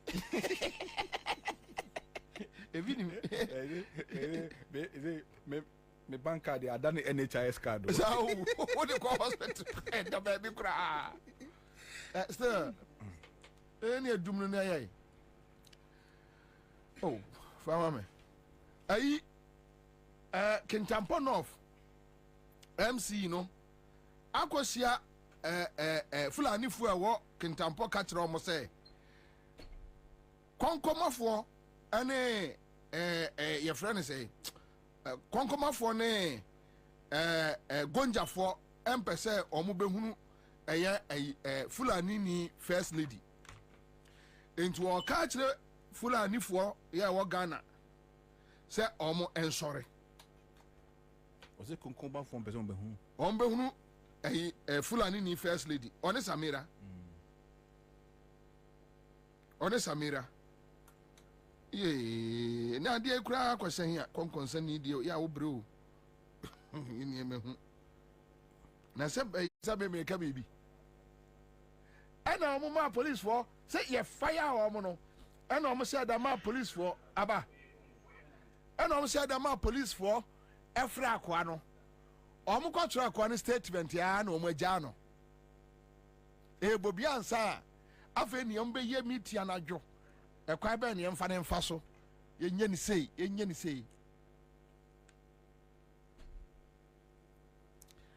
Akwete Dr. Kwete IDEC say asojafo abopo say omobe take over December ombe take over power Akwete yano so nasojafo abe issue statement Dr. Akwete bua yenka bibia Dr. Akwete yanka sai ni ejai meanwhile they go to seminars preaching about false publications and the implications into your microphone bi wa implications no enkoma wo mo say Bobie ni list to ene mensa implications no ekoma Bobie ene mensa ene list to enom ene hontonom yeah. And right now you have your friends MPP MC Kintampo North why yan tem na me de minya time no man nam de me ha me ho oh ni ade sa bu o man a enye o ya de sa bu o man a nya fe nya de papa pam so say nye ya no mo am ya move on why na ya time de ya adwuma kam pese oh the same thing about me ekosia Islamic clerics bi and o ka kire o mo say ai se na drusu sekramuni nso so ebedi president na omunu akramuni enie and the whole country is quiet from the Christian Council to Ghana Police Service. It's like Bobie Beka I'm trying to Bobie statement I'm trust statement no mo do mo kwasia abejire Johnson no so me that useless guy dampare no that useless guy I'm trying to Bobie na nka no mo de kasa abejire Johnson so me say vice president timi akosia yenyina ye nipa baako ye ninyi mu wo man mu no o ka kire nkramofo se munuanie enti monto abama no na nkramofo so time so mbe take over Ghana nie na nya bia na political gina yemfie ka se we de modie na abai obi an ka hwe say I'm boarding a Kintampo North MC and wako free Fulani for do matrase and all ball amane na say ade way national security for video we yes omahu kandapa samre we enka say offer sa akwa we nkamu ayi nadi we your friend is saying we're under conflict foi ainda que não é médica no outra rádio foi umfuye ngati kundon Yesu mendika no wata haja samira ego lato mawuye namuso na matu namuso makoye for the first time no malle umbotene do fakango no lato endi kintambo arande na we die ne komo ayeti we hande yewtere ne eye yemum ene yebeboam we kam en warata walla en ye ene yebeboam kam en warata walla en ubia oye fulani ni organa ha we laado pullo no woni le gana na wo pa utimiti ase koto abapa atia agia kunu dia we so laado da hala bi pullo waawo to yaado voto wana against FDP fu aje gorungu na wakofa sika wi twa wo men ndenda an pai ado la I want to die man like this.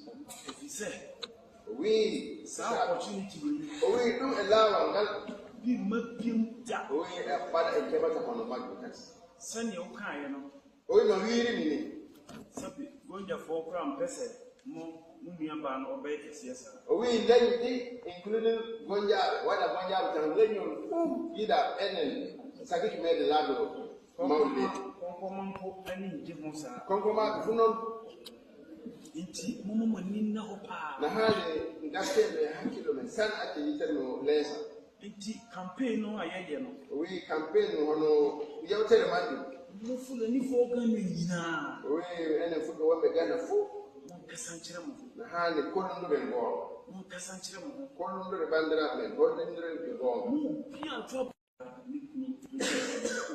we umfuye ngati kundon Yesu mendika no wata haja samira ego lato mawuye namuso na matu namuso makoye for the first time no malle umbotene do fakango no lato endi kintambo arande na we die ne komo ayeti we hande yewtere ne but kandapanum any akufado no plan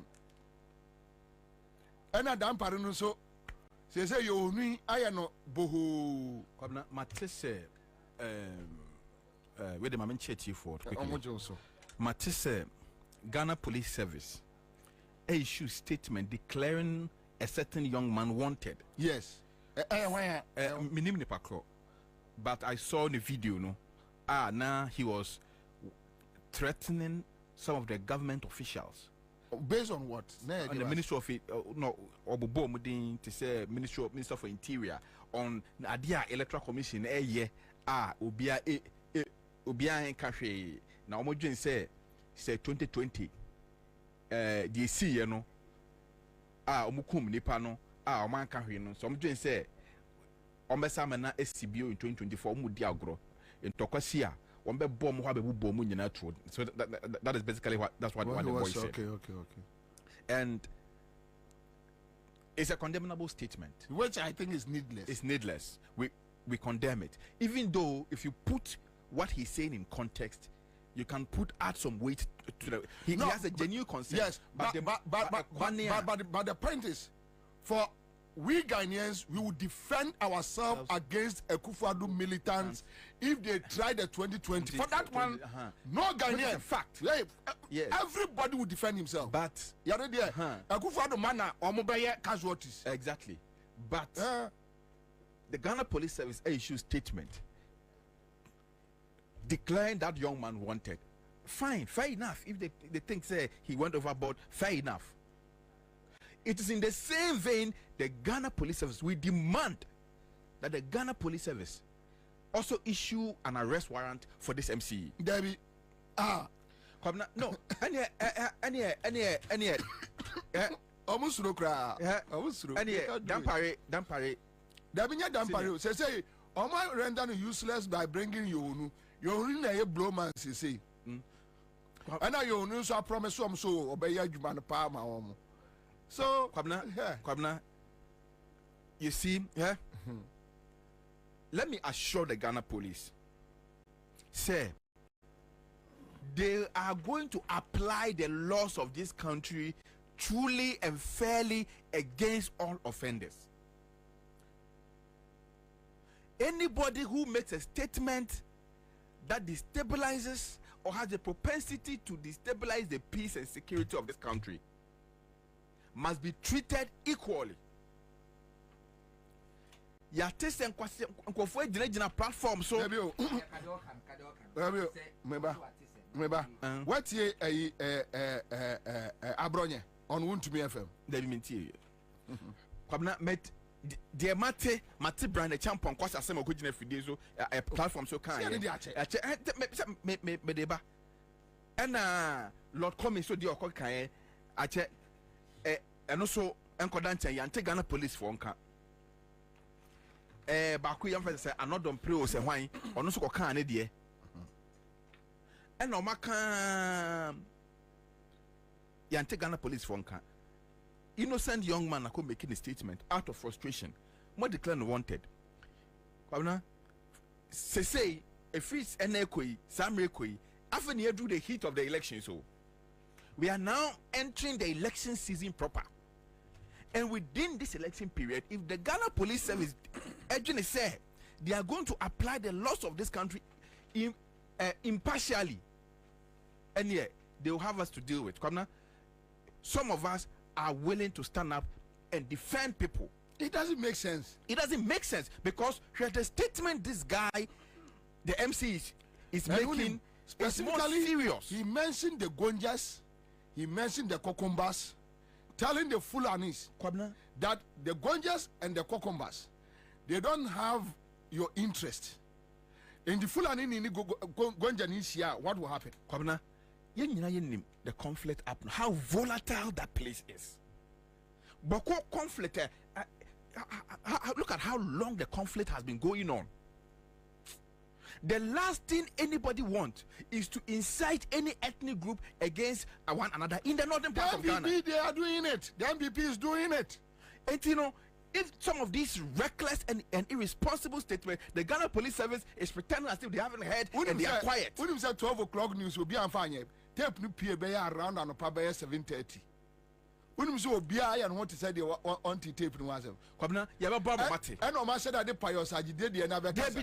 Pious they are. Pious say kwasi asem na okay. Pious they are no be prison. Or no need they no be prison. Pious they on kwasi asem na okay. Oh no be prison. And sit no we lose we. What to me? Anti pious me pious asem. What's the send fra for akọ Australia na yanchewa. O say o de kwata for be ko US. Debbie, what dey fra for? Pious said to me afa obi se oyemum. And what do am call? Unim de mama che no. Akwa baku etwa mum bi. Na emum no ankasa referee na anye. No okotwa bro ni bi referee no boy. E ho no de ahomete akasa se referee ade.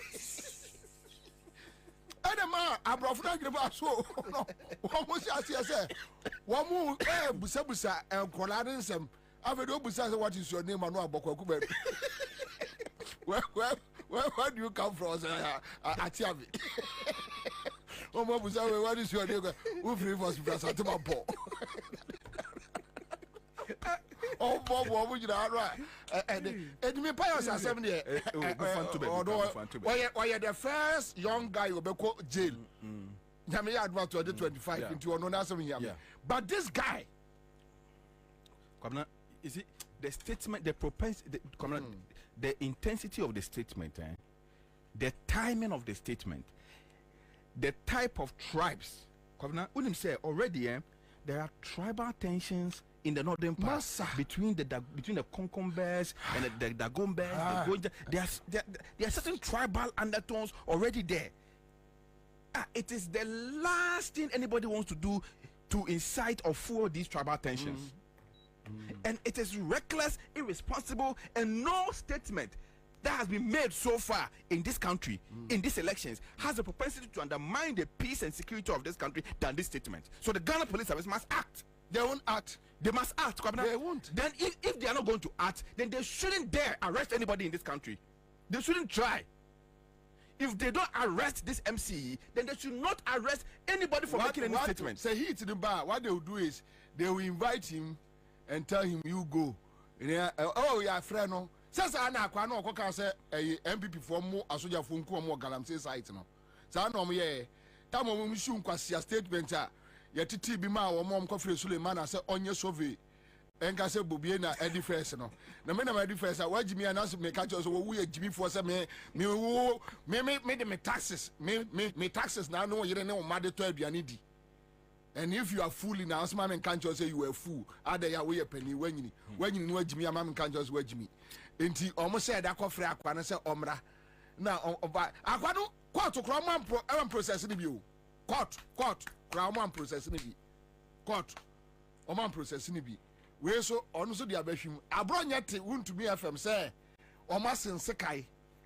Can be na about 20 the basi Kwabena abronye de we Jimmy for munya na se Kwabena nti abronye ni po betimi ekuta sekan kra abronye ni po betimi ekuta sekan I say amafo aka achro mo say enka one day nka omo se dem biem na bia abronye ne ebia e friend say aboa papo na nka omo yi ndis for so bia be 2 ebia was street mu ne de sekan aso bia ansem na ye boche nkuna pipe ni en hwa de enko bia be steady Kwabena he unim he Kwabena NPP4 omani da swa ne say oh your security agencies your police for your military for no enti eba ne critical a ye the soldier for no ba ko gina ma ko shoot akum nipa akum kofo Kwabena me ni say e wo NPP4 tirimu say e ban tokwa pipa ombetime gina ombetime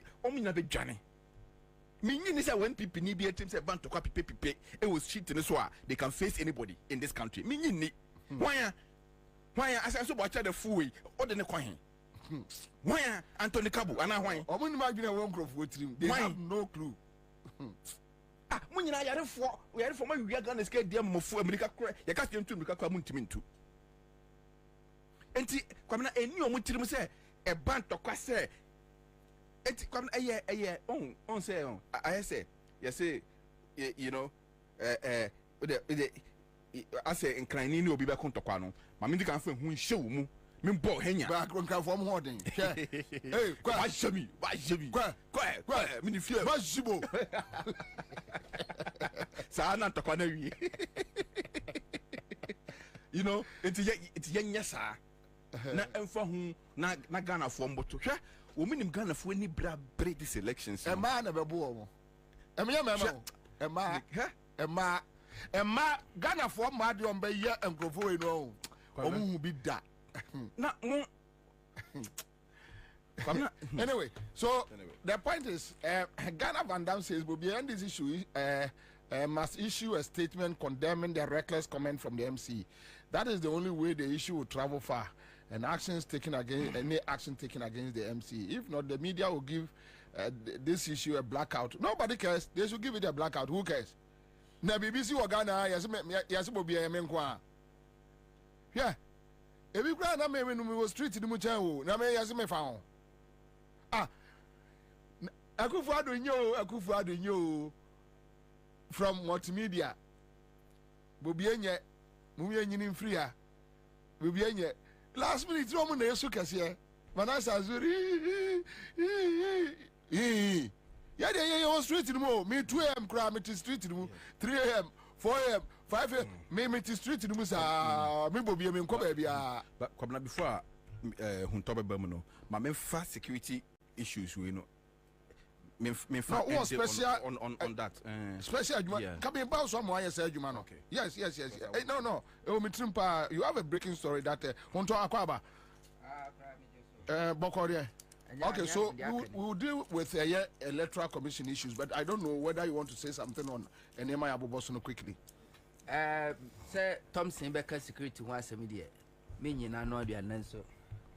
More come and Cabio Becker, because and easy as you might say in your time, we know beyond the answer. Your time, I no pay NDC for a call across Central. Yeah. How many police for Koye about Nyamia Adomo Adab demonstration. Yeah. But initially, no, na opposite for person mo yes said omo de ye enkrofo bi pe call inform me omo a na omo frustrate omo no.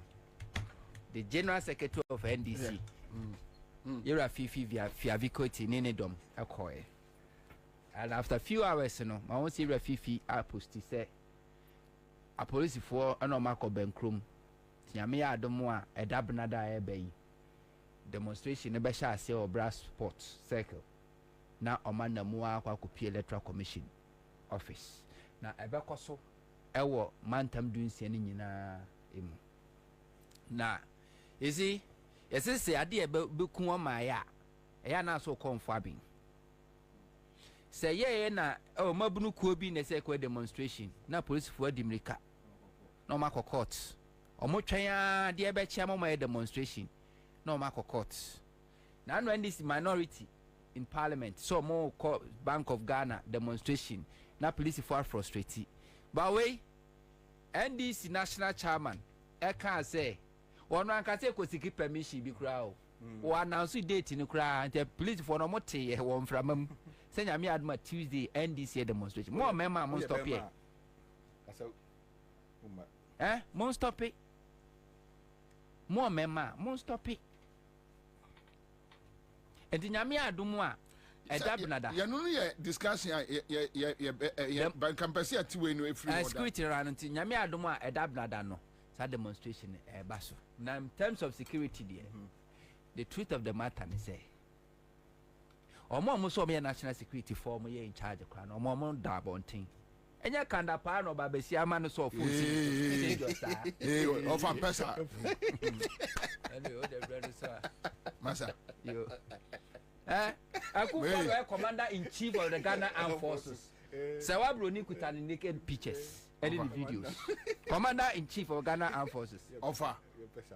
Of Ampesa. Anyway. Aya. And then also sorry, KCV the my patch up quite that for you. I'm say issue way. Medical at home kakra bi. But and person me nyabotena me bie mu ye. It has to do with what is going on within the various security agencies. The Ghana Immigration Service, the military, and the Ghana Police Service. And we'll deal with the immigration there, a dosopa, and I have a lot of we are if for a mediama producer. Something is going on very strangely in the Ghana Immigration Service. Dedi kind. Some incessant transfers are ECOSO or Ghana Immigration Service unprecedented. Really? Sir, I mean, security agencies there, once they can transfer you at any point in time. Okay. But there is not a timer. Yet you may transfer a large number. It's like almost half of current service personnel have been transferred around the country.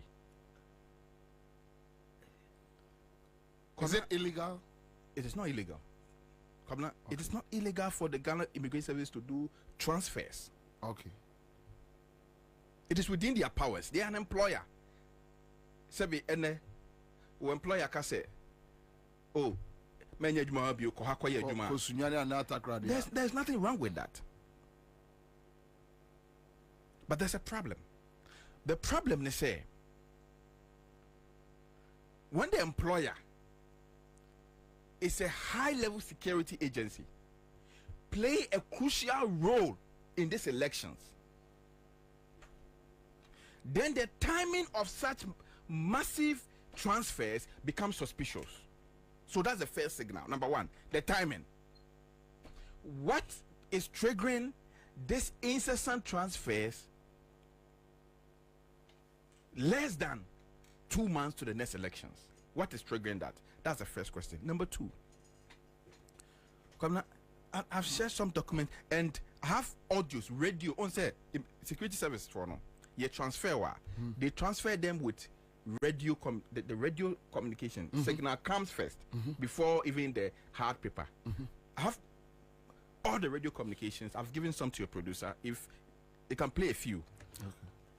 If you do a critical analysis of the transfers now, They've targeted places like Aflao, Kulungugu, and then the Banda area. Baby, okay, 2020. I say look at here.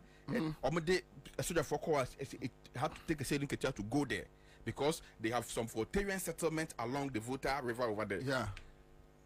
And Paga.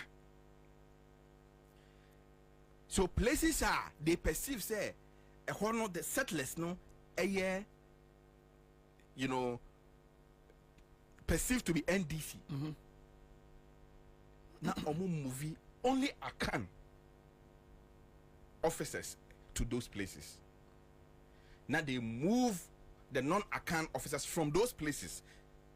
In the same way, say almost all Voltarian immigration officers at the Aflao border have been transferred out of the place. Really? It is a who could do Aflao who can't brought immigration officer. No, sorry. Can you give us evidence? Well, I've given it to your producer. There is so many materials to which one on fan to because maybe so you can put the list, and then you see, and then you can play some of the radio communications. Which ones now person ombo? A dozen. I didn't have the chance to label which of them have, but Oboa, in all the transfers, there's a trend in the transfer, so you can play any of them. Okay, so now let's deal with the document issue, right? So Kwame, for document chrono to us all right.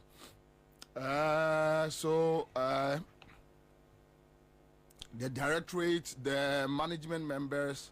So this happened on 30th August 2024. Yeah. Ghana Immigration Service headquarters. Okay.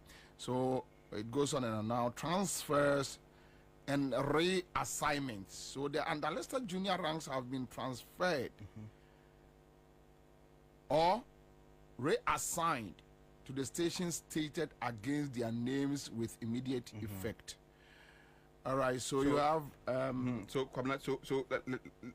let's check all the officers that have been transferred from Aflao. Okay, so we deal with Aflao. Aflao. So you see, first one, Inspector Raphael Acrobeto from Aflao to Mamponting. Yeah. Yeah, you know free ho. You come to Inspector Asamoah Nutifafa from Aflao to Kumeu.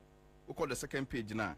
No, the same page now, and you have Moses Ofori. Moses Ofori, Inspector Moses Ofori from Aflao to Brekum. From Aflao to Brekum. Okwa, Xavier, the second page, you know. Yeah. Xavier Makumato from Aflao to Drobo.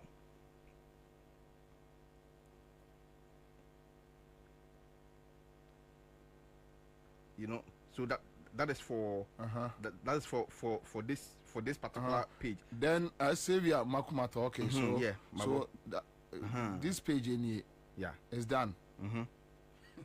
It's done. Yeah, right. Yeah, it's done. Okay. So on this page, but most of the info is on the radio. We know. Okay. You can play some. You know, just take one randomly. Let's play. You can pick the signals. So when you do the analysis. Police officer be asking ya boss say I've also been transferred. From where? From where? Now when you say the way say honor that one that say him found no want me trying to respond. No, I'm not transferring from where to where. And to be trying to respond. But boss now no answer ya was I've also been transferred. Come now me say oh dear you police for no so. Yeah. Okay. So what is the motive? So one, they are moving all the airway officers from places the borders perceived to be where the Voltarians or airways are, and then they are only taking the accounts with the perception said the account soldiers will not allow security personnel will intimidate said 2020 to intimidate other the citizens, the inhabitants. In fact, so you think, sir, the immigration department, yes, sir, basically because of the elections. It's basically because of the elections. Let me give the second most important aspect of this whole thing. But what about, say, Okay, ya fo bi frɛ afrawo. Ya de no come amponten. Ebi ono so mamponte wono okoye adwuma de abo ndisi. How can you know? No, it's not about that. Say mamponte ho anya border town. Mamponte obi and cross from one country to another. Aflawo no muji di say obi be cross border. Aba.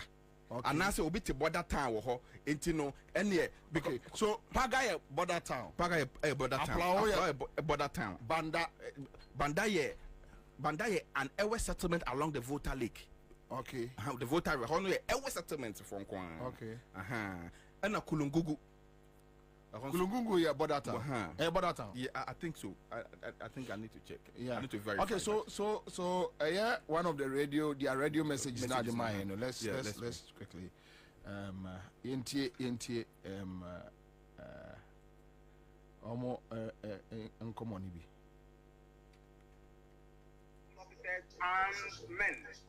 Officers and men are kindly seated to stand by for a message. Your attention, once again grateful for your attention. From the Comptroller General of Immigration, the Directory, all management members, all regional commanders, the Commandant, Immigration Service Academy Training School, the Commanding Officer, Acting Fosu Tepa and ITRA, all sector commanders, all departments, sectional and unit headquarters, Roger, info all controls. Once again, from the Comptroller General of Immigration, the Directory, all management members, all regional commanders, the Commandant, ISAP, the Commanding Officer, Acting for Tepa, and 100 points.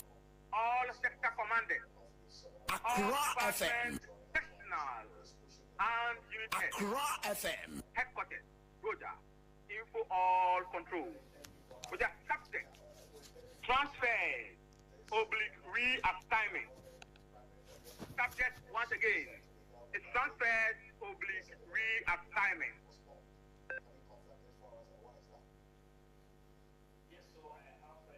Accra FM. Is transfer, reassignment. Grateful. Now the message. The underlisted senior officers have been transferred, reassigned to the stations stated against their names with immediate effect. Accra FM. Accra FM. Once again, the underlisted senior officers have been transferred, reassigned to the stations stated against their names with immediate effect. Roger. Name number one. Deputy Commissioner of Immigration. Deputy Commissioner of Immigration. Samuel Amadou Bassin Tale from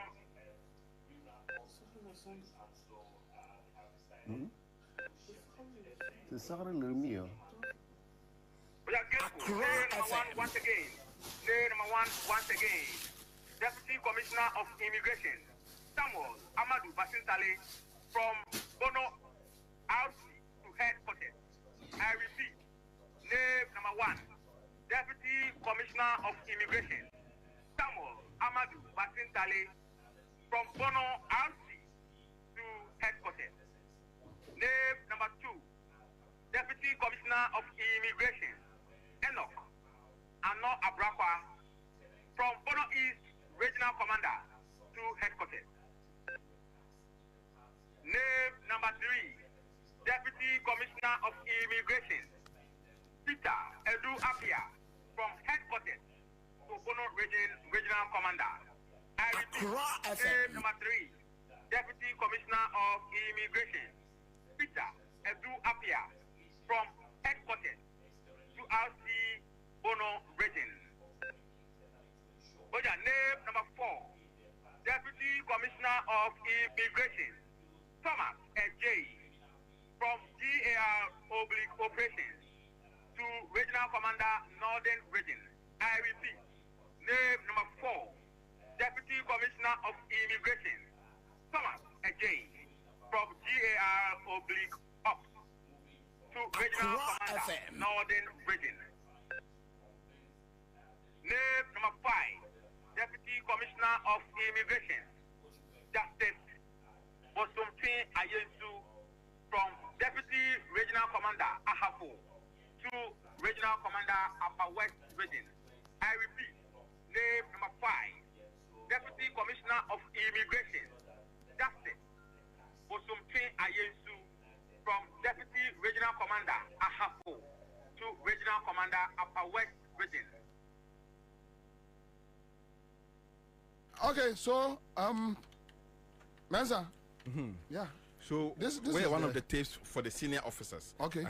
Say man, there are ones for the junior officers. Okay. They are moving the people around. And but why do you think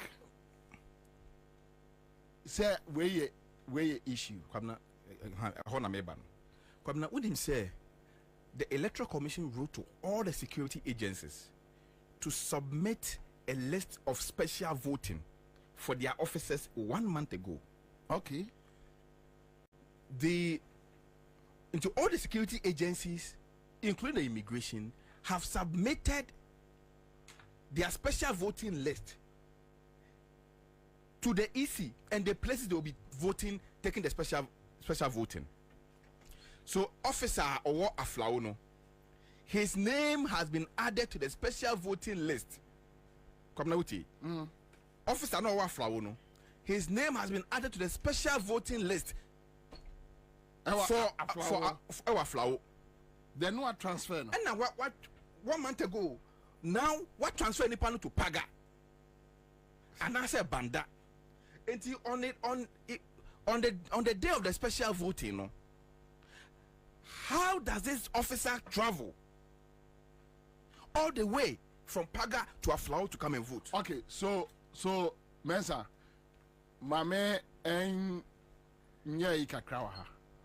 What cross check whether the EC and the security agencies no are special arrangements where ebia enipano yes or register e will be a applause special vote no one or better no, but for whatever reason your transfer ne ko ebia ye fan say ebono, right? So ebi o ma ya arrangement bi wo bono ho eya ebebua ma safo na timi ato o mo ba.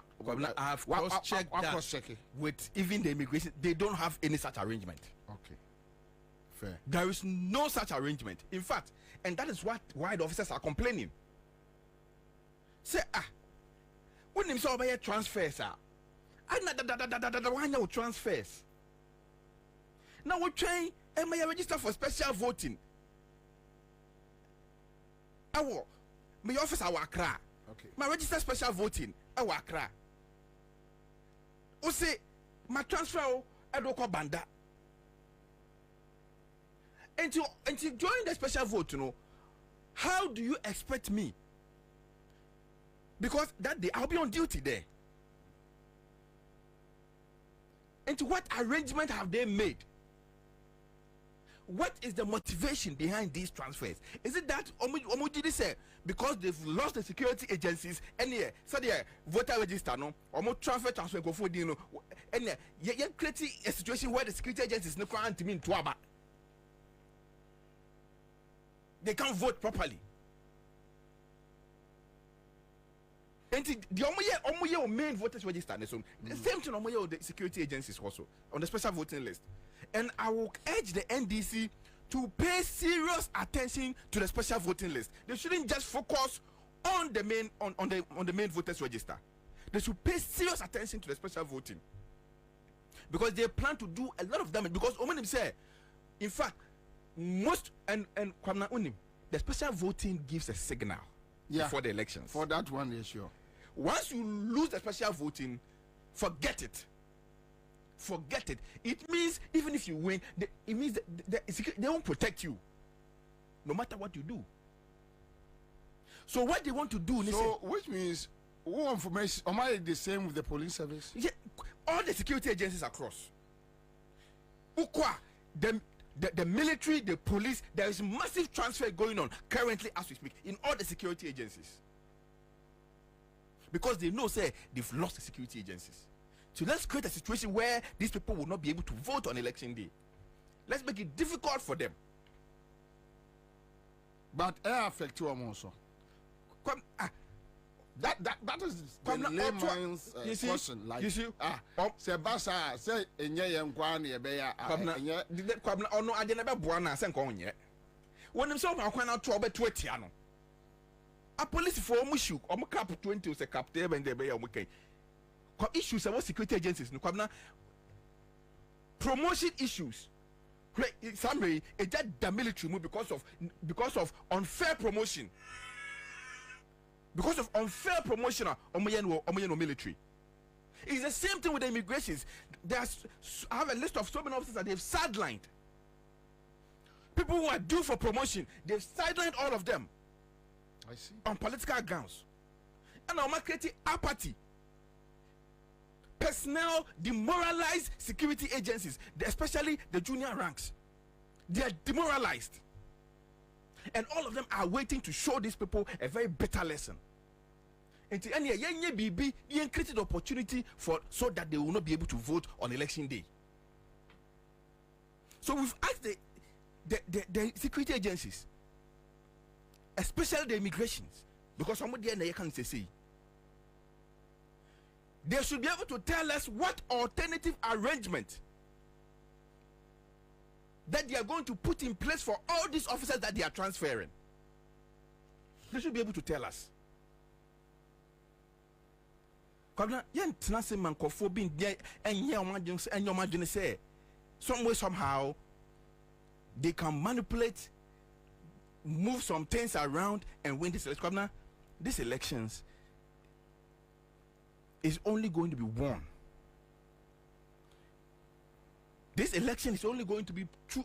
Is only going to be peaceful if it reflects the true will of the Ghanaian people. Medical Sunday warning at the ama. One more, we will make it church say, and I won't have power today or tomorrow, and we are going to do everything in our power to win the next elections. We are going to do this. We are going to do that. Kwabena, there is something we call legitimacy. Legitimacy doesn't come from the Electoral Commission. Kwabena, on se coup no esi ni je no. Even though it was a coup d'etat, the military junta enjoyed the support of the people. In Niger, even though it was a coup d'etat, the people, because the people supported the coup and the coup makers, the coup people are still in power, right? That is what we call legitimacy. Because it is only the people that can give you legitimacy. Electoral Commission doesn't give legitimacy. Legitimacy comes from the people. And it say Electoral Commission for GD say you be ko ye be any security agency for near so well you ma when trouble na be won near be declare obi or say Dr. Bamia president mu diagro. So with a submission yes the kind of messages are mean ordinary citizens. So yeah, some are police, some are military personnel sending me messages with the kind of transfers which they don't understand. And the entire idea is still made how they can use it to manipulate the elections. I'm just thinking through. Yeah, they have so many games up their sleeve that they want to play in this election. Because my testing what test no. And said the usual game they played in 2016, 2020, wow. Say you be win M1 too. They say no. What they want to do is say again you bet me yeah ma Ghana for be brain quite trouble. Because yet me reduce the number of people going to the polls are. And you bet me one yeah cost second round the crown. You bet me the one team. The military near the day. You know, Because, but Kwabena, it won't work. It won't work. They lost this election in 2022. This election, you lost the election in 2022. And you have to lose election. So, Obi, officer, you are sending me a message. You say, Bobie, I know a number of officers who come from the Fidiase Asokore constituency, who didn't go to the constituency in person to transfer their votes, but it was done for them. Yeah. What did the organizer say? So some of the people's voters no almost transfer no, even though one quiet transfer, but who yani transferring. Among person security agencies for the better back. They don't want them to vote because omeneto first special voting no, and a special voting no results ne so omoko 2 we are among the security agencies. They're able to know where the thing is moving towards, and then they all rally behind who the winner is going to be. That's how it happens in most elections. And you know, after the special voting, you know, they know already, the security agencies, because national security, they have all the intelligence. They know who is winning the elections based on the outcome. Because these officers, apart from say, we are uniform now, the ordinary Ghanaians. I'm more born in our Bunde, they are Komubi. Almost so far. Almost so you don't know drum. I'll come back to you. And you know, Kwabena, all these things affect them. And to tell we are. It sends a signal, and all of them then rally behind whoever they think is going to win the next elections. And one we officer Obama command could be a few because they know where the election is going already. All right. So that is what they are trying to avoid and trying to make them, frustrate them and prevent them from voting and make sure that they don't have the opportunity to vote. Come now. Okay, so Kofi says, Bobie, they have sent some electorates from, they have moved some electorates from Kwabena to Ayawaso North constituency. And as to whether those people are MPP or NDC, you can't tell.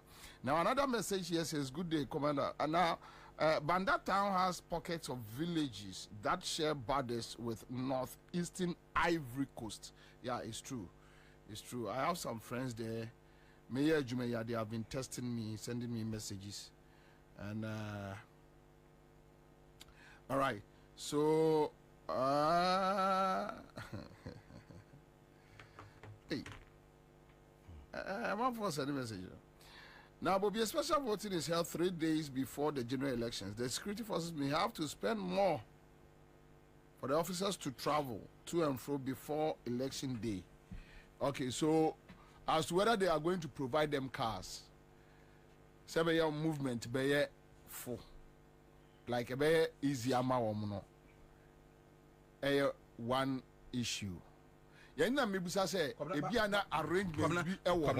see, how do you provide transportation? Because say on election day, officers at maybe Aflao or Paga. Sa officer no, you must vote to Aflao. Officers na no, and you mean vote to Aflao. Ebia officer back, ebia no you transfer any free, ebia banda. You transfer back a free Kumase, transfer back a free ebia western region, and a call. Who don't mean a best car back home? Are you going to provide one car for the flower person, one car? What is the logistical demand for some of these things? So to analysis now, as here, the whole ideas they are just creating inconvenience. So some of them will just okay. So young fan say, oh, the young fan say, Kwabena, young fan say, even make provisions kwa mo krana. Officer no, election day no, ye juma ewo Paga. So me vote to Aflawa. Kwabena 3 days from Aflawa to Paga and back. 3 days before election day. What sort of income? And you know, Nipano, what I say, Charlie, min could near away and trust and quantity and come back. Now me buy a mesabe ye juma because the election, you know, and yet 1 day, you're 2 years on to say, but declare after so before, during, and after the elections, they are working straight through that period. All right, so Lewis Francis says, good afternoon, Mr. Bobie. I'm watching you live from Bosome Freho in Ashanti region. Togbi Badasu says, action speaks louder than words. Kufuor's last days was characterized by midnight shenanigans, yet power changed hands.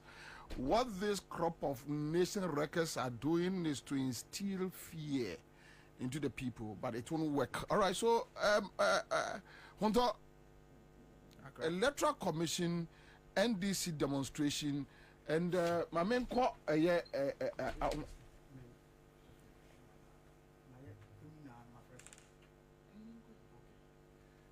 so yentie fifikwete on a demonstration basso on 17th, and this for raise and yema baby.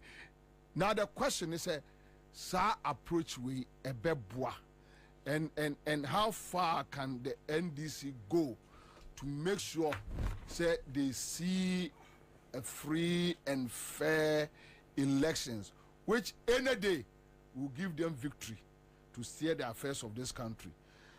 You go to Fifi Fiave Kwete,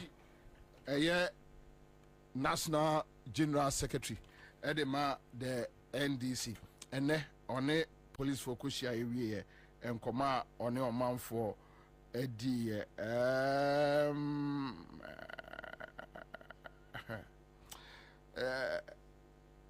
Charles McCarthy is asking, Bobie, so is that radio communication of a security agency?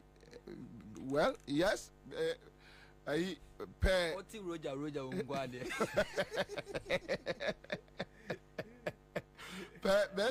We had a very good meeting with the regional police. We had a very good meeting with the regional police bosses. And the agreement is that we are going to proceed with our demonstration on the 17th of this month. That's next Tuesday. And it's going to happen not just in Greater Accra, but in all the other regions of the country at the same time. We wanted to have a confirmation about the endpoints. In terms of the routes, we had an agreement that we're going to start from the Kwame Nkrumah Circle, proceed through to Farisco, continue through to TUC, continue through the ministries and come all the way to Parliament, and then end up in front of the premises of the Electoral Commission. We wanted to have the exact location. That's why we came in the police to come and see exactly where it is we wanted to have the termination point, and we've been able to agree on that as well. Generally, in terms of the importance of this demonstration, is to say that it is something that is beyond the NDC. It's a critical election ahead of Ghana. It is in everybody's interest to ensure that especially the register that's going to be in the center of this whole election is credible. It's one that everybody can have absolute confidence in. We've had clear instances to say that there are issues, and we are pressing for forensic audit to be done, and that actually is the reason why we want to embark on this demonstration. The NCO just rightly said, if there's really nothing to hide, then there should really be no problem at all. You should be able to open your door and say, listen, come and check and be certain that there's nothing, in order for the whole country to proceed knowing that everything is okay. So generally that's what it is. We are asking the whole of the country to join this demonstration. It's critical for our peace, it's critical for our the very safety of our elections, to ensure that this country is able to go to election and come out in one piece. It's critical. So really that's why we are going on this demonstration. So the police have given you the all clear? Absolutely. We had a very good meeting with the regional police bosses, and the agreement is that we are going to proceed with our demonstration on the 17th of this month. That's next Tuesday, and it's going to happen not just in Greater Accra, but in all the other regions of the country. Ansah, Western Regional Communication Officer, NDC, Western Regional Communication Officer. Ansah, Akwaba. Bobie. Boko Diaminia. Oh, okay. All right. So, my flag bearer, Akasa, say on the 17th, across the country, more yechre editia EC. Nyamodi achese agro omunimu di mompe. Mo national chairman Abekasa General Secretary Akosia Police for and ama ose ekwa mu da ho.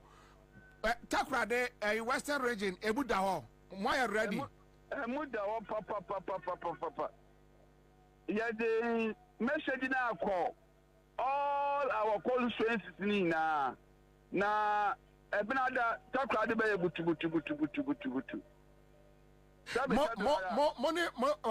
Mo Akosia Police for bibia ya the card ya come police for bibia da na kwe ma oye ebinada anapa no nsia pepepe ya hye ya ndwumedi na ase wo oye Takrade mall park no de nyim wo de wana ya to safra ya branch executives police say party sympathizers, not even only NDC, all minority parties ni na sabi wala they mention no I am what nanya training to do asomdwea Ghana ya woma ya hand over the ma president Akufo-Addo no to ma ba appointing as electoral commissioner no opedo this is agwo opedo to form nti ibia ye bibia nche mo hu de ye nya abre na ye be che na ebina de Ghana fu ye na nya abre papa so onye MP before apami biara onkwa no nkaka eche wonde ma na meka esomobua ma na menyofa apam ne ba muntu me execute apam na we che meguo and someone more party leadership are raising about illegal voter transfers and monya sa issues ni bi Western region across the country on your Western region nkwetwe no would deal what dia mo dia no Western region the Western region we have so many cases ye table in upper yada the regional commissioner of electoral commission one regional boss but kabako try secondly bi wa ade secondly constituency afia constituency Kwesimitim constituency Asankagwa constituency we have tabled everything sabi wara abatu ema na yeza abatu eche mu ne Bobie ya man yesem ya che yen koto aba yen hu ne de electoral commissioner when see kitchen there opedo ya Ghana football Bobie enti about 2019 ekoto in 2019 the man ya kekanya wente ya koto aba Ghana from the 1992 ya started multi-party democracy and when the electoral commissioner bi aba we be declare result na lako no waso na aba we be change result waso na akọ wa aba we be change result ya voters registration exercise area 2024 so area look at the data you brought out a national data already out it took the National Democratic Congress to come and rectify the mistakes for an voters transfer area the data we have the records we have is not in conformity with your own. Yes, the form na person. What's anu na anu di shan tumba. You don't want to do it. About you know what to about one know what to ma. Empede mama forensic audit na akodo. Okay, and which means constituencies ni nyina be converge e wo Takrade.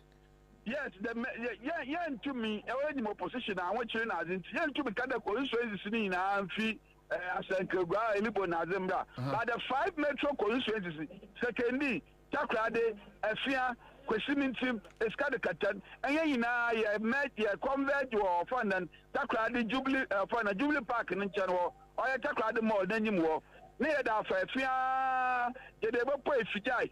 Ye Fijai, Yakafa and Kotumpo, Ya Tumat, secondly, Naya Kwakatina, or ye electoral commissioner say, Yako at the end will do. Ya the anu woma wodi sifufu ya the anu fund what ka apele bibia ya the yana edibani na aboko so one ka bi papa nche na yenyan fiwo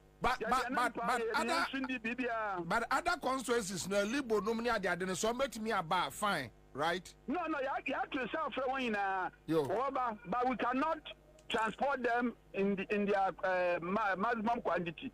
Executives know women wanna walk it one car, wanna walk the but the metropolis we have the numbers. Don't be worried at all. We will show gentlemen said Ghana no opportunity no until before to form crowd. All right. Yeah, that's Kek Mensa Richard, Western Regional Communication Officer, live in Accra 100.5. Back in the studio. Honda. Kajatum. Ova. Ma menchia o na menchia Yera Mensa Thompson. Enra sana Yera Pauli. Tema. Pauli wa ankasa oni papa. Pa. Oh, okay. And Yemano. Belated happy birthday. Na asemo.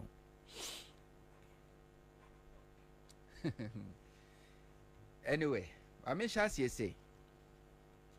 Nana di entia nyame adoma edabnada. Ghana ni bia wo so odo Ghana na ope asomdue. Na opese odi ne bra so se Ghana ni bia no. I was so joining NDC sa demonstration. Nana adie ba kope ena ma Ghana se o man yeti studio ha obi ntimi mbebo nwura ha emebo yetunkuye adie ba kunti ena Ghana ha Akufo-Addo ba restaurant $6 million restaurant no obi accommodate no woni sika nti wontimi nwura ho enko kasema maduane wei entwitu adie ba ko a ema obi fruit trotro no obi fa taxi no obi fa bicycle no obi nante form no obi ti V8 mu no ema obi ti me enjoy no ankasa hard earning income anase ne luxury life no emra no so fapem eni kabima minka biamamu kabima minka biamamu no nyina so fapem eni abato nyina so fapem ne na hyase edinchiro nwoma no a yede kwoto aba no very important. Enti say ye ni credible voters register ye nya credible election. Si nya credible election ye nya credible members of parliament, ye nya credible president, and for that matter ye nya credible government. Se Kwabena sa it means Ghana as a country no ye ni baby ye di any Anti, your friend say election way there. Electoral Commission, they better do the election once and for all. Because we election be we will do this election over and over and over again. I think he has a point. Yeah. So anti credibility in Namrano so. So kasa o mamra ni adwuma dia. En ye beba ne say afia bato ne yento. Say anto aba no a there won't be any parliament. There won't be any president. There won't be any judiciary. There won't be any police. Yebeya ho se moa. Se do kokwaye mu a do ho odi timi no. No ato ahye no so no awe. Sa pepe lawlessness. There won't be any order. Tinana ma hemfo awasam de mu hujim. Ghana ohini bia ni wa woni atamfo. Ahemfo mo matamfo do so papa. Se ne emra tugum sesia. Sa ohini no a oye otamfo no. Oba be yuti afiri soro abefo akunya asofo mo atamfo dɔso papa sa wo so mfa wonyimu a emra ne breaki a obi ba beje wa sɔre abekun eni ntino so obi ade ne ho jim nana back on the eye de ntia ɛwɔ sɛ NDC for call for this forensic audit the electoral commission whether they like it or yes ɛwɔ sɛ ba so enie yanko abakose mu kakra enche kra 2015 Charlotte Sebeye electoral commissioner. Adia MPP for the welcome no a call for a new voters register. And in MPP for me could be a near friend Let My Vote Count Alliance. I will make my edition Munsan say Omundi electoral commission for them. Omunya to trust them. Ecosis electoral commission better to redeem for from. And into Omuto voter register and predin say a ECOWAS register. Because according to MPP, you know, must to go for Burkina Faso, Mali, Niger, Cote d'Ivoire, Omunina, Ewu. 5 pebetre no. Na Akufo-Addo no ye president no. Na yenhwe asemo nanado ekaye. Eye sabre no. Nanado posti we e woni Facebook 18th August 2015 and no search here ewo ho. Nana Adodankwa Akufo-Addo say it is instructive to note that on March 25, 2015, President John Mahama, then chairman of ECOWAS, intervened in a political dispute in neighboring Togo by requesting the postponement of the elections originally scheduled for April 15 to May 25, 2015. His intervention was in response to the calls from Togo's opposition parties over the credibility of the voters' register, which they alleged was bloated. Indeed, President Mahama urged the Togolese authorities to agree to establish a credible voters' register, arguing that it was important Togo went into the elections with a register which is enjoyed the confidence of all parties. This request was heeded. The peaceful acceptance of the election results by stakeholders in Togo is indicative of how appropriate the president's intervention was. Clearly, what is good for Togo must be good for Ghana. Akufo-Addo asem o kan ye nie. Yenko de Baomia enso kae. Baomia Akufo-Addo de no 18th August 2015. On the same day, 18th August 2015, the Baomia so chro ni. Our investigative team obtained the Togo voter register, which was publicly displayed prior to the 2015 Togolese elections. Using facial biometric recognition technology, the system has found 76,286 potential matches of the same people with the same names and faces on the Ghanaian as well as Togolese voters registers, some 2,000 of which were present in the PowerPoint presentation. I should note that so far we have only completed less than 10% of the work on the Togolese register, and we will begin work on comparing the Ivorian register with Ghana's shortly and follow that with the Burkina Faso register. Even though our investigations are ongoing, we are presenting our initial results because time is of the essence in this matter of a new electoral register. The EC, as we speak, is in the process of taking a decision on the issue, and we have to make an input into the process at the earliest opportunity, the case for a new register. Hashtag new voters register now. Baumia. See, we're at 2015. And Akufo-Addo, I can say voter register no, and you're credible. Baumia can say you're credible. And then an electoral commission then, or more a year.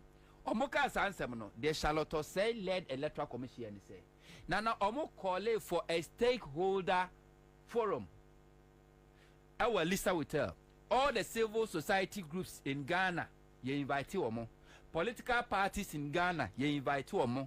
A year diplomatic course, you invite Omo, including Baumia and Akufo-Addo. Say, okay, Utu say, who will be a chile say 2015, you voter register and Enyano. Enti to abaye nti anya foforo no fa dance ye bra betumre ne kiresie enti badwam ya se akokɔ to badwam a nana as avenati obadwam a ebi nyira enti electoral commission ema sa kwan no omu wie ye no na electoral commission at 5-member eminent committee so omo ntrat no mu ntieti no omo hwe omo nsem omu wie ye no then 31st December 2015 ana electoral commission omo publish here no new voters register. EC tells MPP others, published by myjoyonline.com. Okay, I'll say the 5-member panel reviewing proposal for and against demand for a new voters register says arguments for a new register are unconvincing.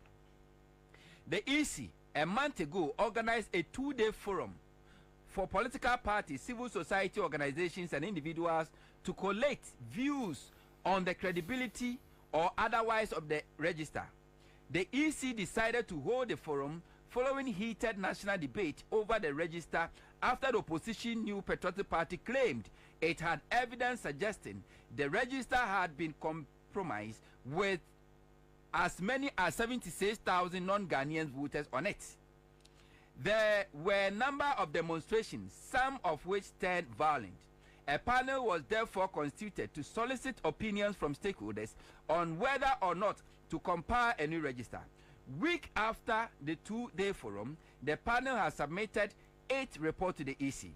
Chair of the panel, Justice VCRAC Crab, the late, is recommending that EC should not replace the current voters register. The panel, however, stated that it will still continue to monitor events relating to the register.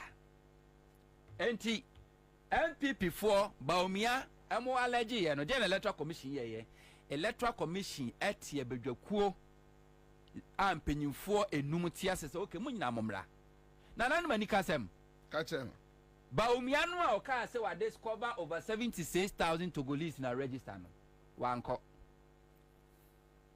onfo na dance ni nyina nko civil society group Alisa Hotel Baumia nko Akufo-Addo ma mechirem de enti a voter register no nya credible wanko MPP for mechirem de enti a voter register no enya credible momentimi anko omantimi antumri antresi enti na nuna electoral commission de yes how from bedwoma dwenkyere no wie no abedwafo no anu yi omode koma electoral commission say enyina so papa bi anim si abesisa voter register no eni ntino yes voters register no.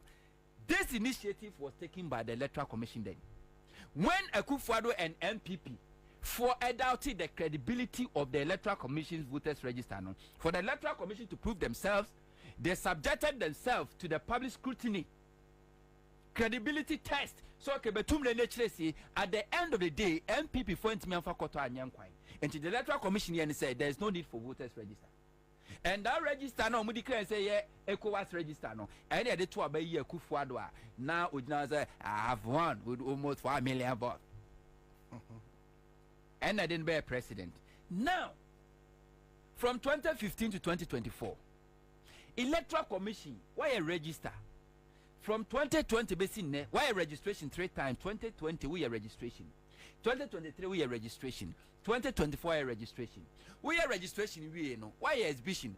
We exhibition was say emremuno. Would the copies and as a provisional register and Emma political parties. Yeah. And to pay the electoral commission and cast a roadmap for this election no.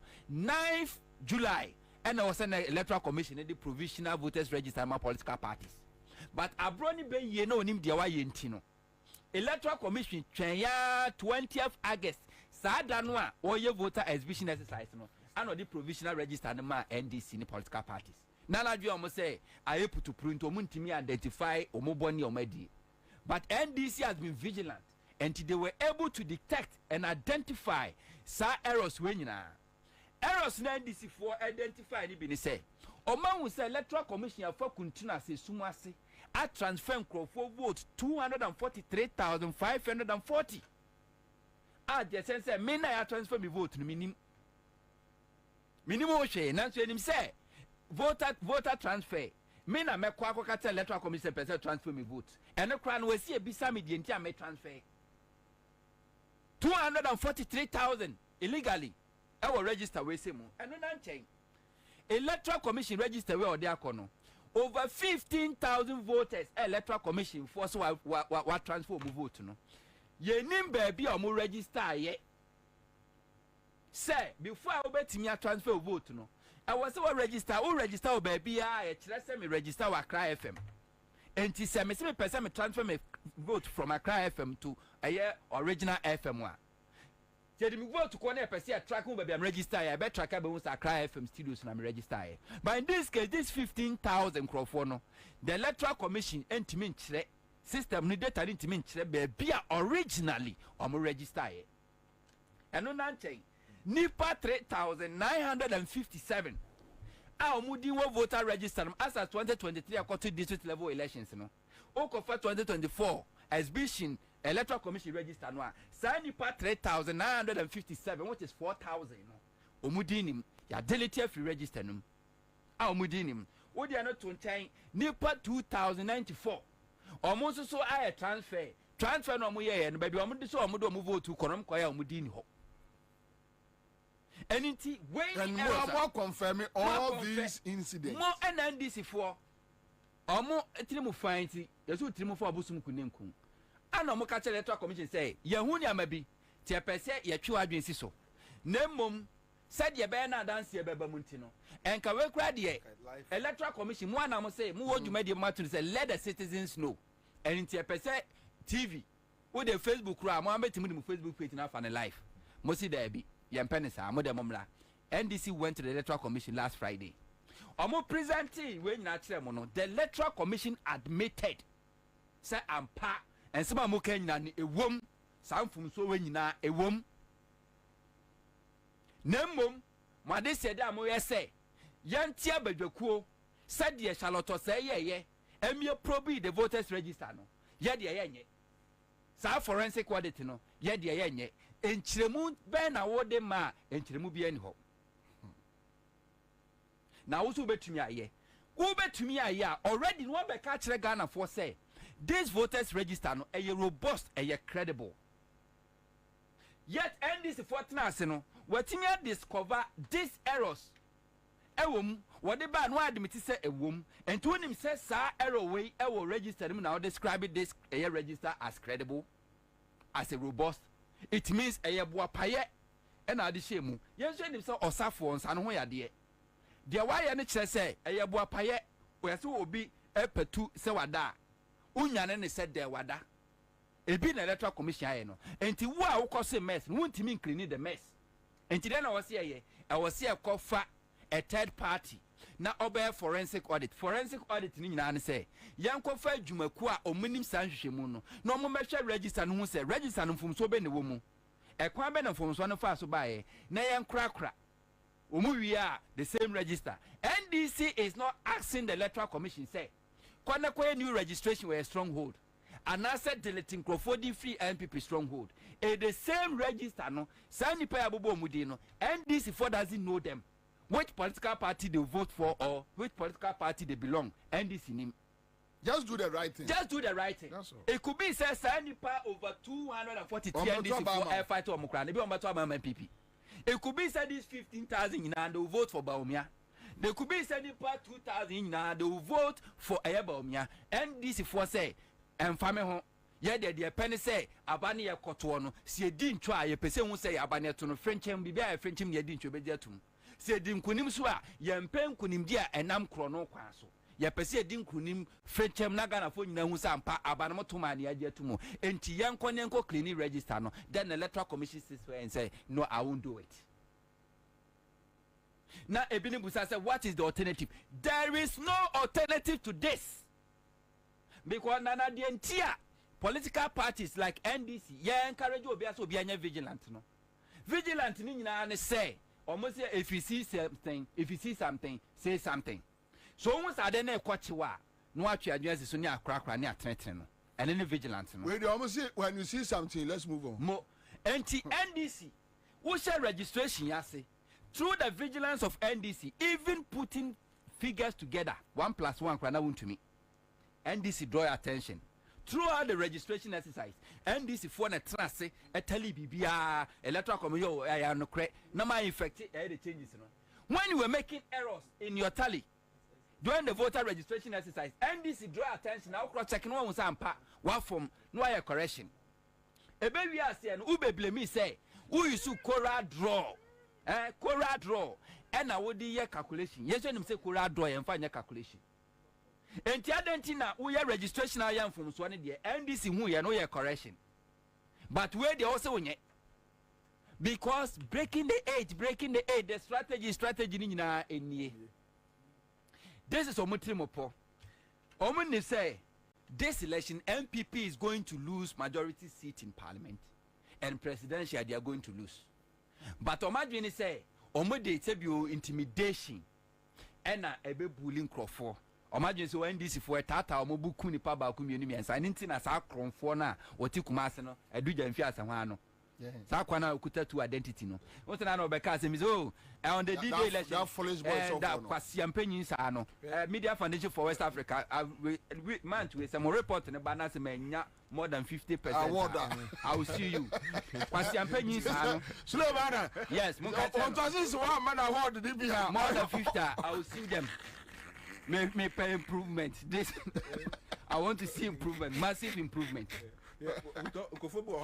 Election day, I won't tell Monka. We won't be here. On the election day, they will declare Baumia winner. First day, the Nipa 1,000 be Pia Bontain. Abe the day. Second day, will be a plan. Who knows your casa?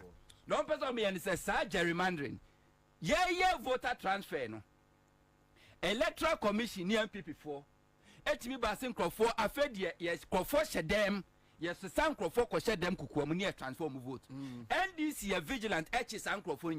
And Tibia Electoral Commission MP4 so we are about to through the voter transfer and fact.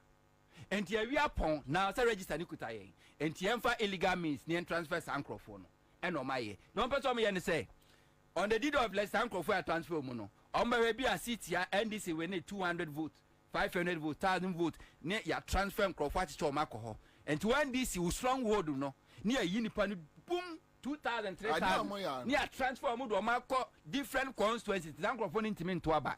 And Tiaba to Abani baby, no, and I don't know by 7th, a year 12 midnight, no. Na MPP for a coalition. No, because you are winning majority seat in parliament.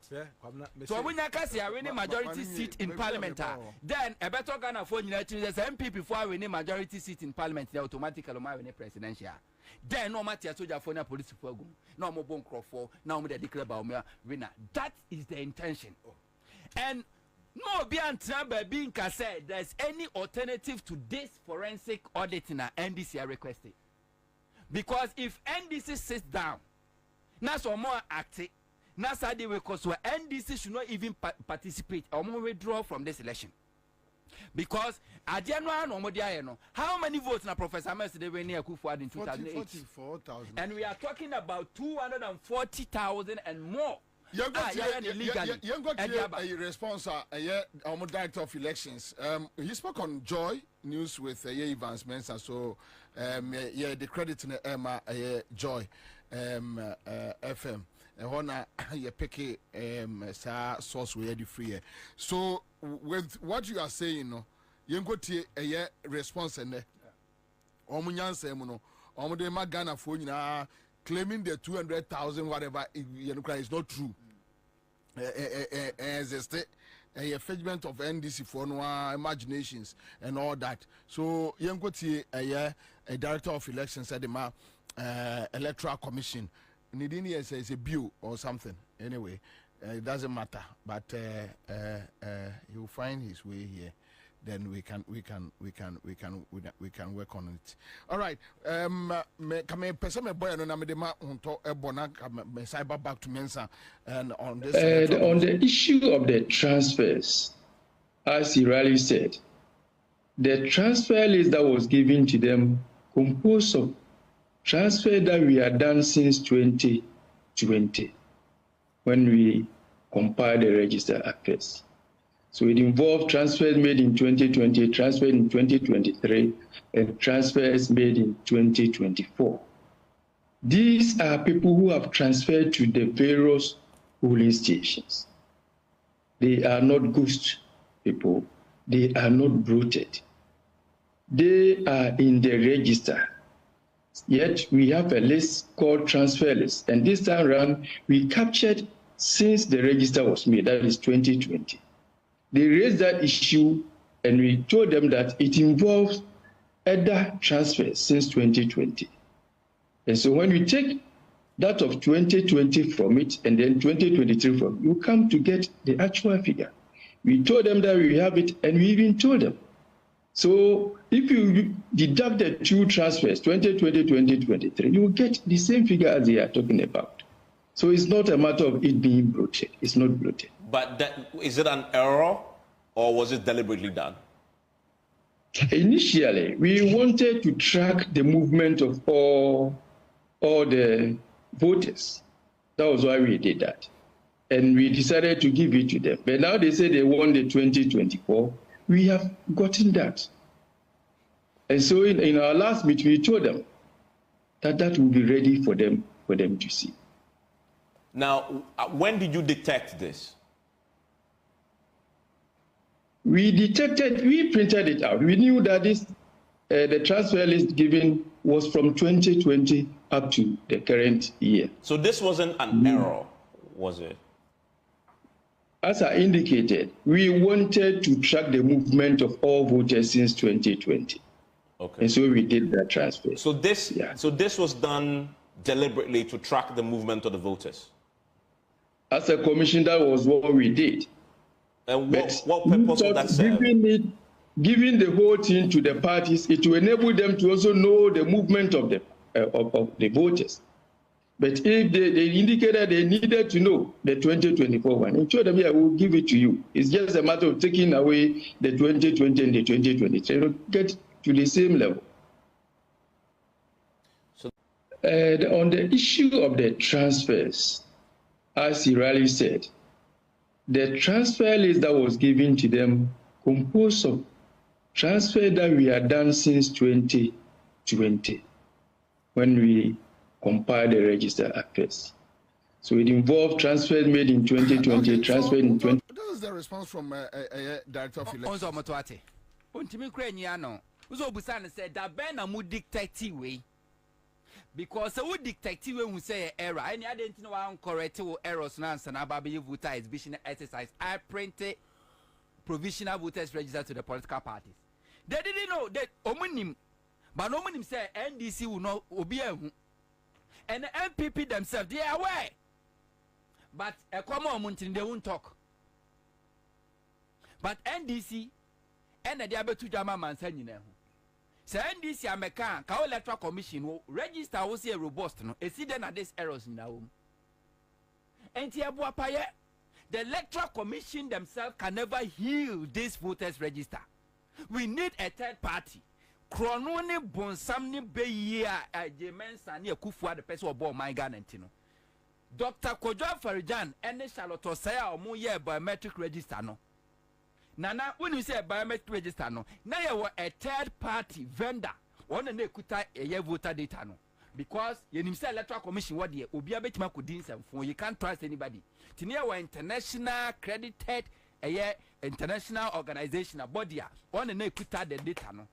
When J. Mensa took over, was he Argentina, was he a Makwama third party? Ekuta editano, and Omukoji Yano Medebetuho. And then a register look at Omono Mopedom Penomode.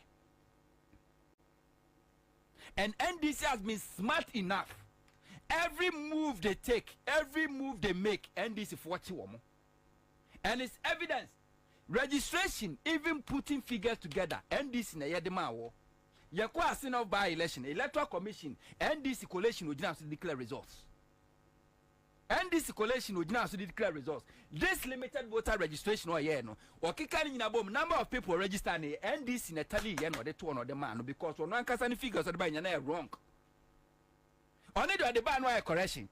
Now, where need you also yet because we say when people bet me a or Mubuada. Electoral Commission pill on pill.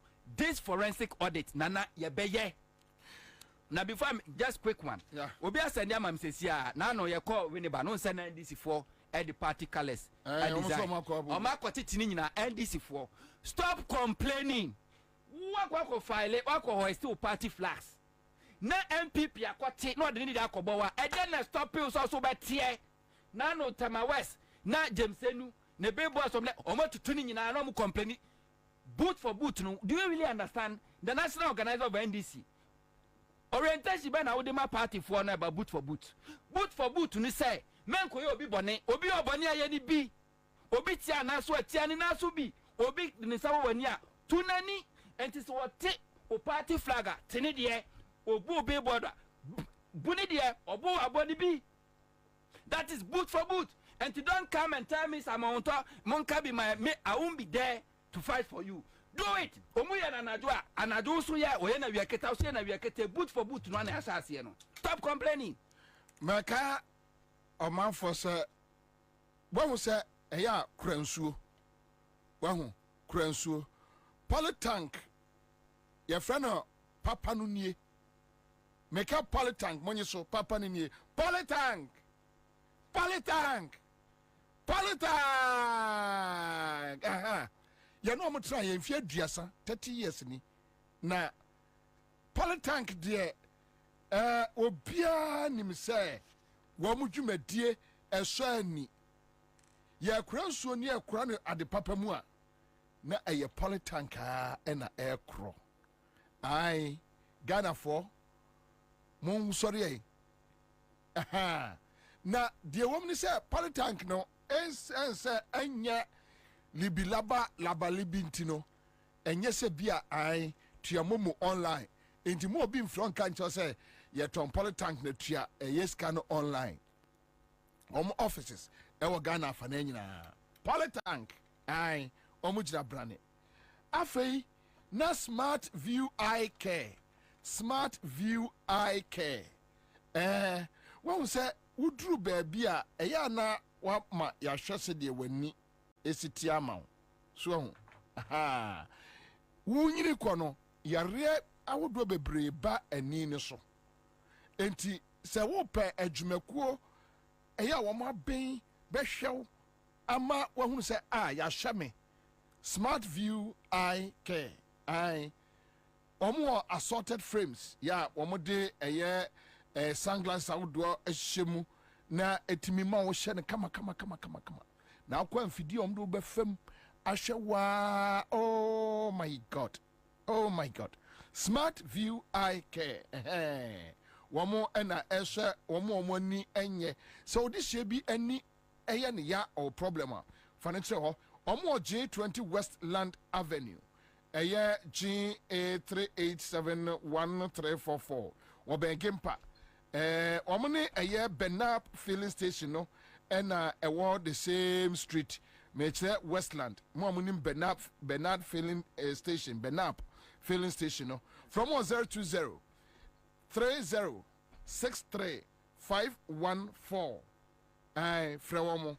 020 3063 514 mame ɛnkɔ ɛyɛ bono east namene Mustafa Suleiman communication officer nkɔ kasa Mustafa akwaba ja commander boa pacho bɔkɔ deɛ adom ne mpayɛbɔ yo ɛna no mo national chairman aka mo flag bearer aka ɛna mo general secretary akosia police deɛ wɔ mu ane sɛ mo se EC4 sisi mo enti mo mpanimfoɔ se nyame adma 17th brother way mo gyina mu across the country na Blue East ɛwɔ ahoboabo ate sɛ boye yo penyin kɛseɛ meda ase mede nka ma menkyia watiefo ne wahwɛfoɔ nyinaa ɛyɛ Blue East yɛyɛ krado ɛm sɛ yɛ national chairman de nsɛm no to dwa no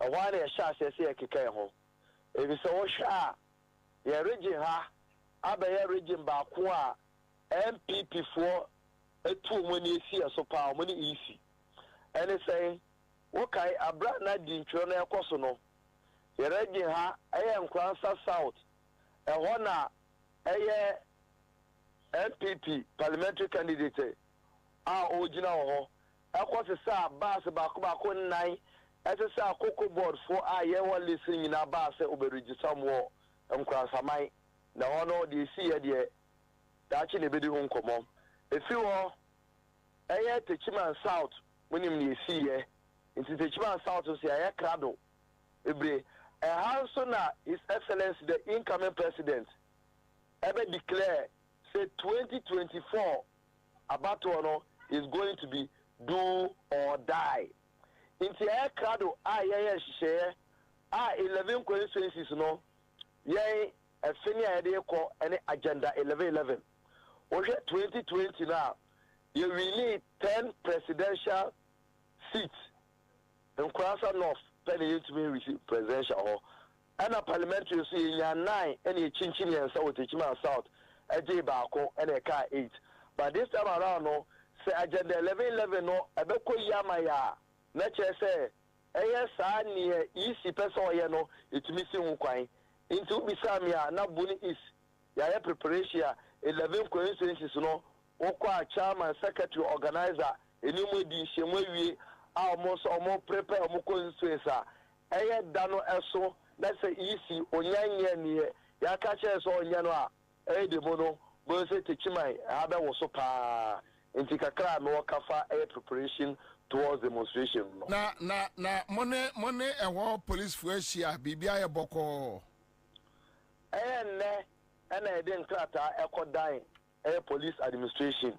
Into a friend a can say police commander no Obamoyam and watch there that you know Asia needing kita home. Okay, enti brother no suru payo ego moko. Sabe pepe ji say yes you nya order from above. Your national executive ka say ntwentwen so nya sa brother no ye be si no e Ghana ha 16 regions no e bi nso be si e Bono East. Na when we move munyina region constituencies 11 right 11 and munyina more converge e what Techiman sabe pepe Techiman hefa pacho e be converge e what Techiman Zongo MA Park e hona yenyina be hia. That's right. Not just ye diagra nipa be ye empema hanu aha sade mu piom asikrom bebre ebi se ba constituency bas bia makura enye ne nine, so you can imagine and at Techiman South on crown so no your voter population no 152,000 now 152,000 NDC it me to abane over 50,000 now you can imagine and as ada no so enye gada Techiman ye gada ye okuyada yawada ena fiada saa emere na wo ya ade a na nipa no wunya no okodiga e se yeso ye galamsey site no ba ye galamsey ye de sensuo se kwaye e wo de didie na akwaye benada no de ere de kowa di kowa obi abepie kowa de kowa monyere mo ho obi aka se munya ya ma munya wate Pacho obi akwa to be ka get die e se do or die no e Techiman na twa no furuma. Well, anyway, all right. So Bono East and yeah, no, but Tommy, what ye EC Director of Elections with Evans Mensah and the kind of response or the MI about this voter transfer issues. Bobby, I mean, listening to interview, no. I'm even shocked. I'm even shocked to the bone because me and I'm requesting for data. And I'm about the parameters of the data me pay. Say this election, because even those have registered back, the register go through a process. Every election cycle, that process ends and then a new process begins. And you know, processes are up to 2020 those processes have ended. And now about 2024 elections. And I'm saying, Mame, the data on the transfer list of voters in 2024 was it there be J 2021 the account me the 2022 so the account was me the 2020 the account 2021 the account 2022 the account now 2023 said the bear a bad doors no one who was say they want to check the migration of the voters. What is the job of the electoral commission? To check how voters migrate? And then the Juma idea my electoral commission. Or Kasa, what is the meaning? Say they want to see which voters have moved from one place to the other. Is that the job of the electoral commission? To check how voters migrate? How is that your business? And you know, obviously, money list. Now, on your audit now, what's it there? Because you want to check how voters migrate. But the 2020, 2021, 2022, 2023, we didn't account. We didn't now bomb into jet. Obano be complaining chirewa. What's say? Oh, Nyoka say a mistake and a mistake. Na because I made 2021, 2022, 2023 the account ain't na ASano. Kwabena ma here no kase bibi hano. Bibi hano. Ma here kase bibi hano. Because Yamao Nipan omo requested data. They are auditing, and the data and I'm say give me 20 because Nancy, we have voter transfer. Yeah. And I'll say, give me the data of the recent transfer that you did. Or say there be the 2021, the 2022, 2023, they can't answer. Because when him say, what the 2020, 2024, the Enukwa Emawa, Emoma, all the illegal transfers no more anything. Yeah. Was it 2021 they are frap? Oh, the brewer is so. And also there be me pay 2021 there no. Me pay to all the mam 2024 nko there no so akodane asem. Ah, come na kwasa say me netin wo krom. But so when him say we cleaner, let's do the private auditing. Anya no. Wo say that mean ye. Ade no so your bottom sika. Omo background omo say wo de yenye live telecast. No obi an hu say enye say this we need tro 2015 or 2016 but we have a press conference say we who over how many thousand ghost names or register no so 76,000 oba obeka be 10 or the 10 pen be present PowerPoint no say the aka no owi or the be be sin there be sin there ye who know the aka the remaining 76,000 ye who ye so and this for some pennies they want to show to everybody say they are just not making noise. They have all the data. They've done their own independent auditing, and they think that their data doesn't reconcile with the one on the register. And yena yeba yebe be mu be hu bia wo say there be me media for me Ghana for hunu mu bi. O say okay, wo de wate, wo de men ye live telecast no. Yenye auditing. Yempe se wuntimi nya yempe independent auditor. Ni audit register. Ni yen hu say Asamasia or register on police station A, ni did so police station A, ye ni didn't go to police station B. What's the mean yet? Oh, yes, I say. So, Entino, Kwabena, I think say Bonnie and conform episode Mudino. Or my Bomutrimu person with the Bonino. But Kwabena may come electoral commission for what yes, say election we know. They better do the elections, yes, say, so try out Diano. No, I genentem. They should do these elections once and for all. Munya be bia pepe ni abawe ni antone ba akopɛ. No be anko the baby. Because omo say ebe ye gidi na say na election no na ye di ahomeche na akɔtwa. Enne ka abano December 7th election e maso. And now omo ye election bia so they will conduct these elections as many times as it will reflect the true representation of our constitution. But what I see about Kufuado and James and the team we answer Openibia wabeso Ghana mubia mpese Ghana bebo egunitri so. So last minute no they do the right thing. And at this point, even in 2008 you can trust Kufuor. There are so many things Kufuor had wanted Kufuor to do in 2008, and Kufuor told him point blank, say, Masa, my problem be a mama swame. Besnim yon kofi, ye lose a besnim yon kofi. And that is the difference between Kufuor and Kufuor. But with this time around, acquire so many best sekurano, we are prepared. I mean, that is what I see. Kwabena, we are all prepared for that. Kwabena, say, we are all prepared. Kwabena, you see, we won't sacrifice the destiny of this country in the name of love for this country. Kwabena, if this country has to go down for us to rebuild this country again, we must do it. And you know, say, oh, one pen and person mine bo. Say, Yamoma, we are about way more, or man about body, and money benyabo. Or money benyabo. Where should it be so? Kwabena, is going to be so. Yeah, no make it's going to be so. You see, Omana already above. Do we have forests today? Do we have our water bodies? Do we have our farmlands? Do we have them? We don't have it. Nipa yankwa age na de so. Emframa ye home.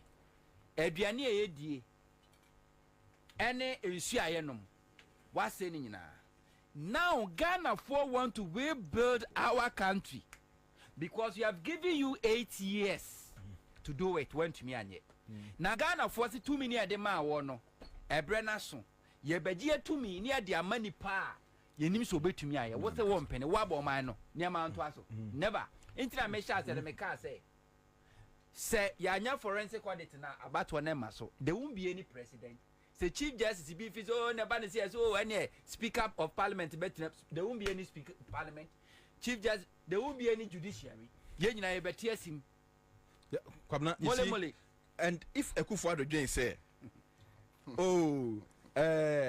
there's go there say election no kwa masoa this after January 7th. Oh, or that's your president, Womo Boada. Womo Boada.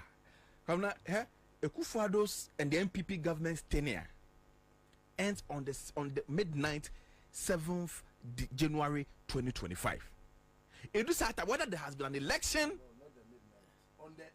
on the eve and I make on the eve the 7th. Na make no say it is our time no. Now say there has not been any successfully held elections that has given us a precedent. There's going to be a huge vacuum, and at that time anything can happen. And the more be say a hono anombe hunu say abodam fo gukrum hapa.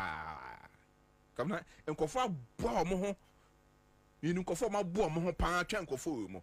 And you see come na this election say we want this election to be peaceful, fair, and transparent and quiet. That is the That's Ghanaian what we approach. want. That's what we want. That is the Ghanaian But approach. going to these elections, no. Me personally, I am envisaging so many scenarios. I'm envisaging so many scenarios, and we are going to prepare for each scenario. And each scenario, we are ready for each of the scenarios that can play out in these elections. One of the scenarios, and they say there will not be any election. That is one of the scenario. The other scenario is they say there can be an election, but the election has to be reconducted. The other scenario, they say we can go into this January 7th without a president. There's another, and also the people of Ghana, we are prepared for that scenario. See, at every length, we are prepared to face them at every level. We are preparing for each scenario as we go into these elections. Because we are not going to allow them to continue to hold this country. And you know, electoral commission yenentem na bibia asumdwemra yekoto abey no bia honto kwabna enye sade a ne epo mo bo mo tirimu ensisaya mo ye scenarios or money military for any calculate the money we are prepared for each of the scenarios that can play out in this election. Let me go to Eastern Region. Kwajo Dankwa, Eastern Regional Communication Officer, NDC. Kwajo. Kwabena. Boko de minya. Minya na na do no ya na wo. Boko. Mo flag bearer akasa, mo national chairman akasa, mo general secretary akosia police for mpanimfo. Quite them. Says 17th, almost say across the country, NDC for 2 or more Montreso. Na Jemensa, ene Okunune, Nebusia Fire, or Majuson Besissimo. Na Eastern region, what to say, and said to say, Kwabena Mamin Chow, na 34. And correct. In fact, a year the national chairman.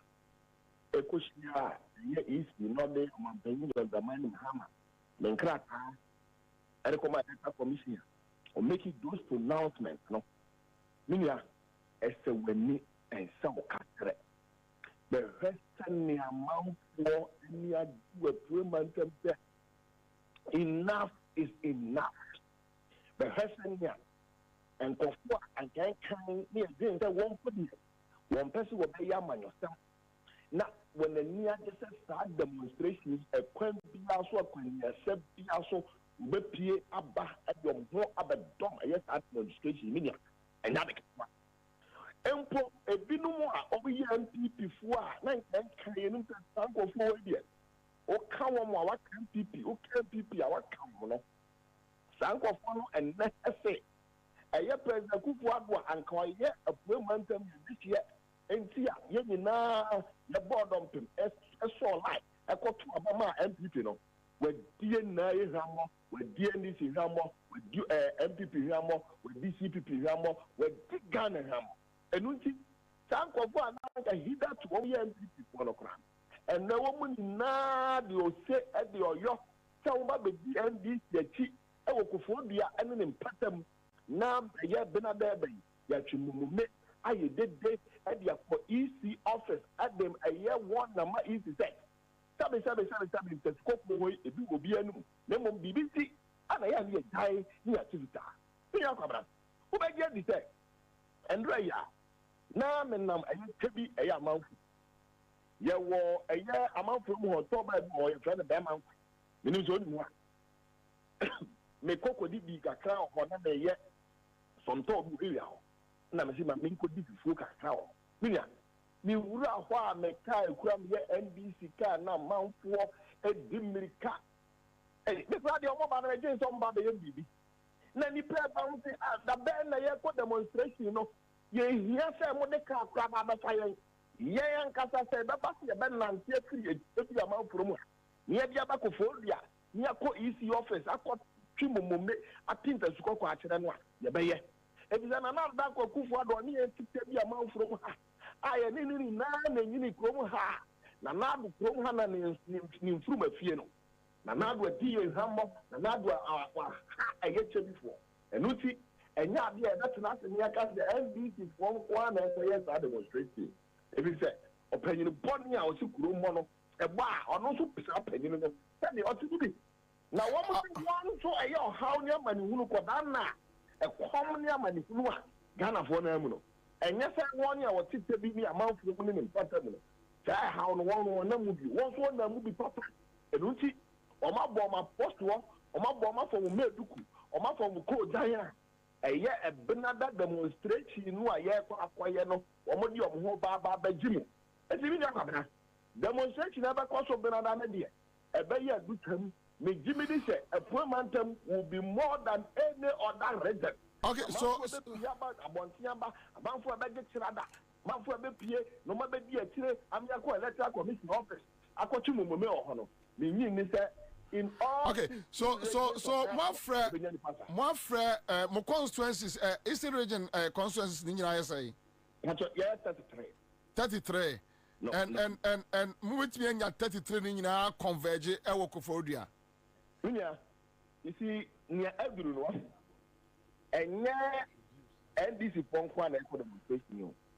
Yes, something. Yes, I agree, but technically, more leadership say and this did I maybe say communication more other constituency leadership in Akasa. Many can say who's a frame man.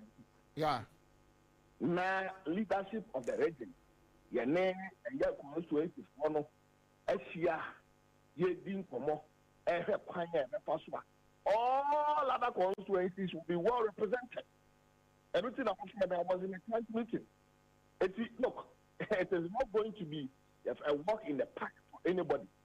Okay, so a front place north, at about front place south, a big city and prior to for a brim of Fazia Rebi, at the back of the air coast word grow, a chance across a certain months as a man can say, and there so the back is the one to whom before a year, a walk on off of one pass out, and Chakwa north and Chakwa south. Yet to one west to what is a bit to the mind at the bar a year you look for ever upon at the bar lower back of crack at the back of north of the south. Oh, be up on a boss war. I am now. Yeah, Baby, a year, another every. I bet you some. Okay, so I ain't found a meeting point. Yeah, meeting point, you know. Every year, NDC, a year party, a year officer. A war for Florida, a hall and a year meeting, a year point. Now, you get a year party office. Now, you see our party office, what? No, soon,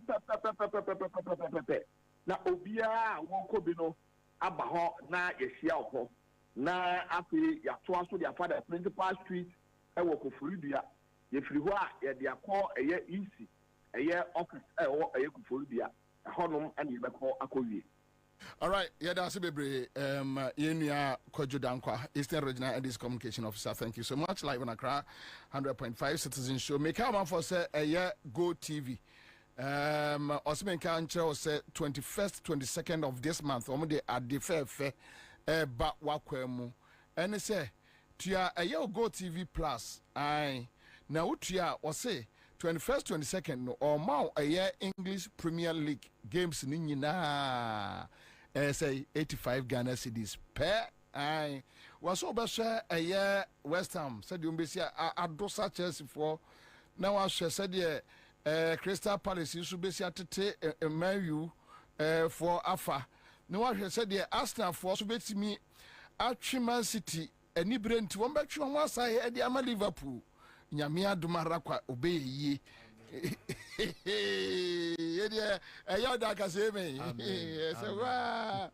Was a man for and subscribing to a year star 759 hash. I na ubenya a year board niche papa 85 Ghana cedis 21st 22nd September Go TV Plus modem peche me kwaba me ba amo fire. Mika Emra Bills was here. If you say, Asumja, when you were Bosia Bonsha Yahudi, Edu Chum, Obi Bia, and to make dear Biara Woody. Bills will be Bimao.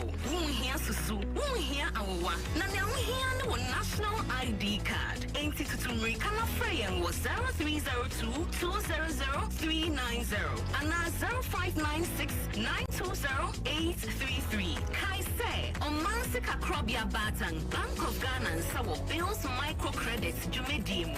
Bills Bosia Bohon Adamfo. Kai say Jumedi in Shishaka Crown. Feel every taste, never spread.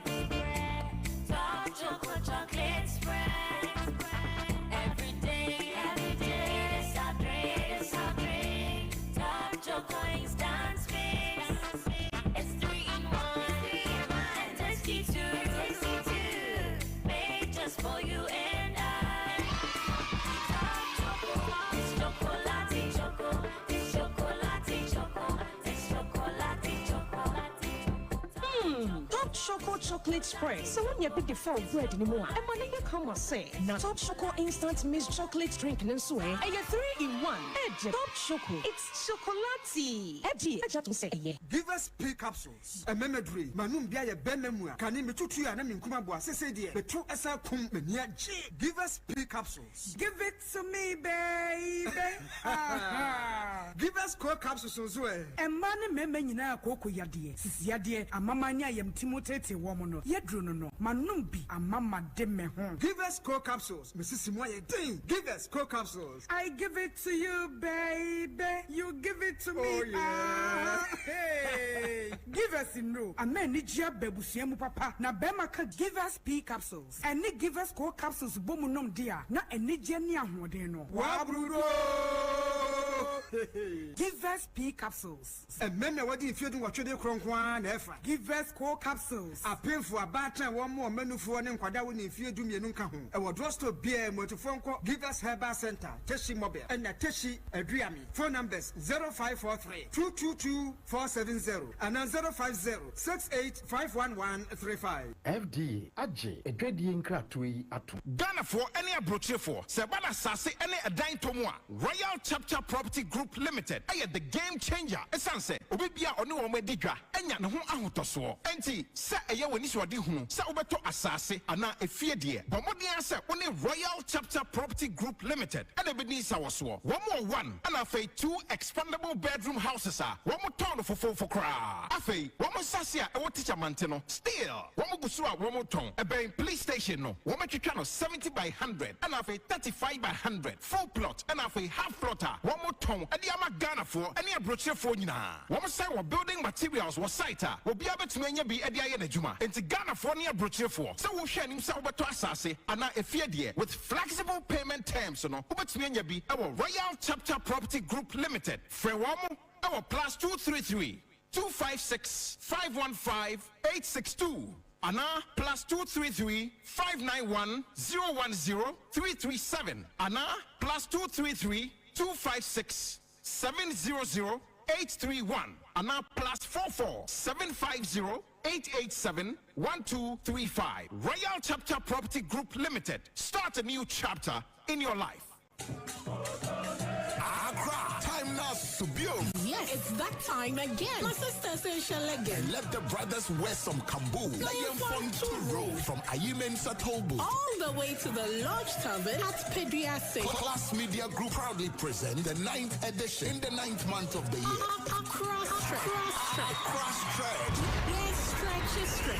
Get ready. Sweat it out with exciting aerobics, mental health and fitness education. There'll also be free health screening, dancing competition, wash and win competition, and so much more. Come, let's walk, stretch, keep fit, connect, have fun, and shake off all the stress. For participation and sponsorship, contact 0242 125 303 or 0555 251 645. The 9th edition of Accra Stretch is a CMG powered event and proudly sponsored by the Lodge Tavern, your adult contemporary alternative leisure center, Belacqua, Take Me Along, Greenfield Scientific Herbal Clinic, God is a healer, Greenfield, your last stop, Tango Prime washing powder, spotless, be bright, Flora disposable handkerchiefs. Choose wisely. Choose Flora tissues. Top Choco chocolate spread and Top Choco 3-in-1 chocolate drink. Eye Chocolati. Bloom Medical Services, your one-stop destination for comprehensive medical care. Connect deodorant. Connect, we make you beautiful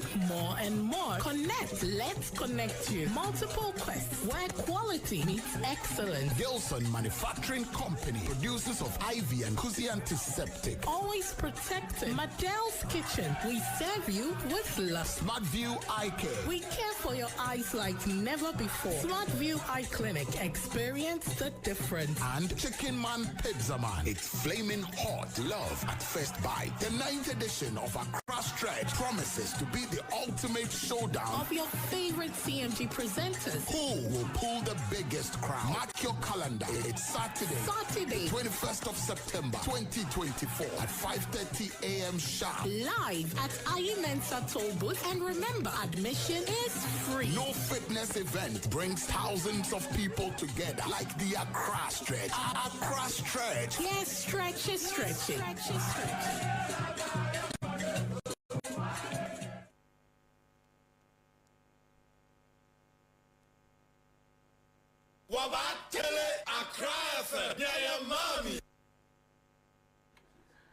Live on Accra 100.5 Citizen Show at the local level. Because you have to do more. No, dear more.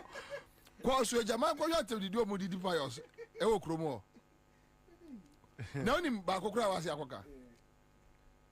Pious could see SHS for Gora. Or catch over there. Only more teachers. Headmaster here and down. Kwame. Kwame. Was it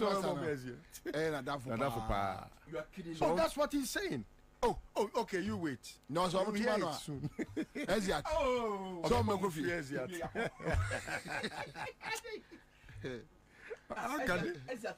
We can't get enough for that. House as much as this man. House as much as this man. When you have a car and you have an exit, or you have the opportunity to go out, and you have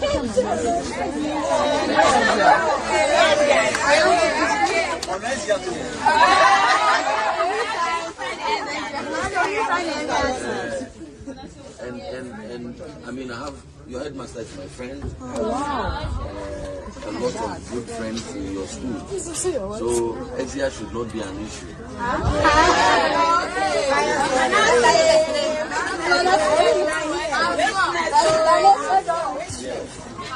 Yes. So if you want it, just let someone else know.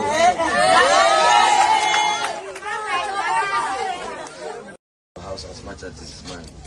When you have the time and you have an exit, or you have the opportunity to go out, and you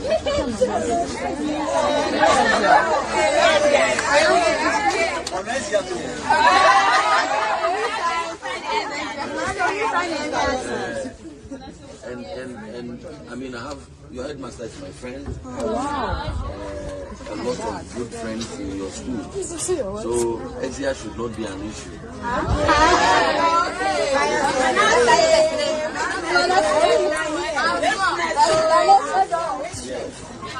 Yes. So if you want it, just let someone else know.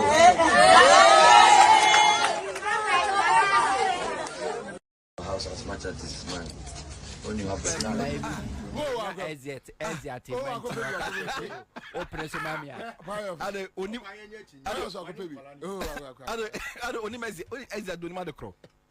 you know your manifesto. Me as a mechina see as or catch a quality so press mammy so baby feed any problem. Headmaster madam for to be easy at aba. Kwabena unim say Baomiana Kasa Koso Jama 3 weeks ago. Yeah. Town hall. Oko na ATL, Akosobo Textiles Limited. Workers will strike. And our workers for only be able to say, these are the challenges we have. What are you going to do for us? Baomia say unim say company bo every ATL. He says so. On tape. Yes.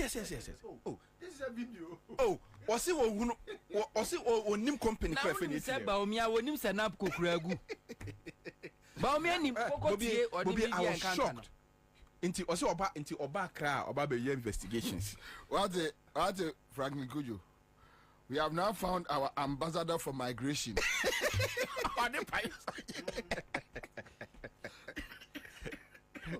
Hey, no, Charlie, but seriously, me na me nimi si ebe wo mi ama sabe wo mama mo bi say there be nkwasiafo adimeninza. I never thought me mama no papa be wo ajamia me nya nkwasiafo from Akufo Adotu. Hi. Chese bibia omu nyina ba kokura nkeja nsasemo na a friend say bo an hedu cocoa board guy no mo the galam say no, but they should do us a favor and walk away. They should leave the government. They should do us a favor. Just look at Pius. Samotumamia Eziat. Me mama Eziat sa. Hey. Na and you see, when in the area me ya wa Akufo ne ba omi aho. Wo dey say Ghana for kura ni se mu enu mu nim yansa. Such people like this and they are sacking no. No be who say papa he means business. He doesn't tolerate foolishness. Kwabena na your friend is saying president na mu akogina Kumasi akatere Ghana for say se free SHS no enyo mo fa mo banko private school. No, nkwasa sembe na chewe. Listen akwaba. Enu akwabra. So maybe I sure say na we monitor enkoma ye di no. Monitor bia akwabra. And men person me time. Yes. But now it seems NDC is preparing across the country, yes. Yeah. And I think say Mamenchia tie for Mamenchia menu anuma bedwa for men sane hunto amemo abaso as usual.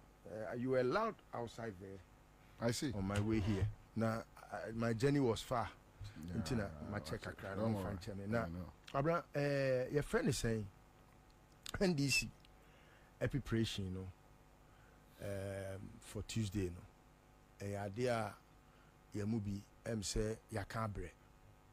Na say si abre wa che dwaye na omaya na che se osiesie ne ho. Ejebo ejenya bedru. Nti me mane nye te se ache enye se achenti ene enye it's better late than never. Nti kwabra ye bo ma baso papa. Inshallah. However, no, we just still want to remind them say sometimes procrastination becomes the thief of time, and so they have stolen a lot of time that I think say would have helped if they had done this earlier than now. However, like I said, it's better late than never. I also throw my support in, even though I'm not a member of the NDC. I support whatever the NDC decides to do in respect of this election, especially knowing say the periperio ebeba ama sumdie so ayeden aba. But if we say asomrufi enyo ya okraman nkraman ya sebi oga na hanso doso ebi kura wo mrahye bedwam ti omu nyina ntina e wo se asomrufi eden adwo kwabra I think say NDC as a political party, like I've always said, nyame ya aduma benada na Ghana for be hu the entire make say me na me di omo tutu na ntwie hu a in the past omo ama omo ho kwan ama ye friend ne sen na kwasefo etimi ku omo na say NDC ehu na ho den na wode enseyo ne ne tumi nya kokurokosem na se sebio akakabensem na ode na hoɔden akyerɛ ne bɔbia ɔman yosem no obi ntimi megina badwam te sɛ nkapayos ne akwai kwabra woni pɛ ya na de biamra fini akwai a na sɛ wanya as eki de ne to hyehye ni o Jubilee House yi akwai a if you are filing, you say, oh, tiny boy. Refu. Oh, me refi. Akwaya, our cotier, ya mudi trumuai. Sorry. William Franche. Lord, come. Sonny, minimum be as come. And I be minimum awful and a bright champon. NDC akyerɛ ɔmo nipa su ne baabi ɔmo free ba ne sɛ ne ɔmo ahoɔden city a ɛka we mu nya mɛma akɔmbɛtumi tie si badwam kraa bi ɔmo no a akasa bi a NDC awe ne tumi yɛ fama mo kɔmutumi nka ɔho eti sometimes me no baabi ana me gyina na minim NDC a na madwen yɛ me sɛ ɔmo yɛ nipa bi a asɛ ɔmo akɔ bɔne school ɔmutimi di bɔne ɛyɛ etutrasɛm no a me bɛn ɔmo a sese mahu sɛ nkɔfo we mu kura na ne yeso ɔmo for what reason sese no NDC no asɛ ekamia yɛ sɛ kane nneɔma bia na ɛma ɔmo ho yɛ hu no asɛ ɔmo ɛde ntoma foforɔ afira so eti kwabra mahu ne sɛ ɛnyɛ repentance bia na ɛyɛ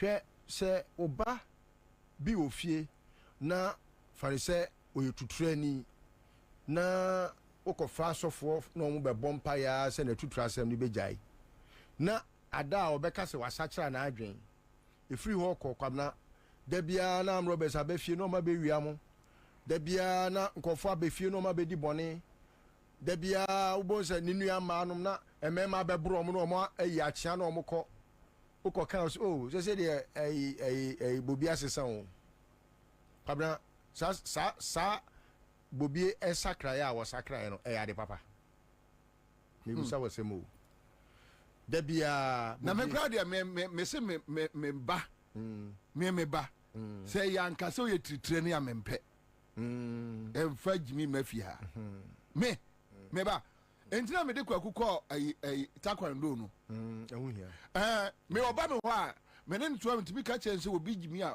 fa bo kwala no enko kwala obi a bas wo ye rough ke nyame adom o wa kama enye be ma fusiri so obi ye bibi kakra bi a kwala no ka fusiri na ni akoto obi ani pa cho fa chame ma bondi omtrim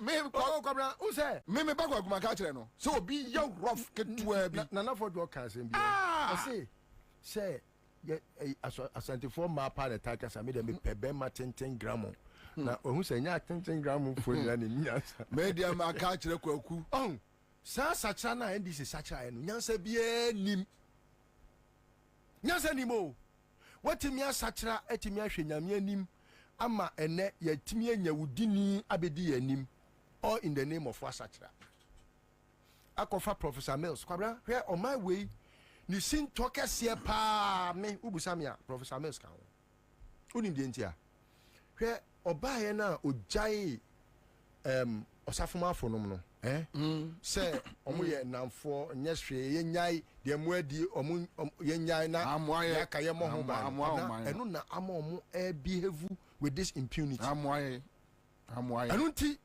ena je say wo fa oman sika obi a waton book ya church not for sale me judge afeni ya fa ne foforo kra in fact lawyer afeni we wie school kra mpo de ne kotena judge adwam se omu na tan a enya de anke be yeden tie na uko social media uko social media na MPP for no akufa the support na ebusa say na 8 years mu jeli say all because of Professor Mills sa me enya nyame so mpa no Yesu Kristo aba otwe ye na otwe aba na yeden wo de o che nyame o ka ho bi enene bone akufo do no mu ye o mo ye enu nti no Samuel Sachaye no nyansa bia nim, and I want to put it to you and to your faces.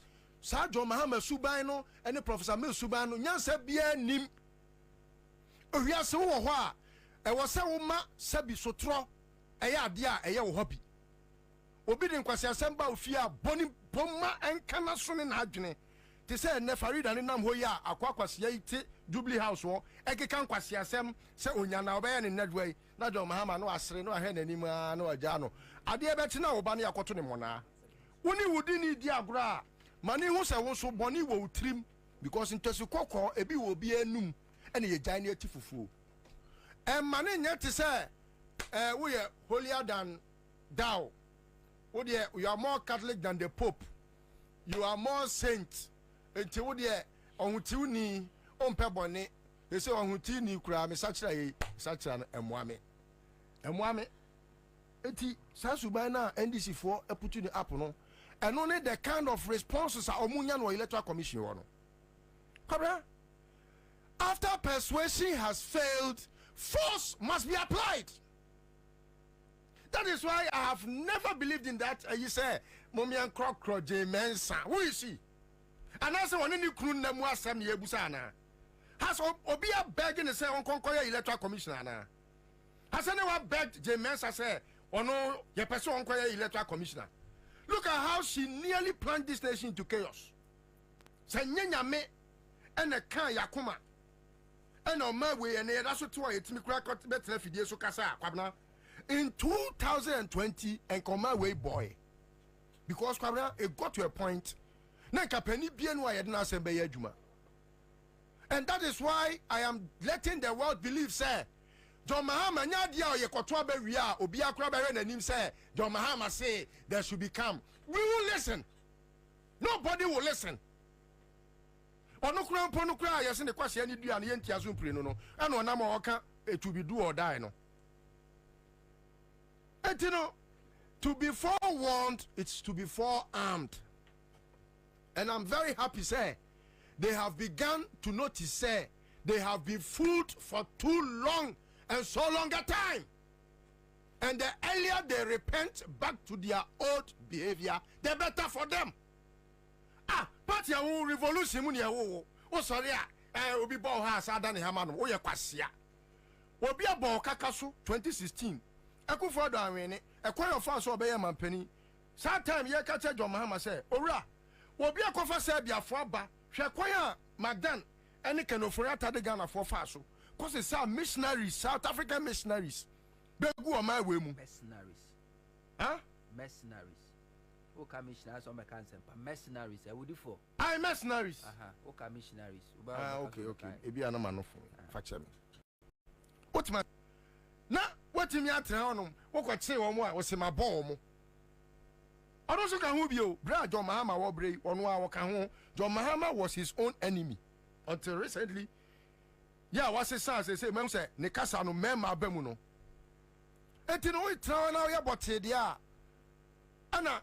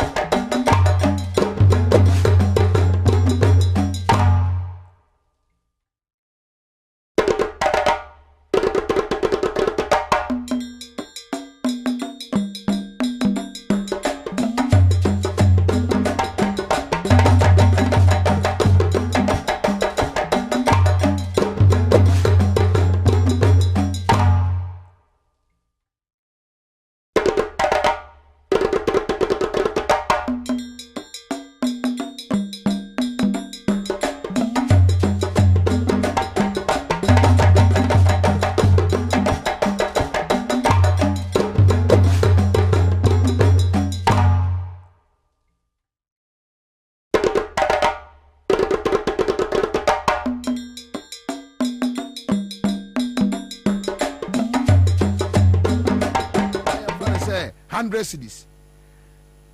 Adwumawura say sika no monche me target at the crime mode eye. Then they can't tell Adwumawura say ye discan ye say. Omo discan, omo scan. Straight.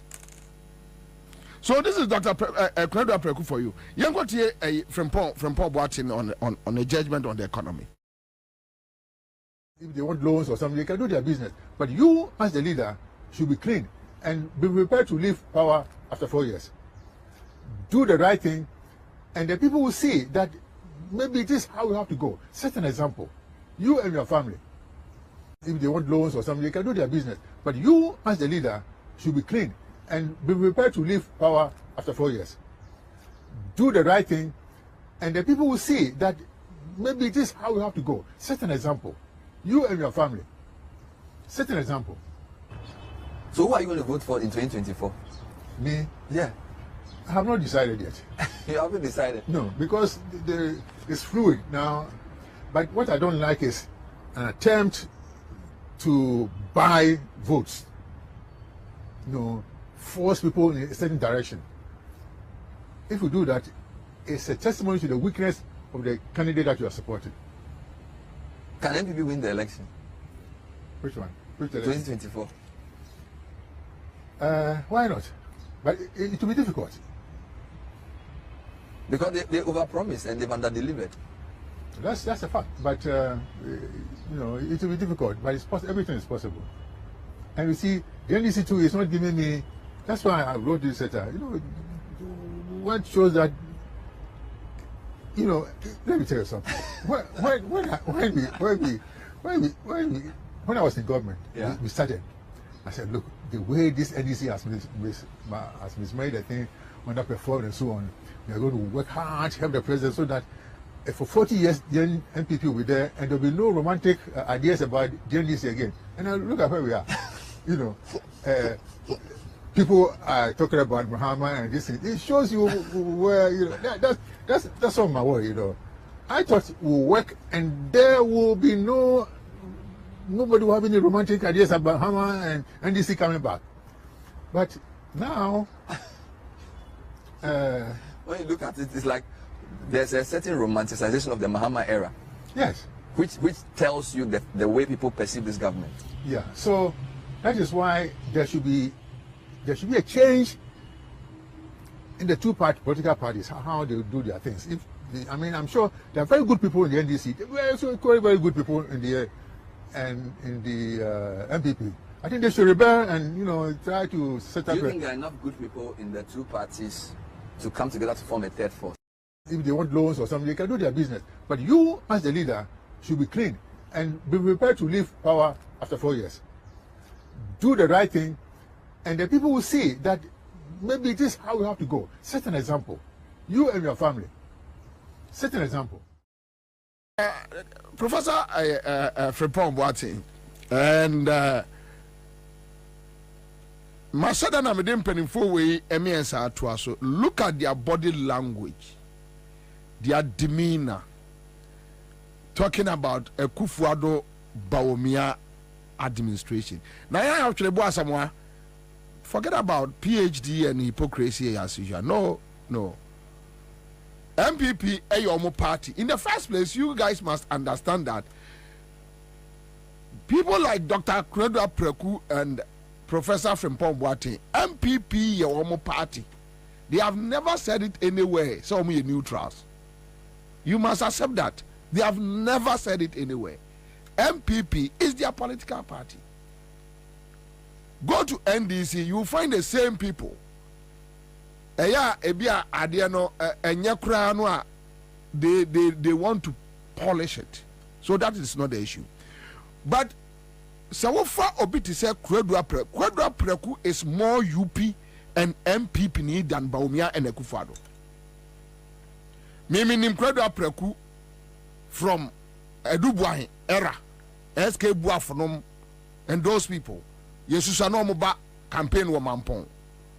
And because you fear for near MPP for always we are with them. What do you say? Aha. So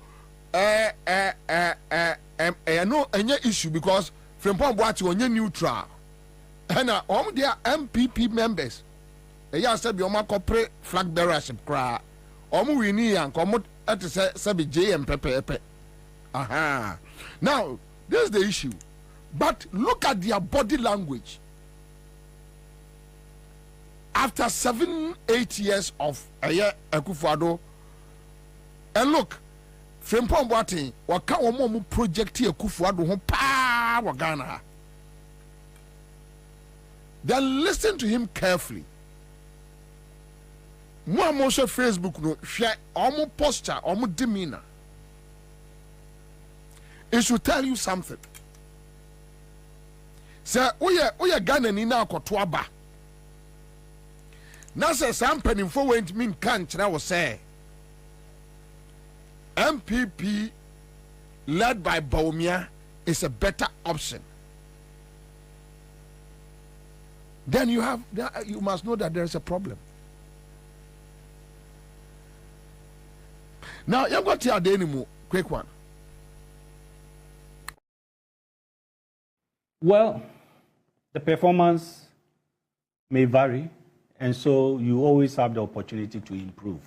But as we speak, and currently we are going through hardships within the country. So citizens are really going through that. And well, the performance may vary, and so you always have the opportunity to improve. But as we speak, and currently we are going through hardships within the country. So citizens are really going through that. And government has admitted. We are running an IMF program. My expectation is that by the time the second tranche is received and we enter next year, there should be a remarkable improvement in the performance of the economy. That recovery. And we will see that recovery if government is able to regularly meet its indebtedness payment. You know what you know. You are a party member. Do you have the confidence that will be done to pave the way for breaking the A? Are you that confident? Well, so far, since we had a IMF bailout agreement reached, we've already received the first tranche of 600 million. The second tranche is expected in November, maybe up to December, it should come in. And that should be able to give a relief to government in servicing its debt and in making sure that new projects, regular payments of projects which are ongoing and supplies and consultancy services can be met regularly. Give me your quick verdict on the performance so far. Happy or unhappy? Well, as it is now, I believe that most Ghanaians are unhappy. You? Are you? Me? You're Ghanaian too. Are you happy or unhappy? I'm in the category of unhappiness. So you're unhappy with the performance of your government so far? We're talking about now. Yes, now. Now. Yes, now. Maybe some time ago. Yes, but now you're unhappy with the performance of your government. And that is why we are saying that there should be that improvement with the prudent use of the IMF facility that will come in for the second tranche. And the third tranche is expected sometime next year, April or May. And by the time all these inflows should come in, that recovery of the economy, we should be seeing a remarkable improvement. Well, the performance may vary, and so you always have the opportunity to improve. Then the last person I'm going to be trying to Amamo Sly, and who is now the Deputy Minister of Information, Sylvester Tete, right? On Deputy Minister of Information now, and on a verdict on one government. 24 elections, no. Any man be doing elections, no. Jobs and the state of our economy. 2016, yes, of course. But now we can say so. Why your economy, no? Why you be and don't forget, former Vice President Bawumia will be at post 24 elections, no. Any man be doing elections, no. Jobs and the state of our economy. 2016, yes, of course. But now we can say so. Why your economy, no? Why you be and don't forget, former Vice President Bawumia will be at post till 2024 elections. Okay, GBB strong couldn't want him no person. Not say the new vision, but that's our vision of Nanado in there. You should give that vision to Nanado today. So wait me advice about the need film. On cancer. On cancer. So to me exposure. On cancer. Any exposure. Out of secrecy. Any president and the head of the economic management. I'll bet me a one year based on experience. So who na kufa me bawe. They already pay me. They already pay me the state of our economy. Yeah. Nanado so cancer or the name buyer. Because of the experience in the economy. So if the economy is not going well, you put him aside. I feel no no issue. Who the 8 years the economy? The experience. But the mid 24 elections no. Any man be doing the elections no. Jobs and the state of our economy. 2016. Yes, of course. But now me catch say. So why your economy no? Why you be BA? And don't forget, former Vice President Bobie will be a post. Sylvester Tete, Timi Abadin nyinaa tofa my into the 8 years ebesu economy. No ba betre. And Obusa, a very fantastic question. Or say the winim no farmer Akufo-Addo na onye ni yi. Ba omi ase da bi me pese Ghana for mre 8 years na me ba na maba aba be ye ni yi. And in all na ba omi ade adani asa odon de car never ma the car never ma the car never ma onipa uko position sa ya uko position yes but mepe a friend say Tete Deputy Minister of Information he say on also NDC campaign manager on also Okahumbi campaign no omuguso moye say 8 years yeah let's go so when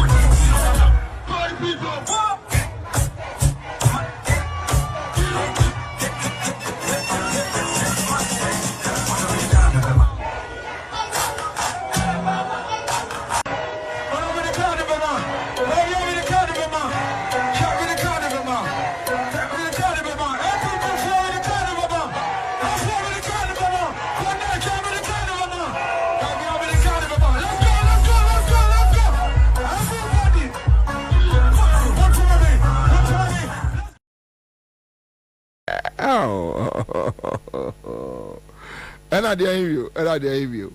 They say campaign and Ansah. And you see, my man cast him in Kwame. Hold on, Paite. Hold on for me. John Geza about me as a very big joker. No one describing him will say or a joker. But my man cast him in the moment my dear a day party in government last hour I didn't call opposition. Asa. Yeah. The moment I don't say party ni bonyum esa pe omko opposition. The aka do omo chere 2008 Akufo-Addo asa oh Kwame but me and my side dey so say 2008 na mo mususa 2008 na mo asempa na 2008 no na omunya nhumi ye papa ti omko ba bia ya na mkobi yeah beach yeah 2008 na Akufo-Addo num timi sa ade a chi condom Kwame ugugu se si Ghana web other potas condom 2008 Akufo-Addo num ko bo jams ewo Labadi beach egurade condoms okro ones cassava star a size there massa Yeah, yeah. Yeah, yes, Nanado. And I want to acquire about socket. About checking me. Team 2016. Quite one 2016 said the end is for the boy. Oh, bloody young couple. One guy. Sure. Now 2016 a Neil Antivanta boy. What G Satawale you know G microphone. Mahama Pepper. Now MP to be true news I saw the show why Neil Ante. Yeah. Ansah 2016 Ansah. Any of the Munya say yo Munya say Asana ya Dawson. One would the assassin. No, the okay, we be and this in Yajoso. Okay, we be out. Now, yeah, almost I am a general. I said, get your crowd one part any promoso. Sunyane, dear assassin, we almost have the any prayer and any prayer radio. Team Bobie Uncle Omuko opposition menam kachero Omuko esa no a Ghana sunsum no ma wodane concert ahu na wo jim krofo ani ti ube chiri Ghana jim krofo ani sa abadabede ai sunsun no be mo achini Ghana ayese bodamfo no na wo jim krofo ani mo be jim ani sa na wakra na woko yeah so also Ghana sunsun ni na dwen se be pamo a ema wo de ho akirekire wo de ho jijajija anytime bia no se wo ko ba bi kura no na se crowd ni wa na on the way in 2020, okay, let me give you a typical example. 2020, say no MB before Bonium. 2020, 1 year concert, say a disco. Who be sir? There be. Amuko. On the way, John Mama, I so relaxed. And on now from Boko dealing with people one-on-one. 2008, I hear you. 2008 omuja labadi ebonyom no na Professor Mills no nam one on one ni ano na akufado timi be gina a platform so where is your candidate your candidate to the one those from what is your candidate where is your candidate where is your candidate san obushu ni manifio on peja no call hospital 2008 ebi na ema umiano ebi na ya omo ya kwa me catch o won be bonyum saa kwa 5 December odi obehu odi atobo so many freaking paluta odi atobo won be bonyum saa ya on se unu se ayi Shatawale nyum na dey ndc call ayi opposition 2016 Mahama paper yo she adina sunsumo se on tiasia na follow a trend no a me Bobie awura kumasi a o shasi adam who say omoko they are gone yeah I just said to myself, oh okay, now it's confirmed they are sunsumu for research ye astrologers go you know the science and ade yan kolego nya fe ni ekope 10 out of 20 people 3 said this, 4 said that, 3 say nothing. Ye dear daje, ye the susum de no an ehwe. Omoko, they are gone. And 2016, Kwame, JM no mu puli crowd be war. Say Accra Sports Stadium. And Charles Meboa, Accra Sports Stadium. Chaze, Accra Sports Stadium, right? 2016. Either Accra Sports Stadium or almost last rally. Ha! Chale, crowd no me who you know. Oh, Saturday me wa ahoto. Me catch obi so Kwabena. We there. JM no ma fa no fala Kwabena. Masa. Enipa. Sa wo ko position ho. And say skania usika ebesa no. Ana say on o say ukonya ska bumbi na say ebesa e ma you want to go so. Where's the my want to do a chisa Cape Coast me da say. There be on Cape Coast e Accra Sports Stadium. Ah, Keneto. E Accra Sports Stadium enye Cape Coast ah. Sure. Mrs. Our crowd no in Ghana history. Me who be that. Sadano na ayi your friend say Nilante what to nyum sa no say choir rapper. Say na Edin Cray. Sure mo akwase jubuasi akwase Accra Sports Stadium ema omuma nipa kura ni bi kofie. Ghana sunsum pamo asa o ya e de wo kwa ye no a de wo sikro no de wo chinchini saa bo so de wo kire nkrofo saa no de wo akoshe dem eno no that's all. So that's it. Amuguso esa but mamenwie we quick one very significant. Dr. Mahmoud Bawumia aya adie bi en Kwame sa adie we mesra mo mamo miss this side.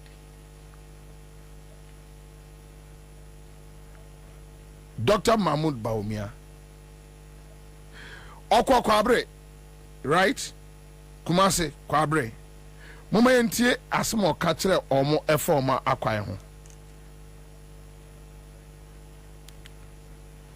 Andy Mullers, but commander, the verdict was stolen. Bema, obi to opposition now because we are wa bodam. Jai. You don't cry there. And this is what you more make a cast answer no message in the bar robber.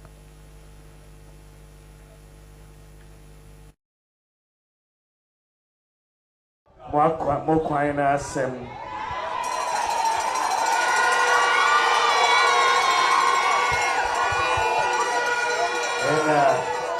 they say the person in the here, Namini, more quiet as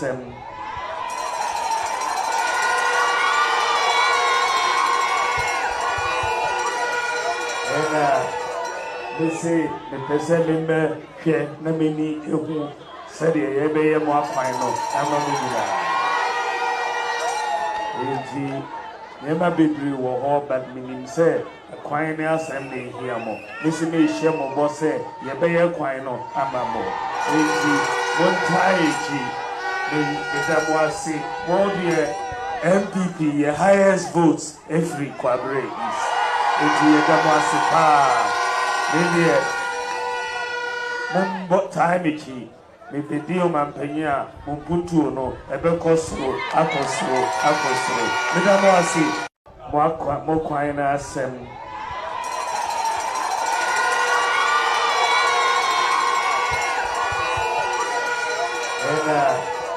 They say the person in the here, Namini, said.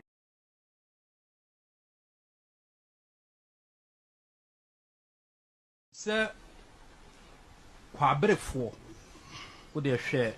Sir Kwabena for would they share voting pattern? Or more to a badudo pa de manana. Obviously, men country, yes, obviously, men country president. So, my Kwabena no say president, nyama womoa. There's a bay omuya pa na 2024 on betua banetia NPP. No problem. You do it. I'm saying people make those kind of threats. Me, they don't frighten me. Okay. It's somebody votes for you, somebody supports you. It's because they want you to do things for them. So I understand that. There's no need for people to go to Manya say. I don't want to watch them. But of course, mayor and about to decide to NDC. I watch them. I don't know myself. obi an so sa emfa in team so baby and there the important thing is that we have a responsibility. I understand the responsibility and we will deal with it. Fantastic. Right. Now, the last time I was back, now you're a candidate. And as president. As president. That's right. Now, maybe Opewa Sempa no send a question way. Also back as candidate. Okay, say they will take a year. Sir, obey president or ring feeder. Sir, Kwabena for say or more better about my end this year. I almost ask them on onion and such threats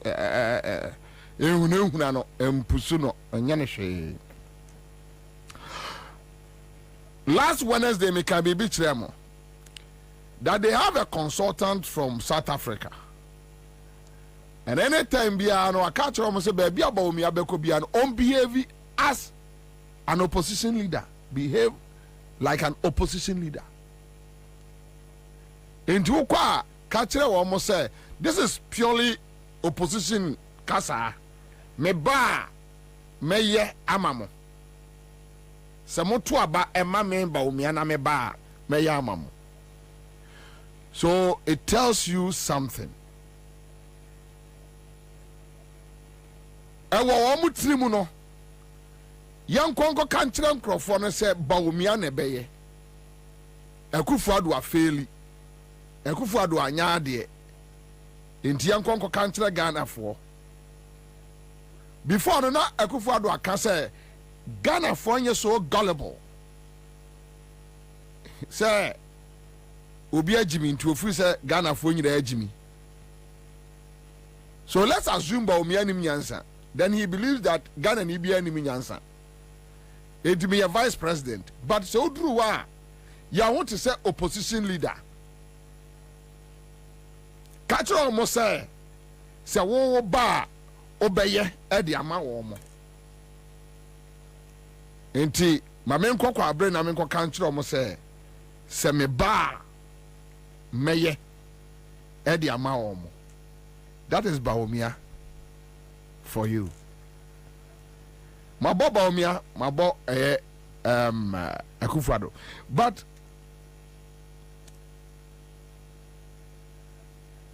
Baomia wie no, then the reality dawned on him. Then he came face to face with the reality. How many businessmen could she eye? And the reason why Baomia was avoiding a groups meeting to what share ni kumas no koy no wonam lord kwamu sa ye bass ni pamra ye rezi atmosphere no euphoria no nkosro what you say no bia hunu say because the number of Baomia ko be share groups one on one and can some better can ya kra. Can some about me better no and can yet and in fact me na minim groups ni bi wo Kumasi na omo awiata so say about me ahia omo they will insult him e woni panum. And at this point won't mean can kire bodyguards say omo mbu obia. No, they won't do it. The worst thing they will do is on beku krunipa na kwa akosi abonten. Yeah, at this point o government didn't say there will be a problem. Why he say, "Ewo kromu say, no asai nam with your entina sa that dia so for no it will stop on the convoy no." Okay, say before 2020 and combat nya no. Among for ready who say time in nie, so they will provoke you. And minim groups are no my imagine say Baomia, and yes, obey groups they will insult him. And I think the national security picked the intel to acquire one okosia when group right? Okay, so and no meeting no a businessman in Kumasi, businessman community of Kumasi and Baomia Shia Anra. Yenkotie, one of the businessmen, asɛm ɔka kyerɛ Bawumia just Gromano, Sunday, you were MPs, any ministers were Your Excellency. Musa MPs, ministers, I want to say, Kumase. Apart from MPP, by business gurus, I was an woman for true person who do. Obiet my ball, did I? All Canadian example, they say, Obia or Bannetia. Bẹ́ẹ̀ bí ẹni dẹ̀ ma ó fẹ́ bẹ́ẹ̀ ma sẹ́ ọ̀ sọ̀rọ̀ o bí ẹ ti ní sọ̀rọ̀ o ha because ẹni bẹ́ẹ̀ nyina egu yẹ wọ ha mi yẹ ìjà mi yẹ wọ́n mẹ̀jú àmì yẹ sẹ́bi yẹ wọ abẹ́ bí wọ́n ọ̀ ti ní support businesses ẹ̀ wọ́n mu blow mi yẹ nsuo ẹni mi kóra Ansah water ẹ̀ one of the best mineral water in Ghana. Ansah the people out there want to still from 2016 the machines have the two in Hamburg is in there. Dog, electricity, I have a grain, just a base. If you never check, and you have 20,000 and then you check 200 and something. Just a way one way you know electricity and use dollar. That's a big we are. That's why all women are done in my way. And myself, I didn't hear me understand. Somebody died so sad. A baby muscle, I'm a mobile, and to them, I was slack. They didn't want any support to the art. And here was a woman who ministers, no MPs, any party members. Ever who you are, yet you are also the fact of the area. Not only here. Because I never wait in MPP, or be able to say MPP as Santa Stronghold. But so real one, and the other course was Santa. What mean that you say MPP as Santa Stronghold? Because the beard is someone, oh, Roma. If you can never be over, it's money MPs, or ministers. But I mean, I say MPP, but I'm afraid of government.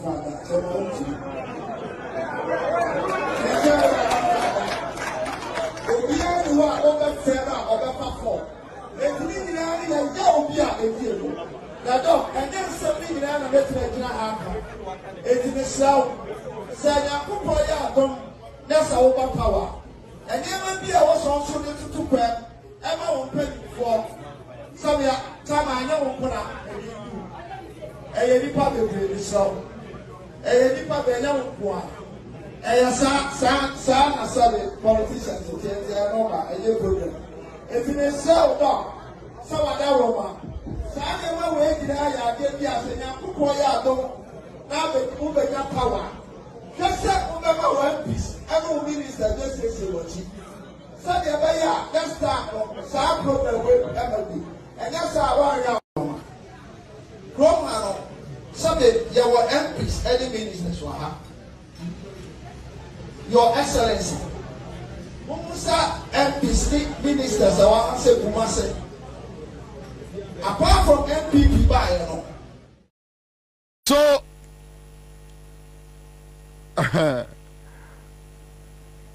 reality in ye, asem in ye. Me say, Bawumia, oh. Efo baby amwano se Bawumia ye bema onya ye campaign no onya jomama de ni bia oni groups ehia na omo busa no questions na oyi ano Bawumia ye bema onye bi Bawumia ye bema also the social media said the jomama ye last week as last 2 weeks no say waso ni social media ama from rational musa na question ka Bawumia beti na so nsem we ye Kumase omo share Kumase business community we Kumase businessmen for no na omo feel say omo nya kakra bi hye envelope mu omo a eye enti omo betu omo wo de enka omo ne market for no share say adwadifo ma no omo sika akọ banks a ahye na nka omo group Kumasi Ashanti region pensioners na nka omo no omo ahia mesinka Bawumia onko asafo na omo ne eye omo printing press for no omo no omo nkosia ka Bawumia beti na sum se ne maame de owo ne maame wonim ne din enim wale de o chekere wale a adan nko beti obahun ni nyina se omo afa professor o kire twi ene o kire ne twi se ya baba enko beti ka ya baba nko beti.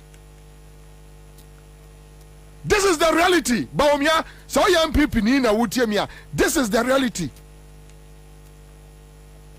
Obia no otua enkaniaka otwa nsuo na 2016 otua 2000. Today he's paying 200,000 Ghana, 2 billion a month for light. Ya no kura wonya light no. Na onu sembwa ekoso on semba ubetimi akọ schools ubetimi akọ school mu akwasesa nkwala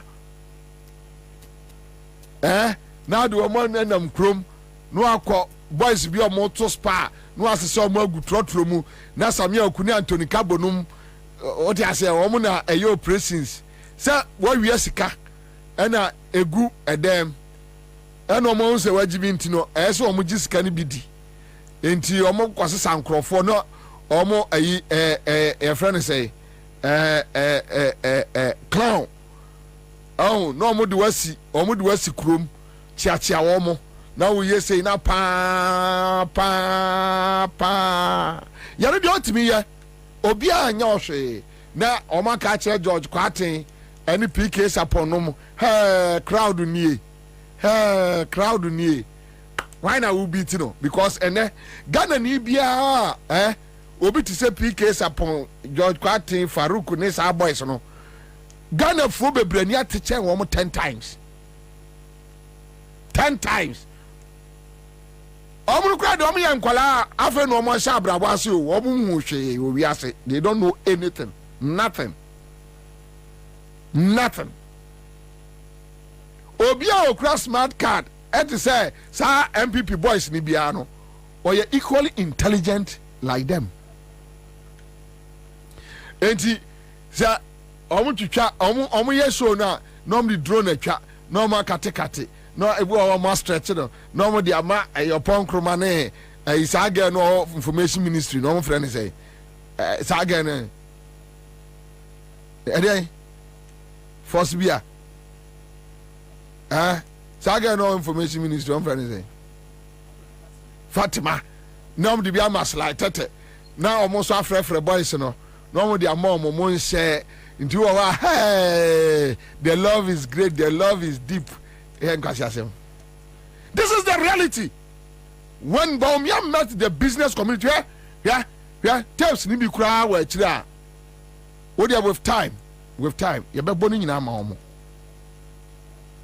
tapes ni bi wa chira wotie nkrofo businessmen questions on busa Bawumia comments omo ye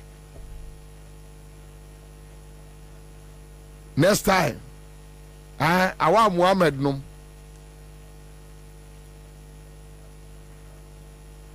ubet mi akwasesa nkrofo afri baabi o ubet mi akwasesa nkrofo afri baabi ya no de obi anka hwe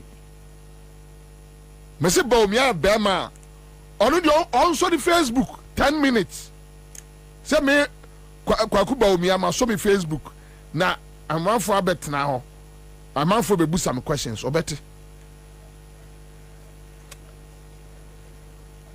star 413 hash and I may tell 1,000 Ghana 2,000 3,000 may tell 10 million 20 million 30 million. The most deplorable, the most deteriorated, the most rejected and the most neglected district in the Ashanti region is Kwabena, especially Kwabena East. And as if that is not enough, Akufo-Addo end up insulting them.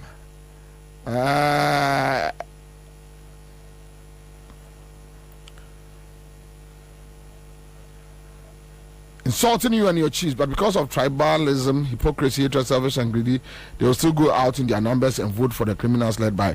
You see, Hasif reigns. Most of no Montomobo. Baby, anyway, a year rejected than North. Hasif Ufri North. But me akɔ nɔfo a yakɔ tie the wahemfo nsɛm a ya ɔmo kafa ɛma no Kwame but me ankɔ gonja ayi bɔle yante de ɔhene ne kan ɛyɛ ahwɛ video no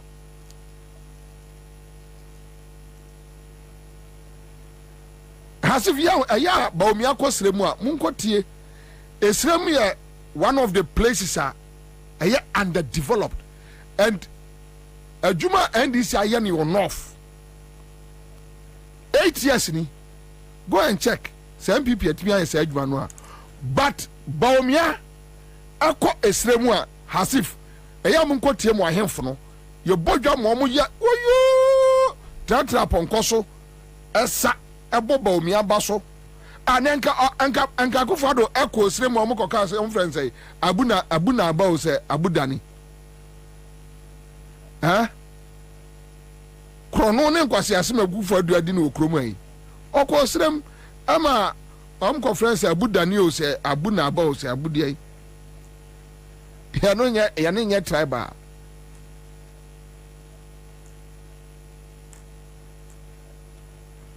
ya no nye tribal ya fra wo hine se o mesi aba omi amona baso a ye no ye ya fra obi de no okobo na baso bia o se ye no ye tribal ye no nye.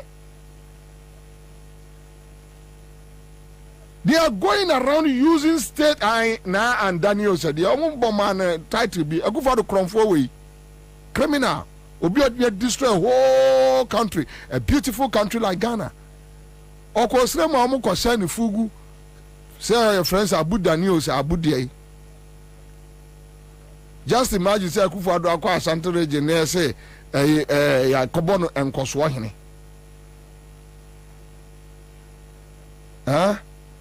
Ya see akobono enkoso hene.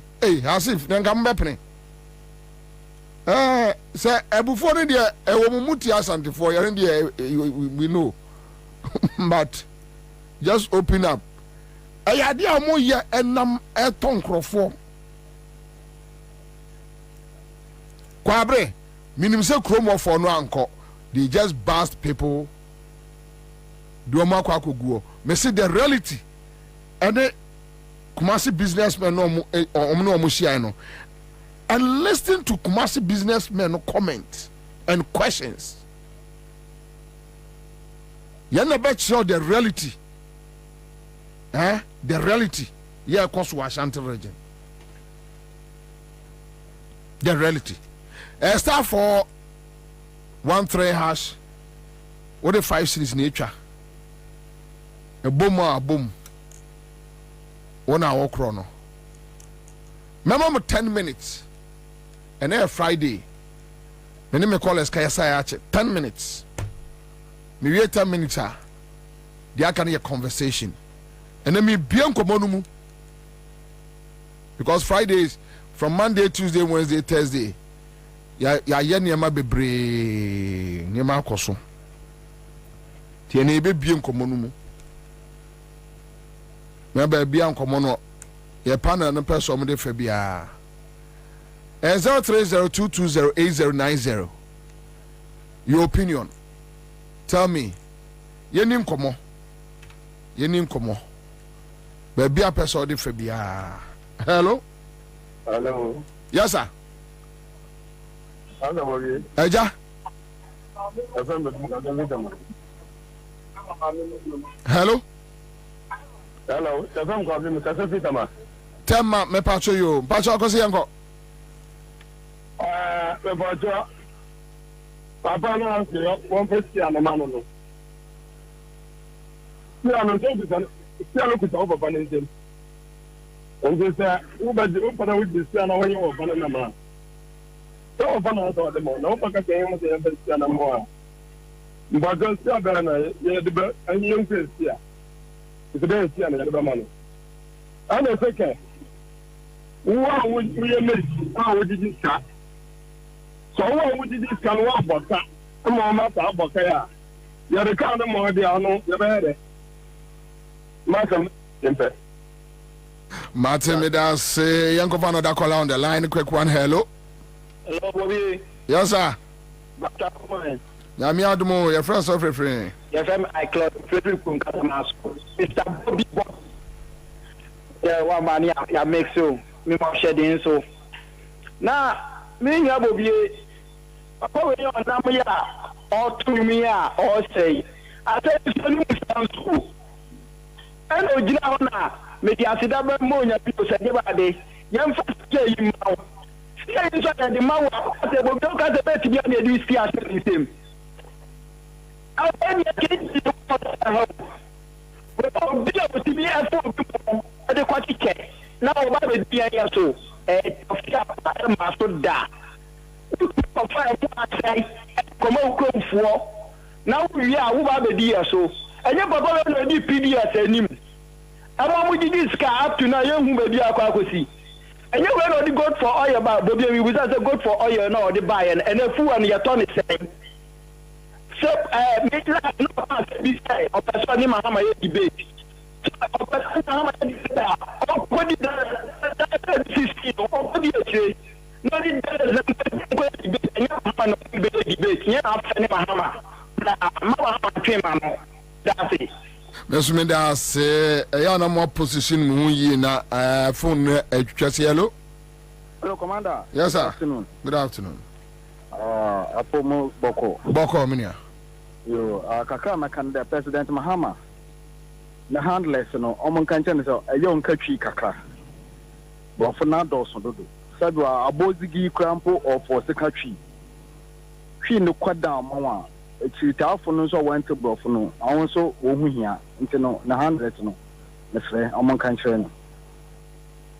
Yes. Mr. Medas, a good point, well noted. Hello. Okay, you're losing now. Hello. Hello. Pacho, Yanko. Yeah, Bobie. It's Pacho Boko. Yeah, your friend Mike, I'm a for Domi. Yo, Domi for Yanko. Only the day. In fact, you're limited Yanko Panda Roma, and this baby. But MPP ni be where Madame Fupa or Kufubia. Wakatra me say, and Yentia Nana Kufuado, why appointed judges de Bray and he said, the NDC every 2024 election, the Beko Court, the Court judges for no, Ombeji Assembly, Adiama, MPP 4. Into the best way and penny form, so on be your homework ye. Ajabema, when are your homework ye in a house of Kotuaba? Simple.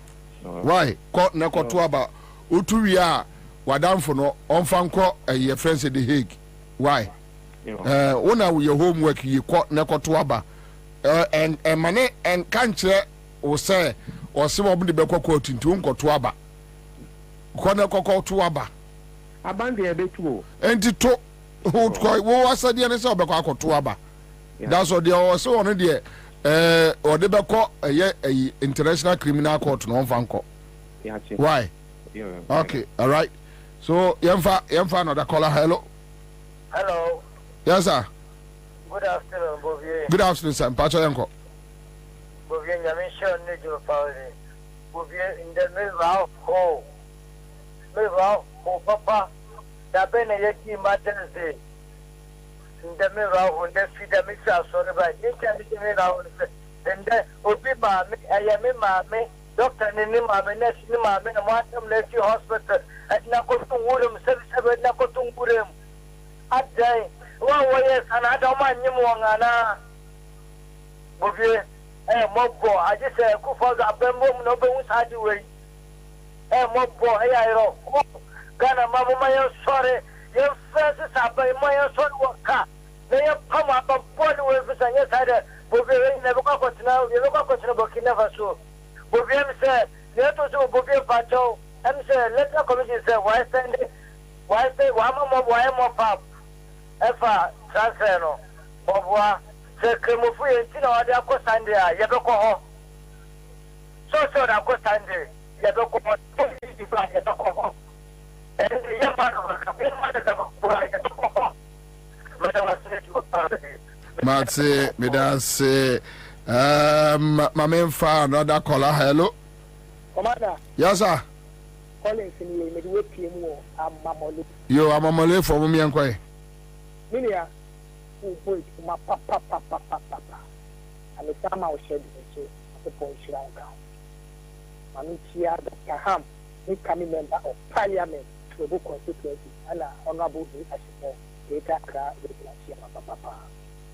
Bobie, share over tape to be to see as our fact or say our mere. And no could do a apartment.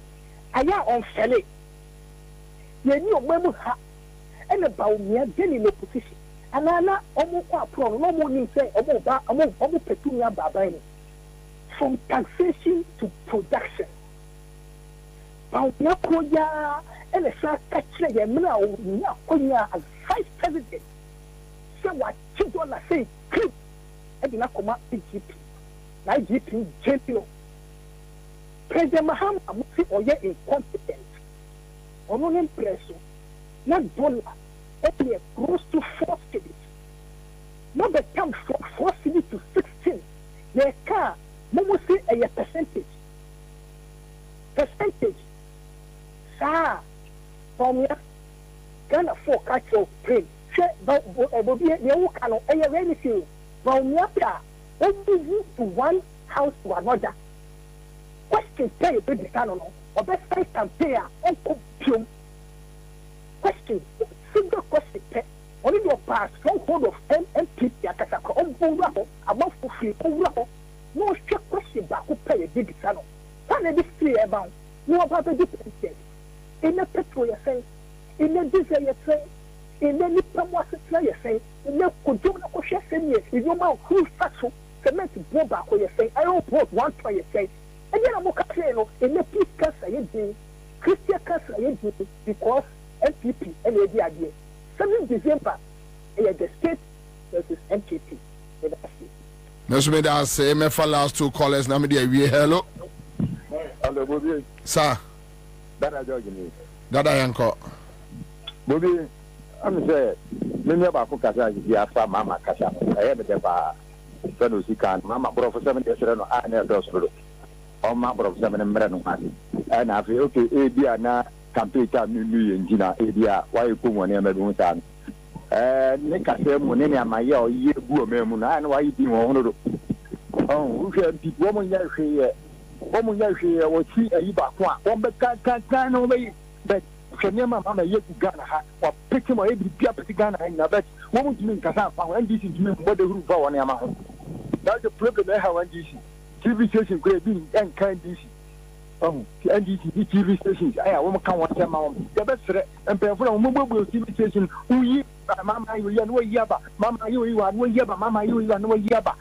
Oh, the best room, the best room, Mama, and Ibrimra, Namama, Casaya, Slow. Yama, why I have Bodin, Kakra, Mamma, you have a Mamma and Sammy, many our Ghana, every place.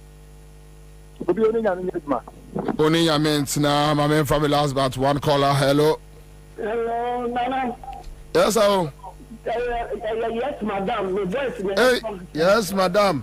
And also, the bank, I'm not going to be the flow of our family. Catastrophe, Agna. Pacha young Komame. Me, I send one listen. Then I look at it. I mean, I hear you. It's a thing that we shot our no something. Now, what's that thing I want Muhammad, and I'm going to come now, come in and say, Yamia, it is all you mean to unconfirm, say, Yami, and I'm going to be Yamahama, dear, Wabayu. Yamin County, no shabby. At the Kunduna, we will be coming for it. Rather than Jamu about a temple, no more self come down. You are watching the killer down. You're definitely down to Yami, that you would die. Eyakia used to mommy. Mate, mame. Nati bank phone come and makuma tomo. Ami. Bank la permesa ba ho kwa kwa chiwa na ma no ba so chiwa wa. Kwa mkwache. Na ba ya no. Sabre na mi ma mi o mi se tuntum. Na me bank na tie mu fi agune bi kwa sasi agure. Mate. Na ma kwa mi kwa chibi no mama. Also me frama but I will come the personal argument. Mate. Mate.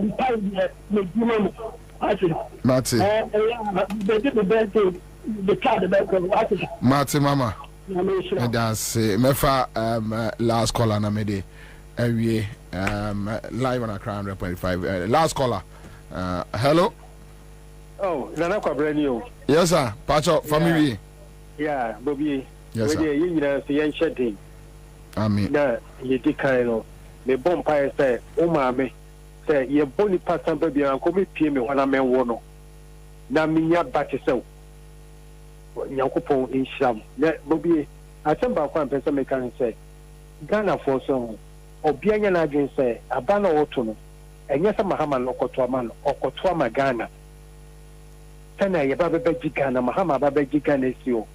Bobie baby ame wonu so my range only say me ye me won ko for 100. I bet me convince you. Omukwa okotwa ma ndisi.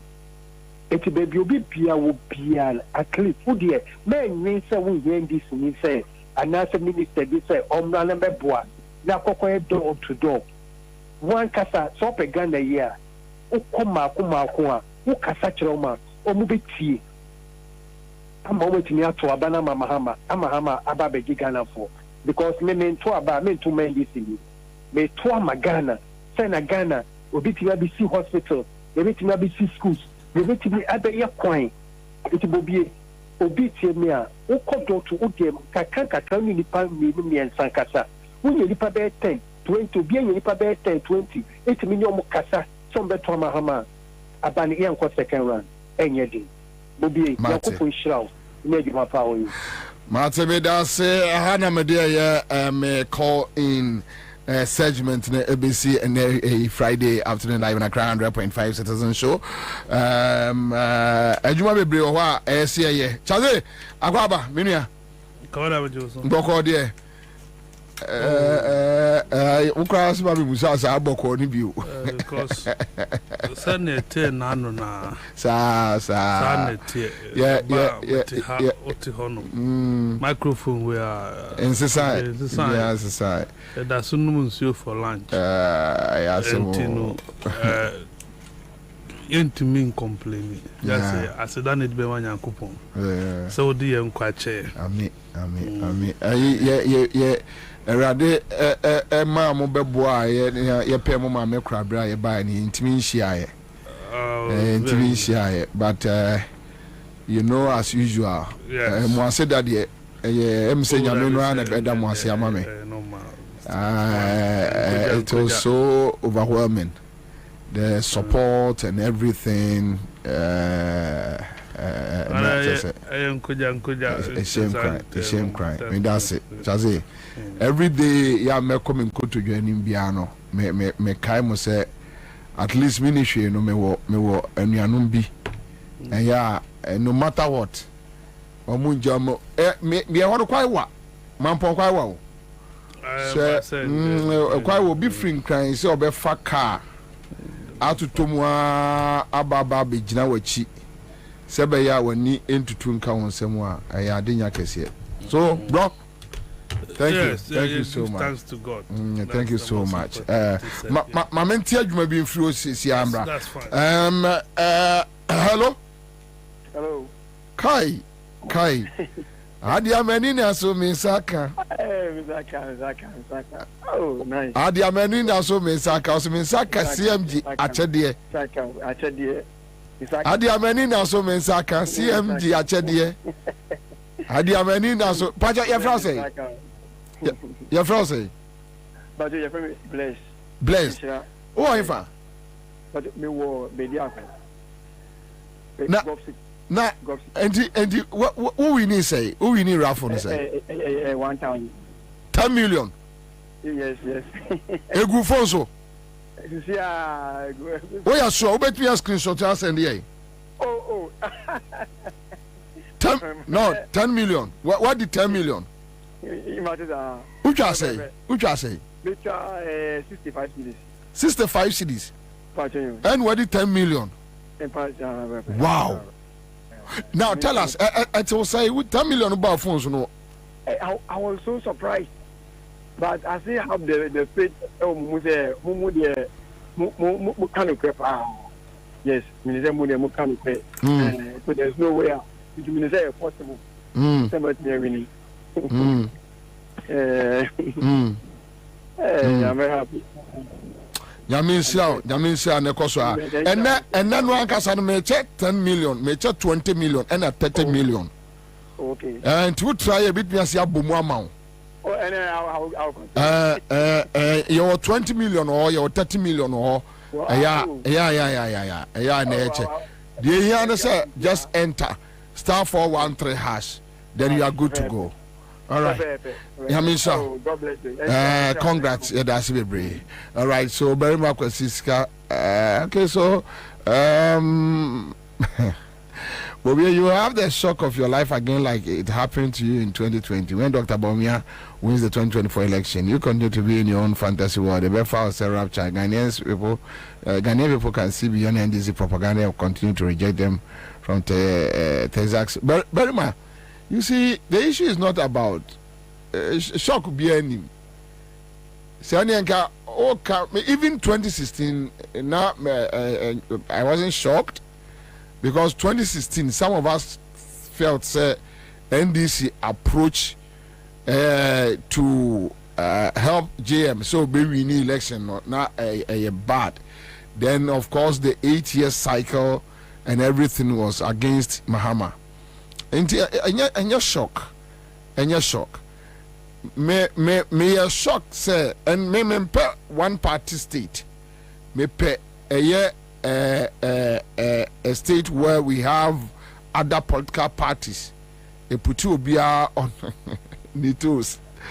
And Berima, me shock ne say Ghana for Tim Share Kufuadu and him to Abamano. And Berima, enka waste space we no what say Bobie, and Nema say na MPPIA within 8 years, I see a to Abama. Berima Oba Ghana. O fatem na 3 adwoma amasi e no ya net wo say Kumasi airport phase 2 na no do atimi akwa bie ano wa commission but omunwie very ma onkrofo no nwie yo very shameful omunwie ade aya commission ni ase atutum. Can you imagine? Very fine time bro, me so I like you me pe nkrofo omo person let's jojo obi answer na adwene wa bie airport ya commission so ya tum wey so it's not about the win. Sabawumia I win no betimi Ghana here and I don't have why should I be shocked in any case 8 years ni 8 years Akufo-Addo win here me ni didn't yiri fie Gabi emprafwe omu no aduane ma me nkodi bi Asante bedi atuo omu restaurant nye onam kosra aduane me ne omu ni hwie ye wo wiase me e Ghana ni metem da bi omu te omu ba bi so shock be any ho but my worry is when I pay taxes na se nipa ni wia taxes no de kogu ba bi onfa nya adwuma then I have a problem. That's all. Anyway, so Charlie, Akwaba. Ubate cafe beer for then near Yakwaba near Baba Bibim. Yakwaba Baba Bibim. There are issues, but Messia book must tape no Eddie Ama Mobile, but maybe a Biana or Bibia Opese or Tifro 111. Yeah, issues. Yeah, Yanko. Issues there, Dawson. Me banami tinkomo. But I saw Dr. George Pra. Winneba. Yeah. Medical superintendent. Yes. You know. What happened? Netense sit mameno. on your accident. I know you're involved in accident. And I'm no call hospital. According to reporter Mekanye from the Daily Satellite, as Kelly from UTV. Okay. And according to Mr. I'm at the hospital 2 months in here. Now, on your accident, you know, movies are affecting our dream. And at this time, okay, come. That is or other patients, and I be sending beyond so I'm mentino. Medical superintendent, our George Prano. See, or no one started to see Yendi Mameno. Did no have not 2 ambulance. Moko drew Crutia, and I said, I'm cano, and no Muja Mamma 2 hono. Mamma, the woman. Now, why oh, see, it is in the news, in the media, everybody. No, when I make us say, or mom follow sorry, no, why who we are later who says, I'm free hospital way. According to I chrome her for like. Okay. Town folks. Okay, hospital,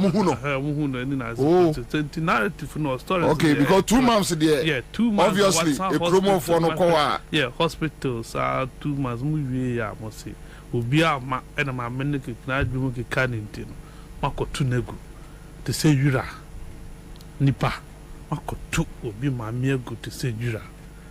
And you are not ashamed. Unfair. Uni nipa hundo. And can doctor dear. Matisa GMA Ghana Medical Association for issue statement or I see. I have not heard anything. Not even the health ministry. No, Okoboy, I think that what by Nemana a shall say about the ministry hono. And what he has to be up and doing. Now on media campaign. Wow, Bob Bolus. Now these are some of the things. So you children and gender ministry maintain Monka. They've not spoken about this one. Ministry of Health and Kasa and Catherine for investigation ban away. Which investigation bill? Is it not true? So I mean no hospital. Is it not true? Say government hospital no ambulance and the swan no two no. So if it is true, one install 2 years. Based on the report that Memakai on the Daily Satellite, Dr. George Pra, or yes, medical superintendent, and Winnipeg Government Hospital in Sanwe Jumani.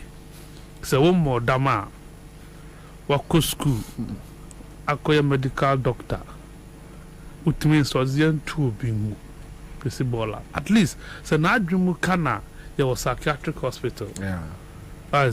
Mumfan in psychiatric hospital, no munko stabilizer. No. You don't instruct that they should go and dump her like you are dumping refuse. Say, oh, mamma, oh, papa, you would be a bar. Will you be happy? Will you do that? You see, but Charles, when him, you didn't come away. Me who baby, Ghana, say Ghana state institutions. Or more year adwuma when you have some personal property. Yes. Because that is what I think. Well, that is a feeling. Like that's what I think. Yes, that's a work and pay because they see the president Nuan Kasano for minus and the personal property. Does things the way he wants it. President Nokra Yama Basa Basa Obia and Kashe. So because look. I was shocked on Tuesday. Me read the Ghana Armed Forces statement on the MPP candidate. No, that is the most stupid statement, very foolish from Kwashi. Ghana Armed Forces. Me who Ghana Armed Forces in that stupid state that. But when the CDS and his people feel, only a soldier from Dinkoma, only say CDS no. And you say he controls Ghana army and dia, like a property. That is the same thing with Dampare. Oko Ghana Police Service. They tell you Dampare is running Ghana Police Service to say on one fear Japadie. So I am say atene akɔ baabi nti sɛ I wonder how any reasonable sane doctor betimi instruct say momfa we mfiri ankɔtɔ ne ntwene na ɔha madwene. Worrying situation. You see, it fits into the perception now, all kind of because so also be out there continuously as if say only be or reno, only be obet me atiana. What it means is that had ye obia nyamere, alpha and omega. I can do whatever I want to do, and nobody will say. And we trust me, and worrying. We say we no candidate for Ansah. We you nina samo. We you know the narco trim because it is criminal. We are sanctioning death of the woman. But on ya, a murder. Say we to be produce say okra MPP kada. Trust me, nothing will happen. Gonna anyway. My second issue is a major no wa kwaba. Prices of commodities, tomatoes. Onion, garden eggs, pepper, yam, nas for costo. No boy your ding. Intina may find out dainty and now of mine to see Ghana. Ya sassy, ya arabo. Na ye bre. Na ye crab roof in Nigeria. Really? Nigeria forecast in the Diabroba Nima market. Maize and what have you. Yes. Onion and what these are the situations. Now me besides what is the problem? Focus on no every day. Commander, you were 20.7% of arable land in Ghana. Uncultivated land. Let me put it that way. 20.7%. Over the whole Africa, 60%. Africa is 60% of arable land. Yet to me the dog and the feed just 10 to 15%. Of the population. Meanwhile, China has 10% of arable land. China 10% and only 8.5%. Edi feed 18% of the world's population. Or 10%. 10%. Yeah, was say 18. Yeah, or 20.7. That is Ghana. 20.7. 20.7. Yes, as of 2022. Yeah, yeah, so she. And in fine, she didn't go as you did 2 gallons. You did 2 gallons. Yeah, the world, Africa, it was 60%. But China, the only 10%, so 8.5%. It share 18% of the whole world population. Yet Ghana ha cramo. Everything you import to. Near beside I say your focus you're doing when it comes to our Greek culture. Say we should tilt the soil. Are we ready to tilt the soil? Because so chance now we share major political parties are on tall. People are not telling us quite a bit faster tomatoes young crown fi Burkina Faso. Because you know more weather conditions are the same. In Sueto high, we are neto, we are boha, we are bohonum. How can Burkina Faso ye koto tomatoes fi Burkina Faso ni Mali? Then yeah, as for mine. What is the problem? But almost tamale the tomato self. Though last year ne 600 say 1,005. It's not the 6,000 per box no. I fantastic argument. I don't have problem. Kwabena na mefa. Ako tamale ako for tomatoes na ba. Oh so see Monday by Friday you are there. Lorry fair ni saying. Oh uni lorry fair so see one benanti. Who resu who wa home kakra. And then the Diwaba Kwanya ye faso and the Kotamale. You get it? The roads situation mind with. These are the issue I can was him. That my mom for no move play I crack I Tamalene ye saying and ne ye saying it used to be how much? About 220, 200 thereof 180 and ne ye saying that is the question you beside your home. And is that about say a what Tamale no boy for Tamale? Yeah, one kind. Now, Air Force. Oh, that's 6,005 according to Muzi Joy figures of Fado. 6,000. No, 6,000. 6,000. And I'm gonna say, more MPP communicators ne say, almost I could check it be 1,000, 5,000, 6,000. What tamale? It's joy and castle checking the no tamale. Debbie. So that analogy, no, and your comparable. To almost so be our one crab, be our tamale. They say tamale na, but we had the analysis. Is it yet a bubble shibu? Inti say Omeanka ya planting for food and jobs, rearing for export, and in for not your fast to be with more. The question is what did we do to ourselves? Honorable Brian Champon, a Greek minister, then we have fire situation home. The agric policy of Ghana what is our policy? Your policy near what is our Greek policy of this country? Interestingly, our fellow colleague editor, Ernest Ado, yeah. ne Inquirer, yeah. Editorial be on food security, yeah. And let me just read maybe one or two paragraphs to support and Koma Yedi and some office. Baby, I will be ano. Me pacho, as we here pa. Adia na question na no se. Out of matter say the agric minister is interested in buying hotels than formulating agric policies. Yeah. McCarthy, we don't have an agric minister, but rather a hotel minister. Okay, so the Inquirer, the chief editor here, Eric Ernest Ado. Or yeah, article be yes, I too. Or yeah, article be on food security. Yeah. On food security. So food security under threat with Brian Champion's picture here.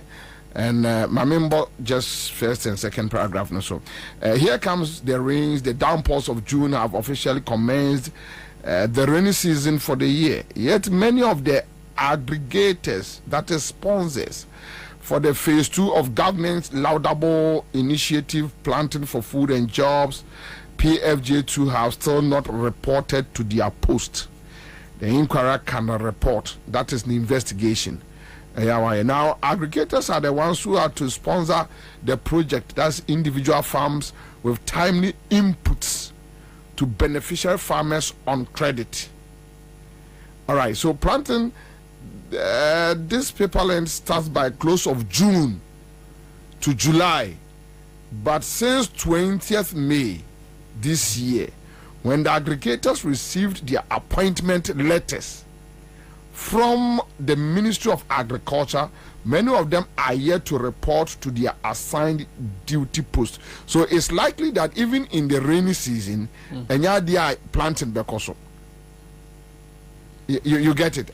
Apart from individuals, omo any abrese, ebia opeso ye ni kuya kakra, no take otondi, but abainwa they are not all no.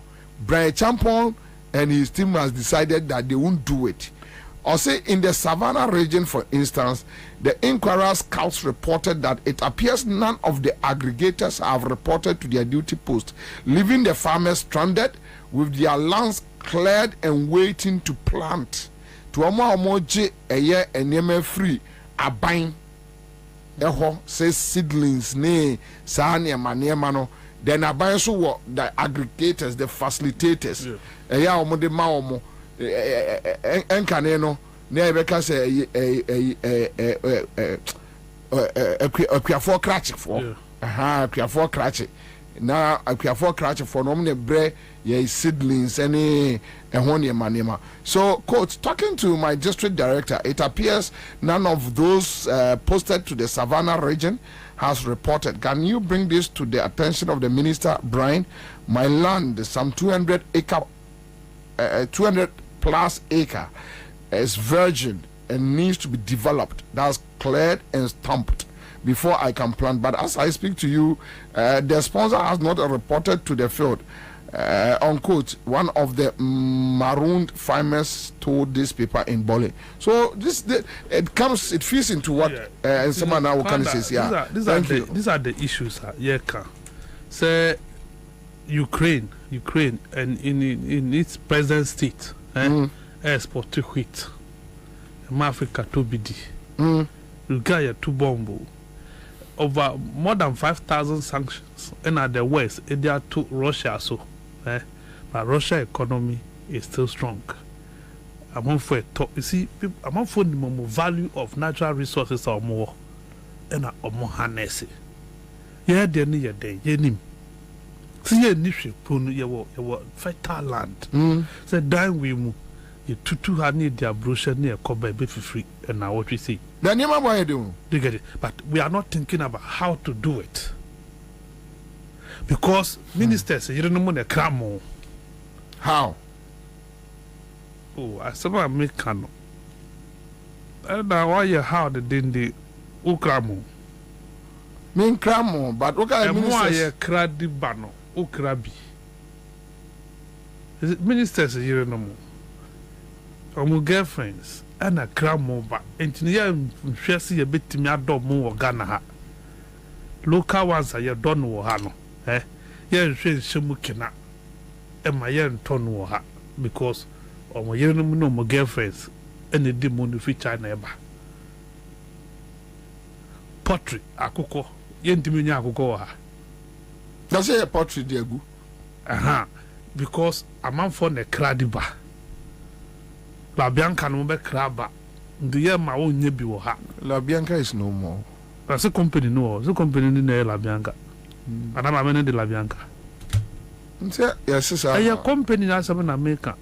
And the company is La Bianca. La Bianca the biggest importer of your friend in Kuku frozen food. Oh Ghana. You get it. I didn't know or no wa. Yeah, ma will be a man into me nebi Ghana. Now affecting the growth. That is the situation at your womb. It's a Bible policy, Papa. Do you get it?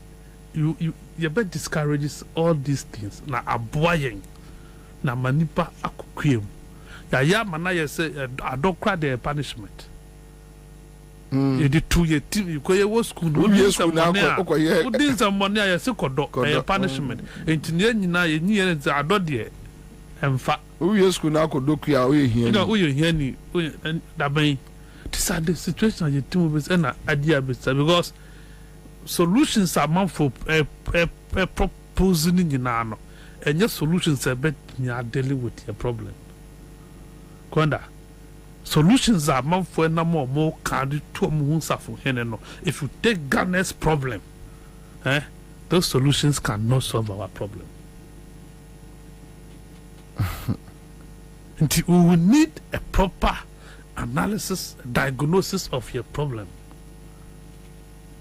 There's a simple question. A DNT no mind to say Ghana, you crack tomatoes. Say by and I know last Wednesday, by 4 our tamale. By 4 our tamale, say 200 Ghana cedis. Okay. Until the fact car drew her, it will go. Oh, yeah. It will talk about 250 and more. Yeah. See, that is the situation. And that young age, your age is no more because everything is chemicalized.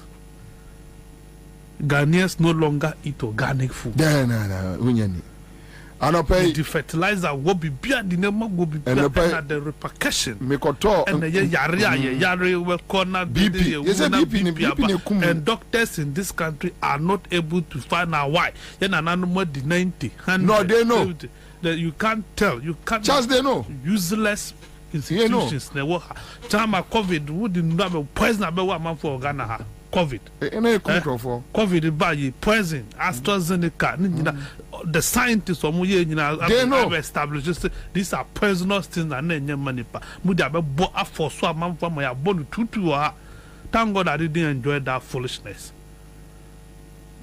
The young man from me one question because I knew it was nonsense. Remember in this studio, me catcher was saying vaccination.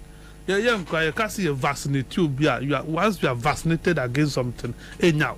So I catch him say me bought COVID. This me bought 2 jabs and no crowd no assurance. Say me COVID, I told you it wasn't vaccination, so I will not do it. And thank God I didn't join that stupidity. My family want to come. Say jaja for the jaja for no. You see, there was scientific research institutions were Ghana ha. They said we buy month to me and verify. Charles, you are getting something wrong. They know. Omunim, they know. Omunim. Oh, Charles. Omunim. Yes. They know. Even some of the medical officers, no, the doctors and those people, no, those companies, no, they AstraZeneca near the Adeneban, they even talk to them before. Not for say a president know him. On him, they know the president Akufo-Addo, Bawumia, whoever, and you see. When the mamim biam kakra, there are so many things about Africa. And Akufo-Addo happen so, and you might be Ghana, some Mahama no some no they know. But that is the issue. Why must it be so? No, you see the negotiations that goes in. Sometimes, now street when you nima the cry. You sacrifice your people. Oh, far away. Then a Drew baby. Now on say. Edru baby na government officials no omo different one be no omo de one Sputnik. Yeah, Emma man for ye who they say adentina the normal one na nkrofo wo no omo ho ye no bi na omo Johnson and something. Yeah, Johnson and Johnson. Also e ba be ye and then nurse. I'm say nurse. I'm say nurse. Emma man for ye dede Sputnik ni AstraZeneca there. Ono mu jagu. They know. Or ade bi bia no they know. This COVID thing no. A yankophobia to baby, they planned it, and almost a trickle ba Africa down. So African leaders, Ghana president, Akufo-Addo nim the entire Norway prime minister by how they COVID by onim. And panel on the bunker for munim. GMO Adriani, to Okase, mini a GMO no. Sabia Brofono, sorry, I'm the barrier system no. They love it, and professor. Why would they even accept this? Can you imagine Parliament? Can you imagine members of parliament that transfer Bobo one jet to yes. Oh. And they share money.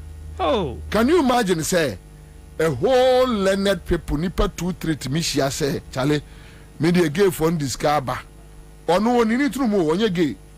When you say when people they are advocating. Yeah. But they are omunyebia. Yes. Omunyebia. Man say onye bi owoyere owokunu na or advocate for but the money involved, if you hear the amount of money they get, Charles grew. So everything going on just a bia obiti say why you men what now to baby because the bad no come yeah. And omu nyina nim say the rate and crofo would tim say no omu say no. They know everything they know. Bra champion to say here onimpa say Ghana food security e ka ba because omo wie sika no omo di omo anye adwuma na say omo ye now just ye call other countries compare duane eba they know they are aware omo nim bibia ya chaze sapiti the omni bibia but mami boss catch there back or embrace here hello oh pacho meluzuno and just sad way so one long for so omo anyone come about and near my boy. Yeah, but these are the things that it's affecting me directly.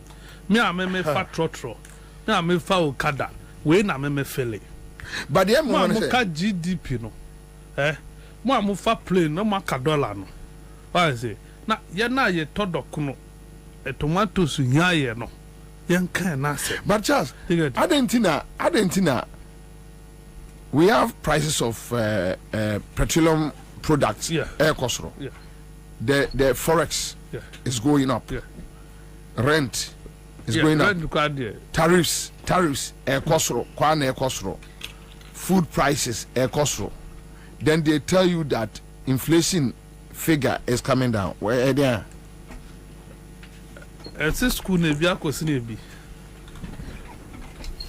How? We say bia binsi nebi. And you know your understanding no different from obi understanding. Who check inflation young last year by this time. Young check prices. Name farmer to this year prices. That is the only thing that you can tell me say coffee. Price of commodities. You want to talk about inflation, you look at it's a year. And last year by this time, now milk you're saying. And net you're saying they calculate the percentage. You know, say cost run a baffle. I'm say say inflation commodities no price no cost raw, but inflation no casa figure no or baffle. One control. Oh, sir, Ghana a friend selected items. Miti statistician. He tries over explaining, exempting Niaminu would did be. No, you see, what do I say? So, for example, no. Key, okay, what's here no person? I don't know I'm fine yet, but no, boy, I say economists were Ghana. They've never been able to produce solutions to our problem, economic challenges. No. Now what who come in at me time? He is not defending no. Me time I mean come on. But no I bet you. Me person because it makes no sense. I am buying and I'm telling you Belakwa a buy na say. Belakwa medium next charge near turn 11 cedis pack. Today and 30 cedis. Depending on where you are buying it from. Where are you buying yours? Yeah, the way you say baby at 34. That is what I'm saying. You can't tell me say who work of select items. One amount of power to select items. No, who has given them that power to select items? No. Items, they know select items. Anything I make say, you see, when I started, I said those who are flying, they should be talking about dollar. Those of us who eat kenki and yam, we are talking about kenke and yam. Yeah, dear, that is what I will use to calculate my inflation. What I say, Obina or no, so yeah, nonsense calculating it there. That is what it is. This time, me more being better than go cancel won't tell me. Economy say Ghana will be a problem. The city is running. Dollar to city, and that safer is wealthier than city. More than. So that is the situation. So what again do you want to tell me? Me tell me bre, and you know it yourself. And go on be do anthem. So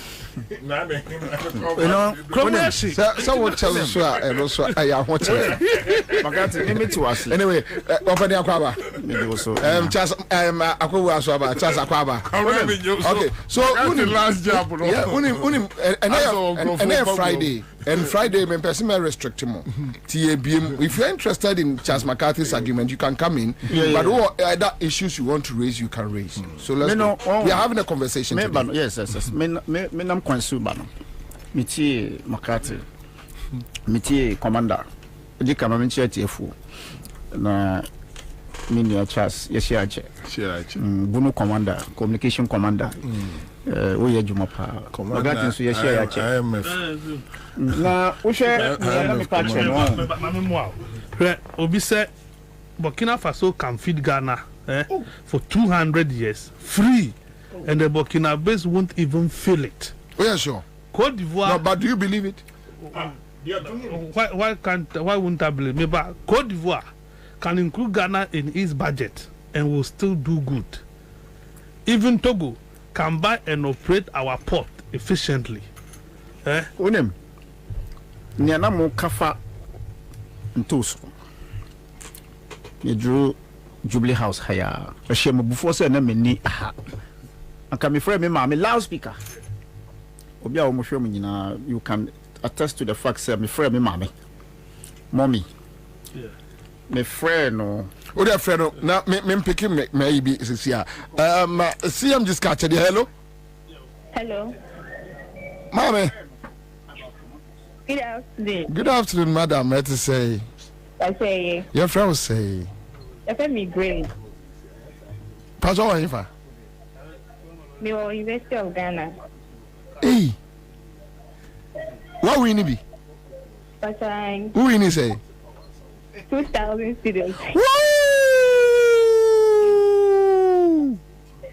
20 million. But I. No, you are lying. Oh, I don't know. When I just. I beg you for no to say Pam. Eh, no, we get some chance to Oh, Charlie do. Not to some way radio when you can try. And it is a bonus 6 days. And then weekend. And you to Ralph want to say? And you to say? Yes, 50 days. Anyway, we need 20 million. Aye.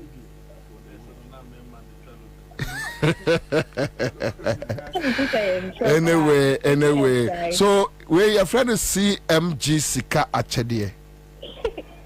And from Monday to Fridays, we do it. Ubedi di peche. Timika says CMG Sika Achedie. Ubedi di peche. CMG Sika Achedie. Ubedi di peche. Thank you. Congrats. Yamisha Koswada ni entna. Accra FM. Yes, Citizen Show. CMG Skache there. We are grateful. Thank you. All right. So and a message 30 million. And a message 30 million. Star 413 hash. Star 413 hash. One yen in Temo and Cha and a country will be in and flying Kusia. The next 20 minutes, Messia to the match will be 30 million. Match 10 million, match 20. So we need what 20 no. Maybe boom 30 million. Now for the answer. Mamma back. So Harun, now let's go. Let me talk for about Ansah. It's true, sir. The communicators of NPP omunim near adia ombe defending because it appears every now and then scandals issues of economy no it's overwhelming to the extent say omofaha na di weaba omusa omuchia na enenam ha, and it is not propaganda that no omo defending. It's about the reality of what Ghanaians are feeling within the confines of the country called Ghana. Me friend me mami about Ntus. Me bisa no say, Mom, the business no. Okay. That's my mom's business. Oh, okay. Me bisa no how much is Ntus adaka. Okache obisa me say Ntos wo ho there. She asked me, say Ntos wo ho to the extent say ubenya adaka ato. Me bisa no concerning a radio program. Me bisa no say me pe Ntos ato every tamale because Accra ha Ntos ni ho. Ye benya bia to tamale. Ono ka chem say Ntos ni ho. Ntos loka 2.5 250 Ghana cedis tamale olonka Ntos lonka wo tamale misa bisa no se olonka san na ebetimi dru adaka wo se Ntos san baby unya adaka na asese a yebono because you can even that's what I'm coming. Yes, because adaka different. Say obi ebe kachira wo say Ntos adaka in Tamale 5,500 yam bisa nipa koro no say Ntos ehun bi na omoton 1,500. And I want you, baby. And yeah, on baby, the farm gate and the marketer who bet me because me pass in Tamale and Ntos. We don't grow tomatoes in Tamale. No. Every Burkina and on the Vrungo. But just backyard near a watermelon there, at least when you be. But not to that extent, say we bet media commercial quantities. So say obi etin crime emo prices or arguing prices of tamale dia dia mebe kan no say nyambe tuani pakro no ka emayen mo aye fre tamale. I'm telling you, because you are using tamale as your base market to rate near yeton and near yeto won crime. What kind of nonsense is that? Na minua makatin timase me sha see every day statistical department, they were overwhelmed by the attack of the media stations with the reality. Dear friend, no to papa. I listened to him. Now I try to justify the 23% of the inflation rate. And I bisa no say, uko malata ntos last year, not even last year, this year, beginning no, what me top 5 for 10 cities. 5 for 10 cities. See, one, no, there be 1 for 5 cities. Missing about 2 for 10 cities. For 10 cities. And you are telling us, say, inflation is 23. Nebanya na upatra no say last year, because that is what na oka. Say last year, how much was in tools? And this year, how much is in tools yeto adakam? And then as at that time, the inflation rate as at that time was beyond 20%, 23%. So if today the inflation rate is 23%, he's trying to educate the daft. At least we were somehow, the economic background. Say, you have to look at the distance from last year May to this year May. What is the margin? What is the increase, the speed rate of inflation? You cannot tell me. You can't say that because I am buying the food stuff to go home and eat. So if you are using your book and then your margins and your speed at which your inflation drops or higher, and fire, it is about the pieces of ntosa anamito or 10 cities, and then the pieces of ntos that I'm buying today. So today, onion is around, in the past, 760 cities, 750 cities, and that was somewhere April haya. Na Jenny sack of a Jenny na 750 cities. Just April. Today we are talking about 1,500 cities.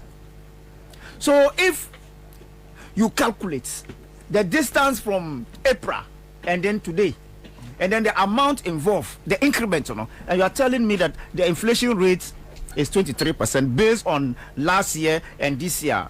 I am saying, say, ABR, because he's been paid at the end of the month, because his foodstuffs are supplied for free to him at home, because so free, on to your light bill, on to your water bills, so he doesn't feel the reality.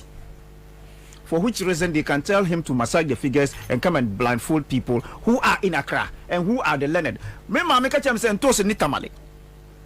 Really? Sanoka, my mother who gave birth to me said, Ntose nitamali. To the extent that you can get Adaka to buy Krano anyhow. Yes. So where did you get that figure from? 1,500 from where? Fine. It is left to everybody. I am not doing campaign. If you are in government, continue to be in government, because I don't see how you will survive this when you leave power, unless of course you reason beyond me. Say where these people are taking us, it is not where I should belong, and come out. Let us save your life, because continuously, if it comes to Accra, say there's nowhere in Makwala, there's nowhere in Abubulushi, Kantamanto, and everywhere you can get food stuff to buy. Where are we headed as a country?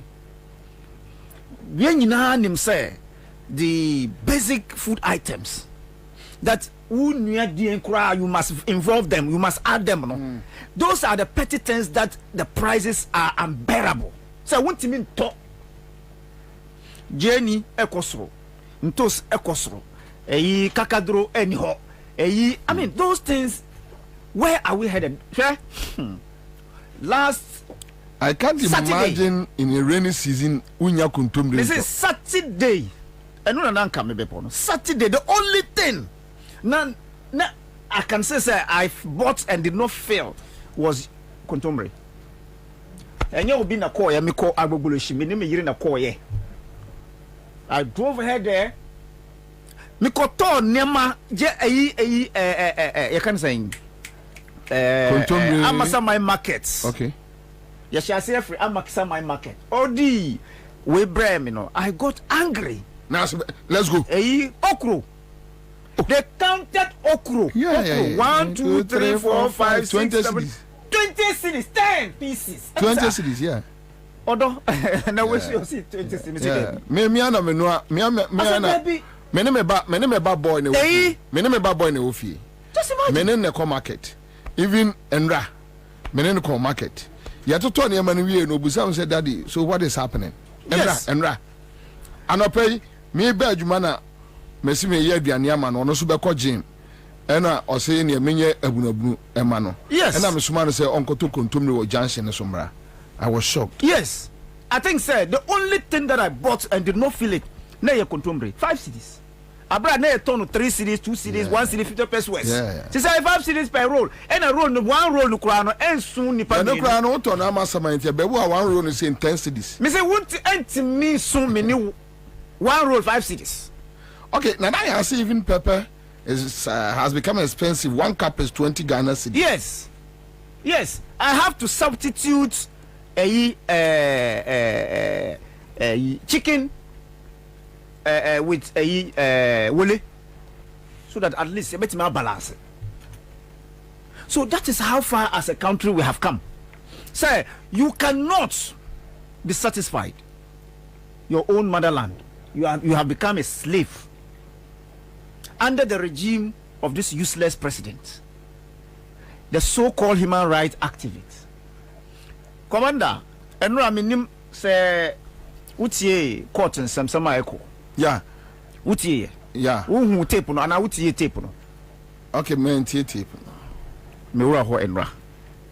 And I'm still wondering, as a state, as a country, where lies the justice and freedom of this country?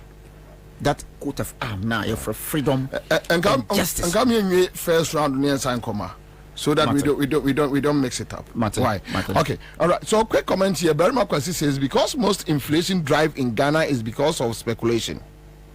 So prices go up exponentially in Texas. Most farms are commercial and are by the roadsides for easy transportation access. Private banks give them good loans to cultivate large vast of land. So food inflation is kept lower. Maybe low over here. I think it's about time Ghana invests in large scale farming or commercial farming instead of subsistent farming. And this one is coming from Berima Kwesi, Texas, US of A. And Berima Kwesi, a strong MPP guy. Now, and Berima Kwesi, what you need to ask yourself is, what has happened to our PFJ? Yeah. PFJ is meant to give us, I mean, a wholesale of foodstuffs. Yeah. Expand the food basket. Exactly. That is the plan behind PFJ, that we can produce more, eat some, and even export some. Yes. Now, PFJ, the Sika Ako PFJ, extra even free SHS. But we can't eat some, we can't export some. Yeah. We are now importing, and what we are importing, we are buying it like Asia Kobo or Wobosian. Yeah.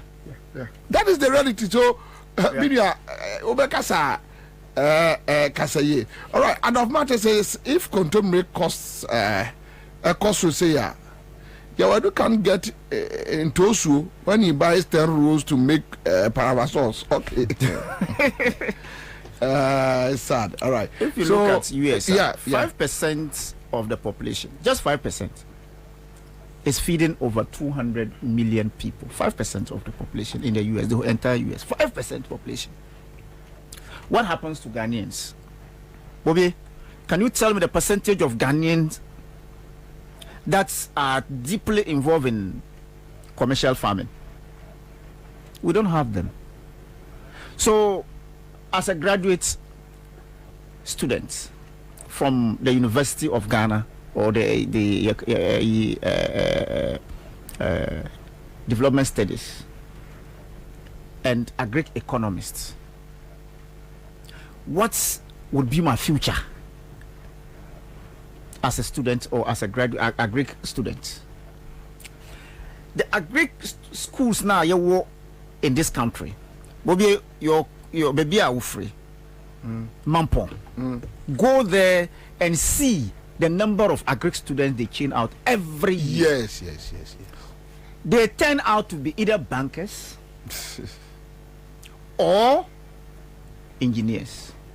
They have abandoned their profession because they have no role to play in the economy. They have created planting for food and jobs, and those the agenda was to create. It was just a political project. Let me call it this way: a political project to siphon money, to steal us. To steal us. That's what I'm saying. To steal our money. The year that planting for food and job was created, that year, do you know how much we were buying maize? That particular year in 2017, now you thought a bro 350 and 370 something. Today, maybe say iguana edasu ye juma. And how much is maize? Even at the farm gates, how much is maize sold? One bag of maize, how much is it sold? Today, who be the agric minister who is busily chasing hotels, buying hotels, and forget his mandate as a Greek minister. So who be son of baby or free? How much is maize sold? On to me catch. Anyway, on to me catch. I'll come back to you now. A comment here, Alex. Bobie, since 2018 to 2024, Nana and Bawumia have spent 2.9 billion Ghana cedis on the so-called PFJ. Yeah. And yet the world, come back here. The World Food Program have predicted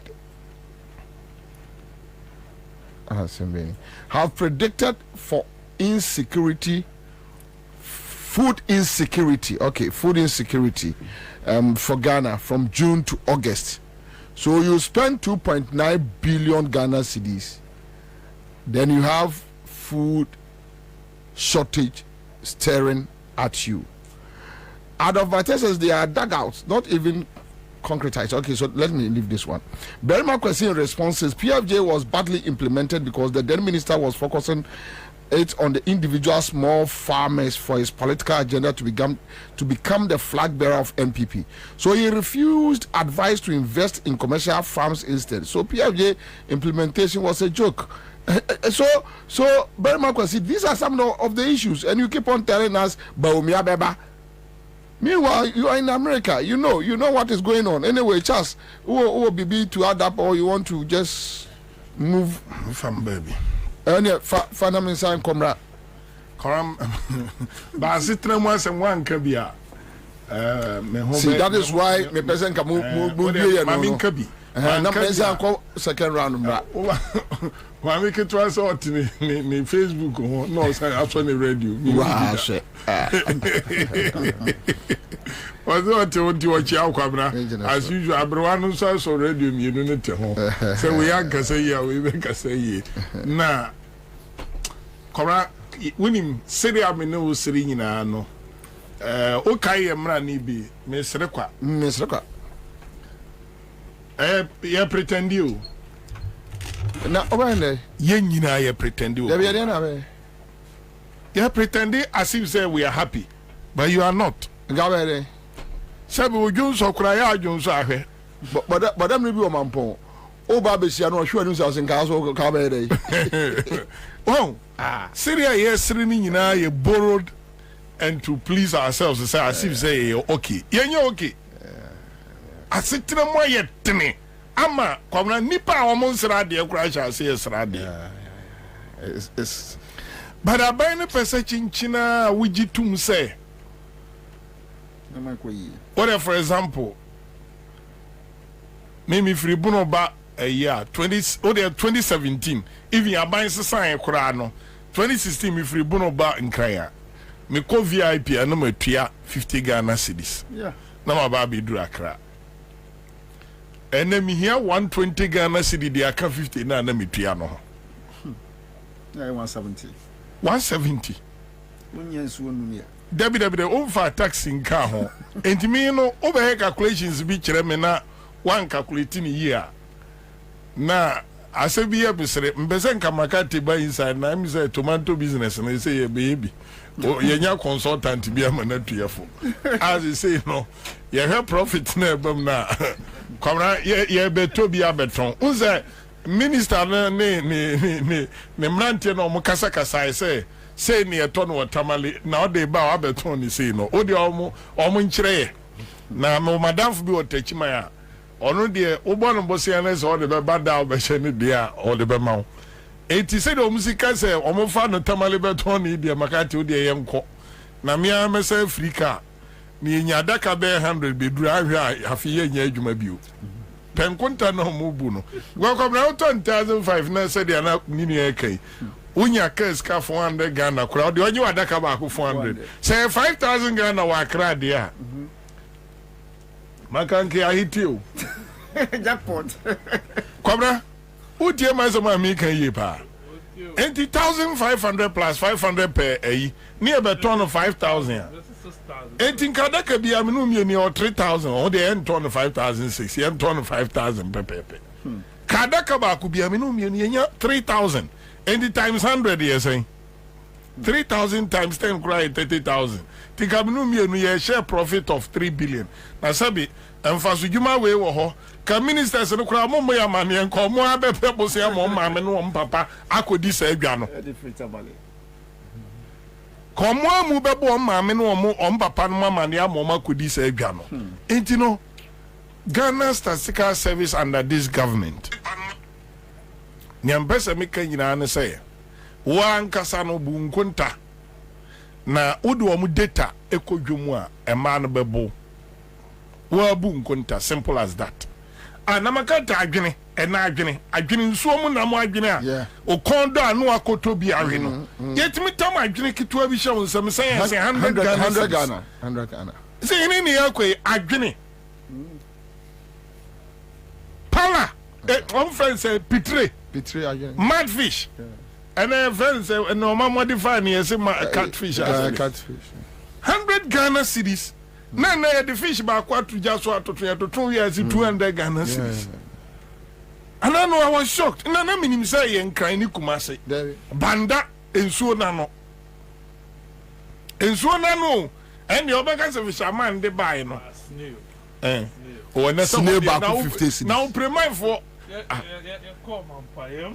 Na mu koto aduane. That mean if people take that yesterday would na so to Ọtọ kọjọ ẹbua ọ na epiremani na nwa ya tọ nene ọyare sẹ dabi o sẹ ọmụ yẹn o ọmụ nfa nwa owurẹ mbio kọbẹrẹ ẹnuyẹ ọbua jísẹ Gambia kọbẹrẹ ẹni pirisẹm na mi kan ni edi kọ yẹ yẹ mu anka utimi di ẹni jí ẹka sọ mẹkọtọ nwaare mẹkọtọ adwene awe no kọbẹrẹ premise no ajọmpo kọ almost 500%. Enti o ka 23 a ọtí nso na no na ni bu ofu premise no po ayẹ den boat na ọmọ tọ no ntaku ni nsẹmpoa ẹnẹ boat ni bi na 40,000 Ghana cedis. Crazy. The national security anymore. They are not presenting accurate report to the president. Yes. That is na been so before Kufado. No mo brifu ba omi akora nka ba omi abekọ akwagina mi brawo.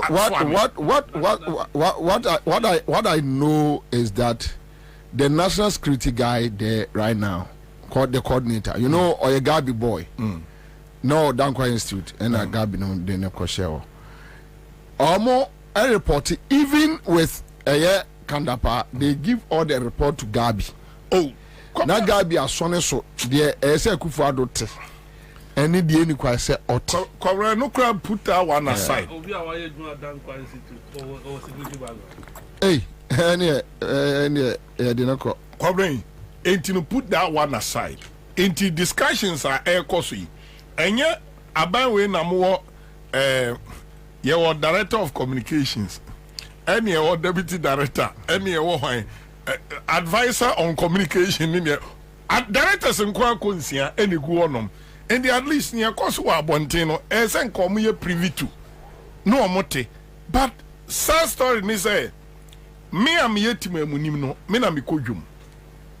Ana minimnia e ma FM nanu de me try na me ambowura Techima market me koba ye no ana me tell my wife ase wo niam bi say ye yire no mo manage papa oh yeah they are doing well, they are managing hey easy me ami bowura ho no unsa so wo mu be ma na e so be so bu kakra ba me rita so nyina echi still me tra ni ami me de mo so mo mfa nko na e ze ma ne de se omo de tintam mu ansa na omo yane mo omo be ye aduane ma omo kurumu ye den edi.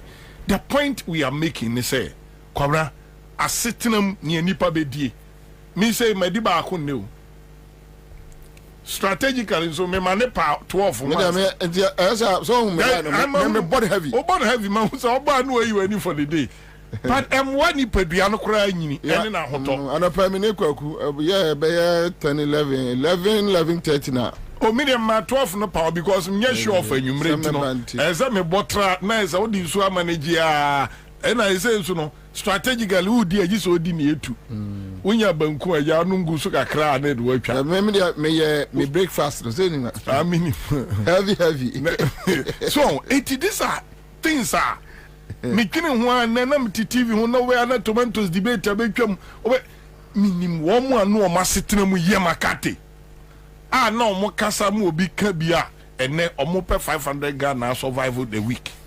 It's not happening. Ehini ni ekwe. Kwabena ehini ni ekwe. Bibia mfanshi o. Bibia enkoso. Sesi amaba mi bekwe. Say ya me bekro. Nyame o atasuri nko anim. Because ahana oba ye no onamfo abetoto omo nyina no IMF kura nya approve omo deal a omo de be survival makate kura onyanya bi no be kase o mami bia wa mambi ena baby ami kura no nso no o kura de life support IMF no omo de to otwa me. No one is doing good, and this is where we find ourselves in. But they be also ya bobusia begum em ye kae den ekosoro yeah Kwabena me kotra parliament. As at this time, I think in a parliament in city. About 5 p.m. Ena utumu say ya bako shibrama. Obeba no abre. Debi ya bako shibrama. Abani ni fiye. Enti government majority leader now, a leader of government business. Ebejina parliamentar. No munim say yemfa bill be a metal parliament on education. Talking about free education beside the Article 25. No ejina ho be sapita no you say so free area meboa. No chita no chinyoti and I voter region. Okay. O beside say what to say or say on support to free education. On my amrashe bedwafo atuka free baby I voter transfer bedru no. Other people no so other people no the bill anyone may talking about say the bill being part by committee level and a bill no crab for first reading or second or third. Not government business ni oda no afenyo markings. Adaya was a Kwabena is of public interest. Tomatoes born and yentimindi tomatoes no. Kwabena the of public interest. I'll come back to baby omode papa no koto ye mami BSc ne nine ya hye ne POP no enye winiba yeah enye ona majority leader o free efutu enye ho na afenyo markings free I think so Kwabena ho no ye MP. The question I ask me say nanu ya no muka che say 98% of yare ya Ghana health insurance etiki care ni akoyi nipa free ambulance mu e wo constituency atokwan ho at the amana kudu at the point of death.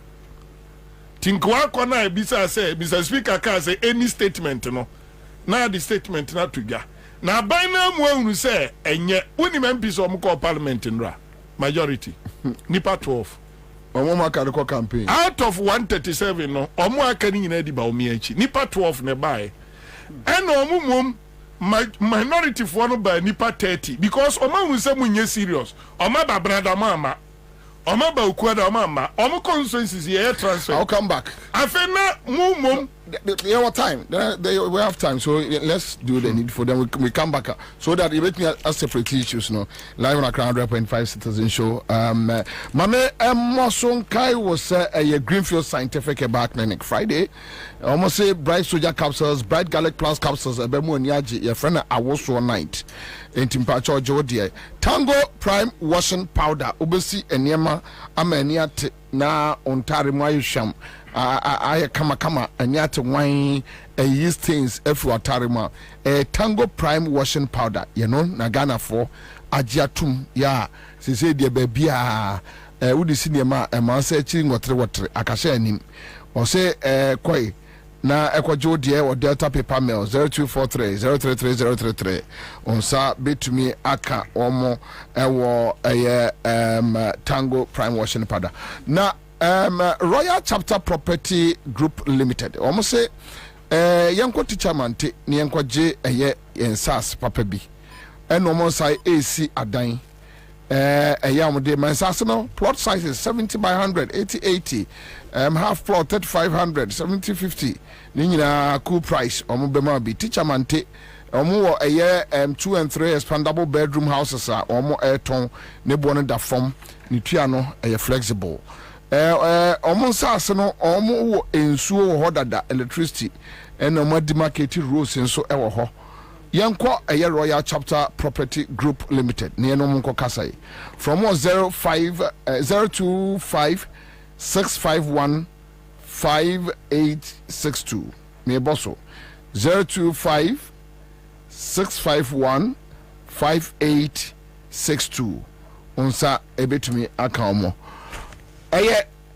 CMG scratch de night ene yeguso ye che 20 million ye che 10 million ye che 30 million wanya ntem obeka se Kwabena trimu odin enye mitrimu na eden eye wo na ese botumu ntem mesi na mema manfo de dipeche wa bo nso botuma ye heavy weekend wani agye faketo abeje kakraka odimma. I'll be back.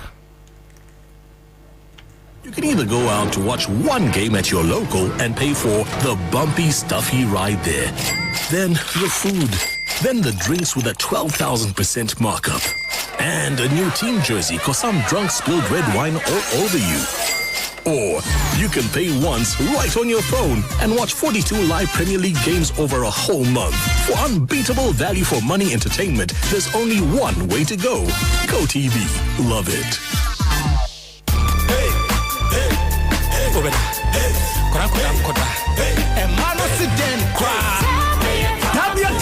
Wedi emema yeduru no eme yenya hoden ane hoden ye ayemema dro anuti na banma bi ehia bi no atufo ane atofo ane obi opede du atwaton bia enko chemical shops pharmaceuticals ane herbal shops bia e wo Ghana hanu be bia anase frame e wo 0243 686861 ana 0245 749206 sankatwe FDA fuajatu kaise tabia takum de bemma bia ye takum.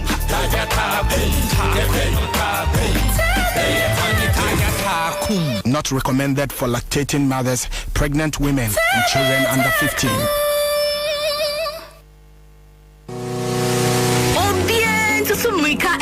Bills was here. If you say, Asumja, when you were in Bosnia, Bonshaya, Hoodie, Educhum, Obibia, we, and it made dear Biara Woody. Bills will be Bimao. Won't hear Susu, won't hear our Nana, we hear no national ID card. Ain't it to Murikana Freyan was 0302 200390 and 0596 920 833. Kai say, Sika Krobia Batang, Bank of Ghana and Sawo Bills Microcredits Jumedimu. Bills, Uposia Bohon Adamfo. Kai say, Jumedi in Shishaka Crown. Say the Mako who Greenfield Scientific Herbal Clinic no. Me who crowd me say enunti no manya award wa. Eya world best. Obian transe Emma Dumpem ya de ka say anase mo boya de enkan to dem bio. Greenfield Scientific Herbal Clinic. Esanya want to say ne ekuro etu no ne enkan ewo nanum. Oba na be mo pa wo. Ene enyarwan kaye. Nansi ama me ka say ene spinal cord ho ekaye no. Greenfield adoromenti ene wasa so le gyan na so ebiem. Greenfield Scientific Herbal Clinic. Ewo ultramodern laboratory and a diagnostic machine sir. Ashushe di pedie mu ankasa. Greenfield Scientific Herbal Clinic. Ewo Nungwa Dogon Estate Junction. Last stop. Frewa 0243 983 906 and 0261 651 898. Greenfield. God is our healer. Greenfield. Your last stop. I believe. Think about it. You can either go out to watch one game at your local and pay for the bumpy, stuffy ride there. Then the food. Then the drinks with a 12,000% markup. And a new team jersey because some drunk spilled red wine all over you. Or you can pay once right on your phone and watch 42 live Premier League games over a whole month. For unbeatable value for money entertainment, there's only one way to go. Go TV. Love it. Give us P capsules. A memory. Manum bia ye benamua. Kani metutu ya na minkuma bo asese de. Betu esa kum menia G. Give us P capsules. Give it to me, baby. Give us core capsules so e. E man meme nyina akoko yade. Sisi yade amamanya yem timotete wo mo no. Yedro no no. Manum bi amama de me ho. Give us core capsules. Mesisi mo ye ding. Give us core capsules. I give it to you, baby. You give it to me. Oh yeah. Hey, give us no. A man need ya bebusiemu papa. Na bema ka give us P capsules. And ni give us core capsules bomunum dia. Na eni jeni ahwodeno. Wabrudo. Give us P capsules. And men na wadi if you do what you do kronkwa na efa. Give us core capsules. A pay for a batan one more menu for one kwada woni if you do me nunka ho. E wo drugstore bia motofonko Give us Herbal Center. Teshi mobile. And na Teshi Adriami. Phone numbers 0543 222 470 and 050-68-51135. FD Aje Edwedi Nkratui Atum. Suzuza. The incoming president, His Excellency John Dramani Mahama, flag bearer, Zuma National Democratic Congress. Also, in Chemo Bibiara, or say Democracy. Sara Elkayem Manigana Ma, Grata Shishene economy, I wanted to apans in education system. I was say, friends and family government are all the current administration in Ahocher, Mecha Hashepa, or Kodo, a Shepayin, Afraba, Obibiara, Osgana, yes, Zida, Ahochena Dos, His Excellency John Dramani Mahama say, Many our everything crap to Erica Bob they are build Ghana together. As the Marsha few wine there. Buona support in the campaign for 2024 election. JM 2024. As the Marsha few wine there. When do you see good governance card in the B? Good governance card in your card. Edge was there support JM 2024 campaign. Good governance card. What did you do? And my Wusikanya Mawaho Zibo Tuman. I was so agile. One saw one pedal what the good governance card. When it's 40, 30. 10 citizens so about to abo short code *248* #. Now also ascend was it good governance card that was in support to JM 2024 about to a friend 0534 000 261 now 0531 033 503 and now 050 982 3400. You can on internet to do www.ndcgoodgovernancecard.com. My young combo they am build a Ghana together with John Dramani Mahama. Nyamin Shra.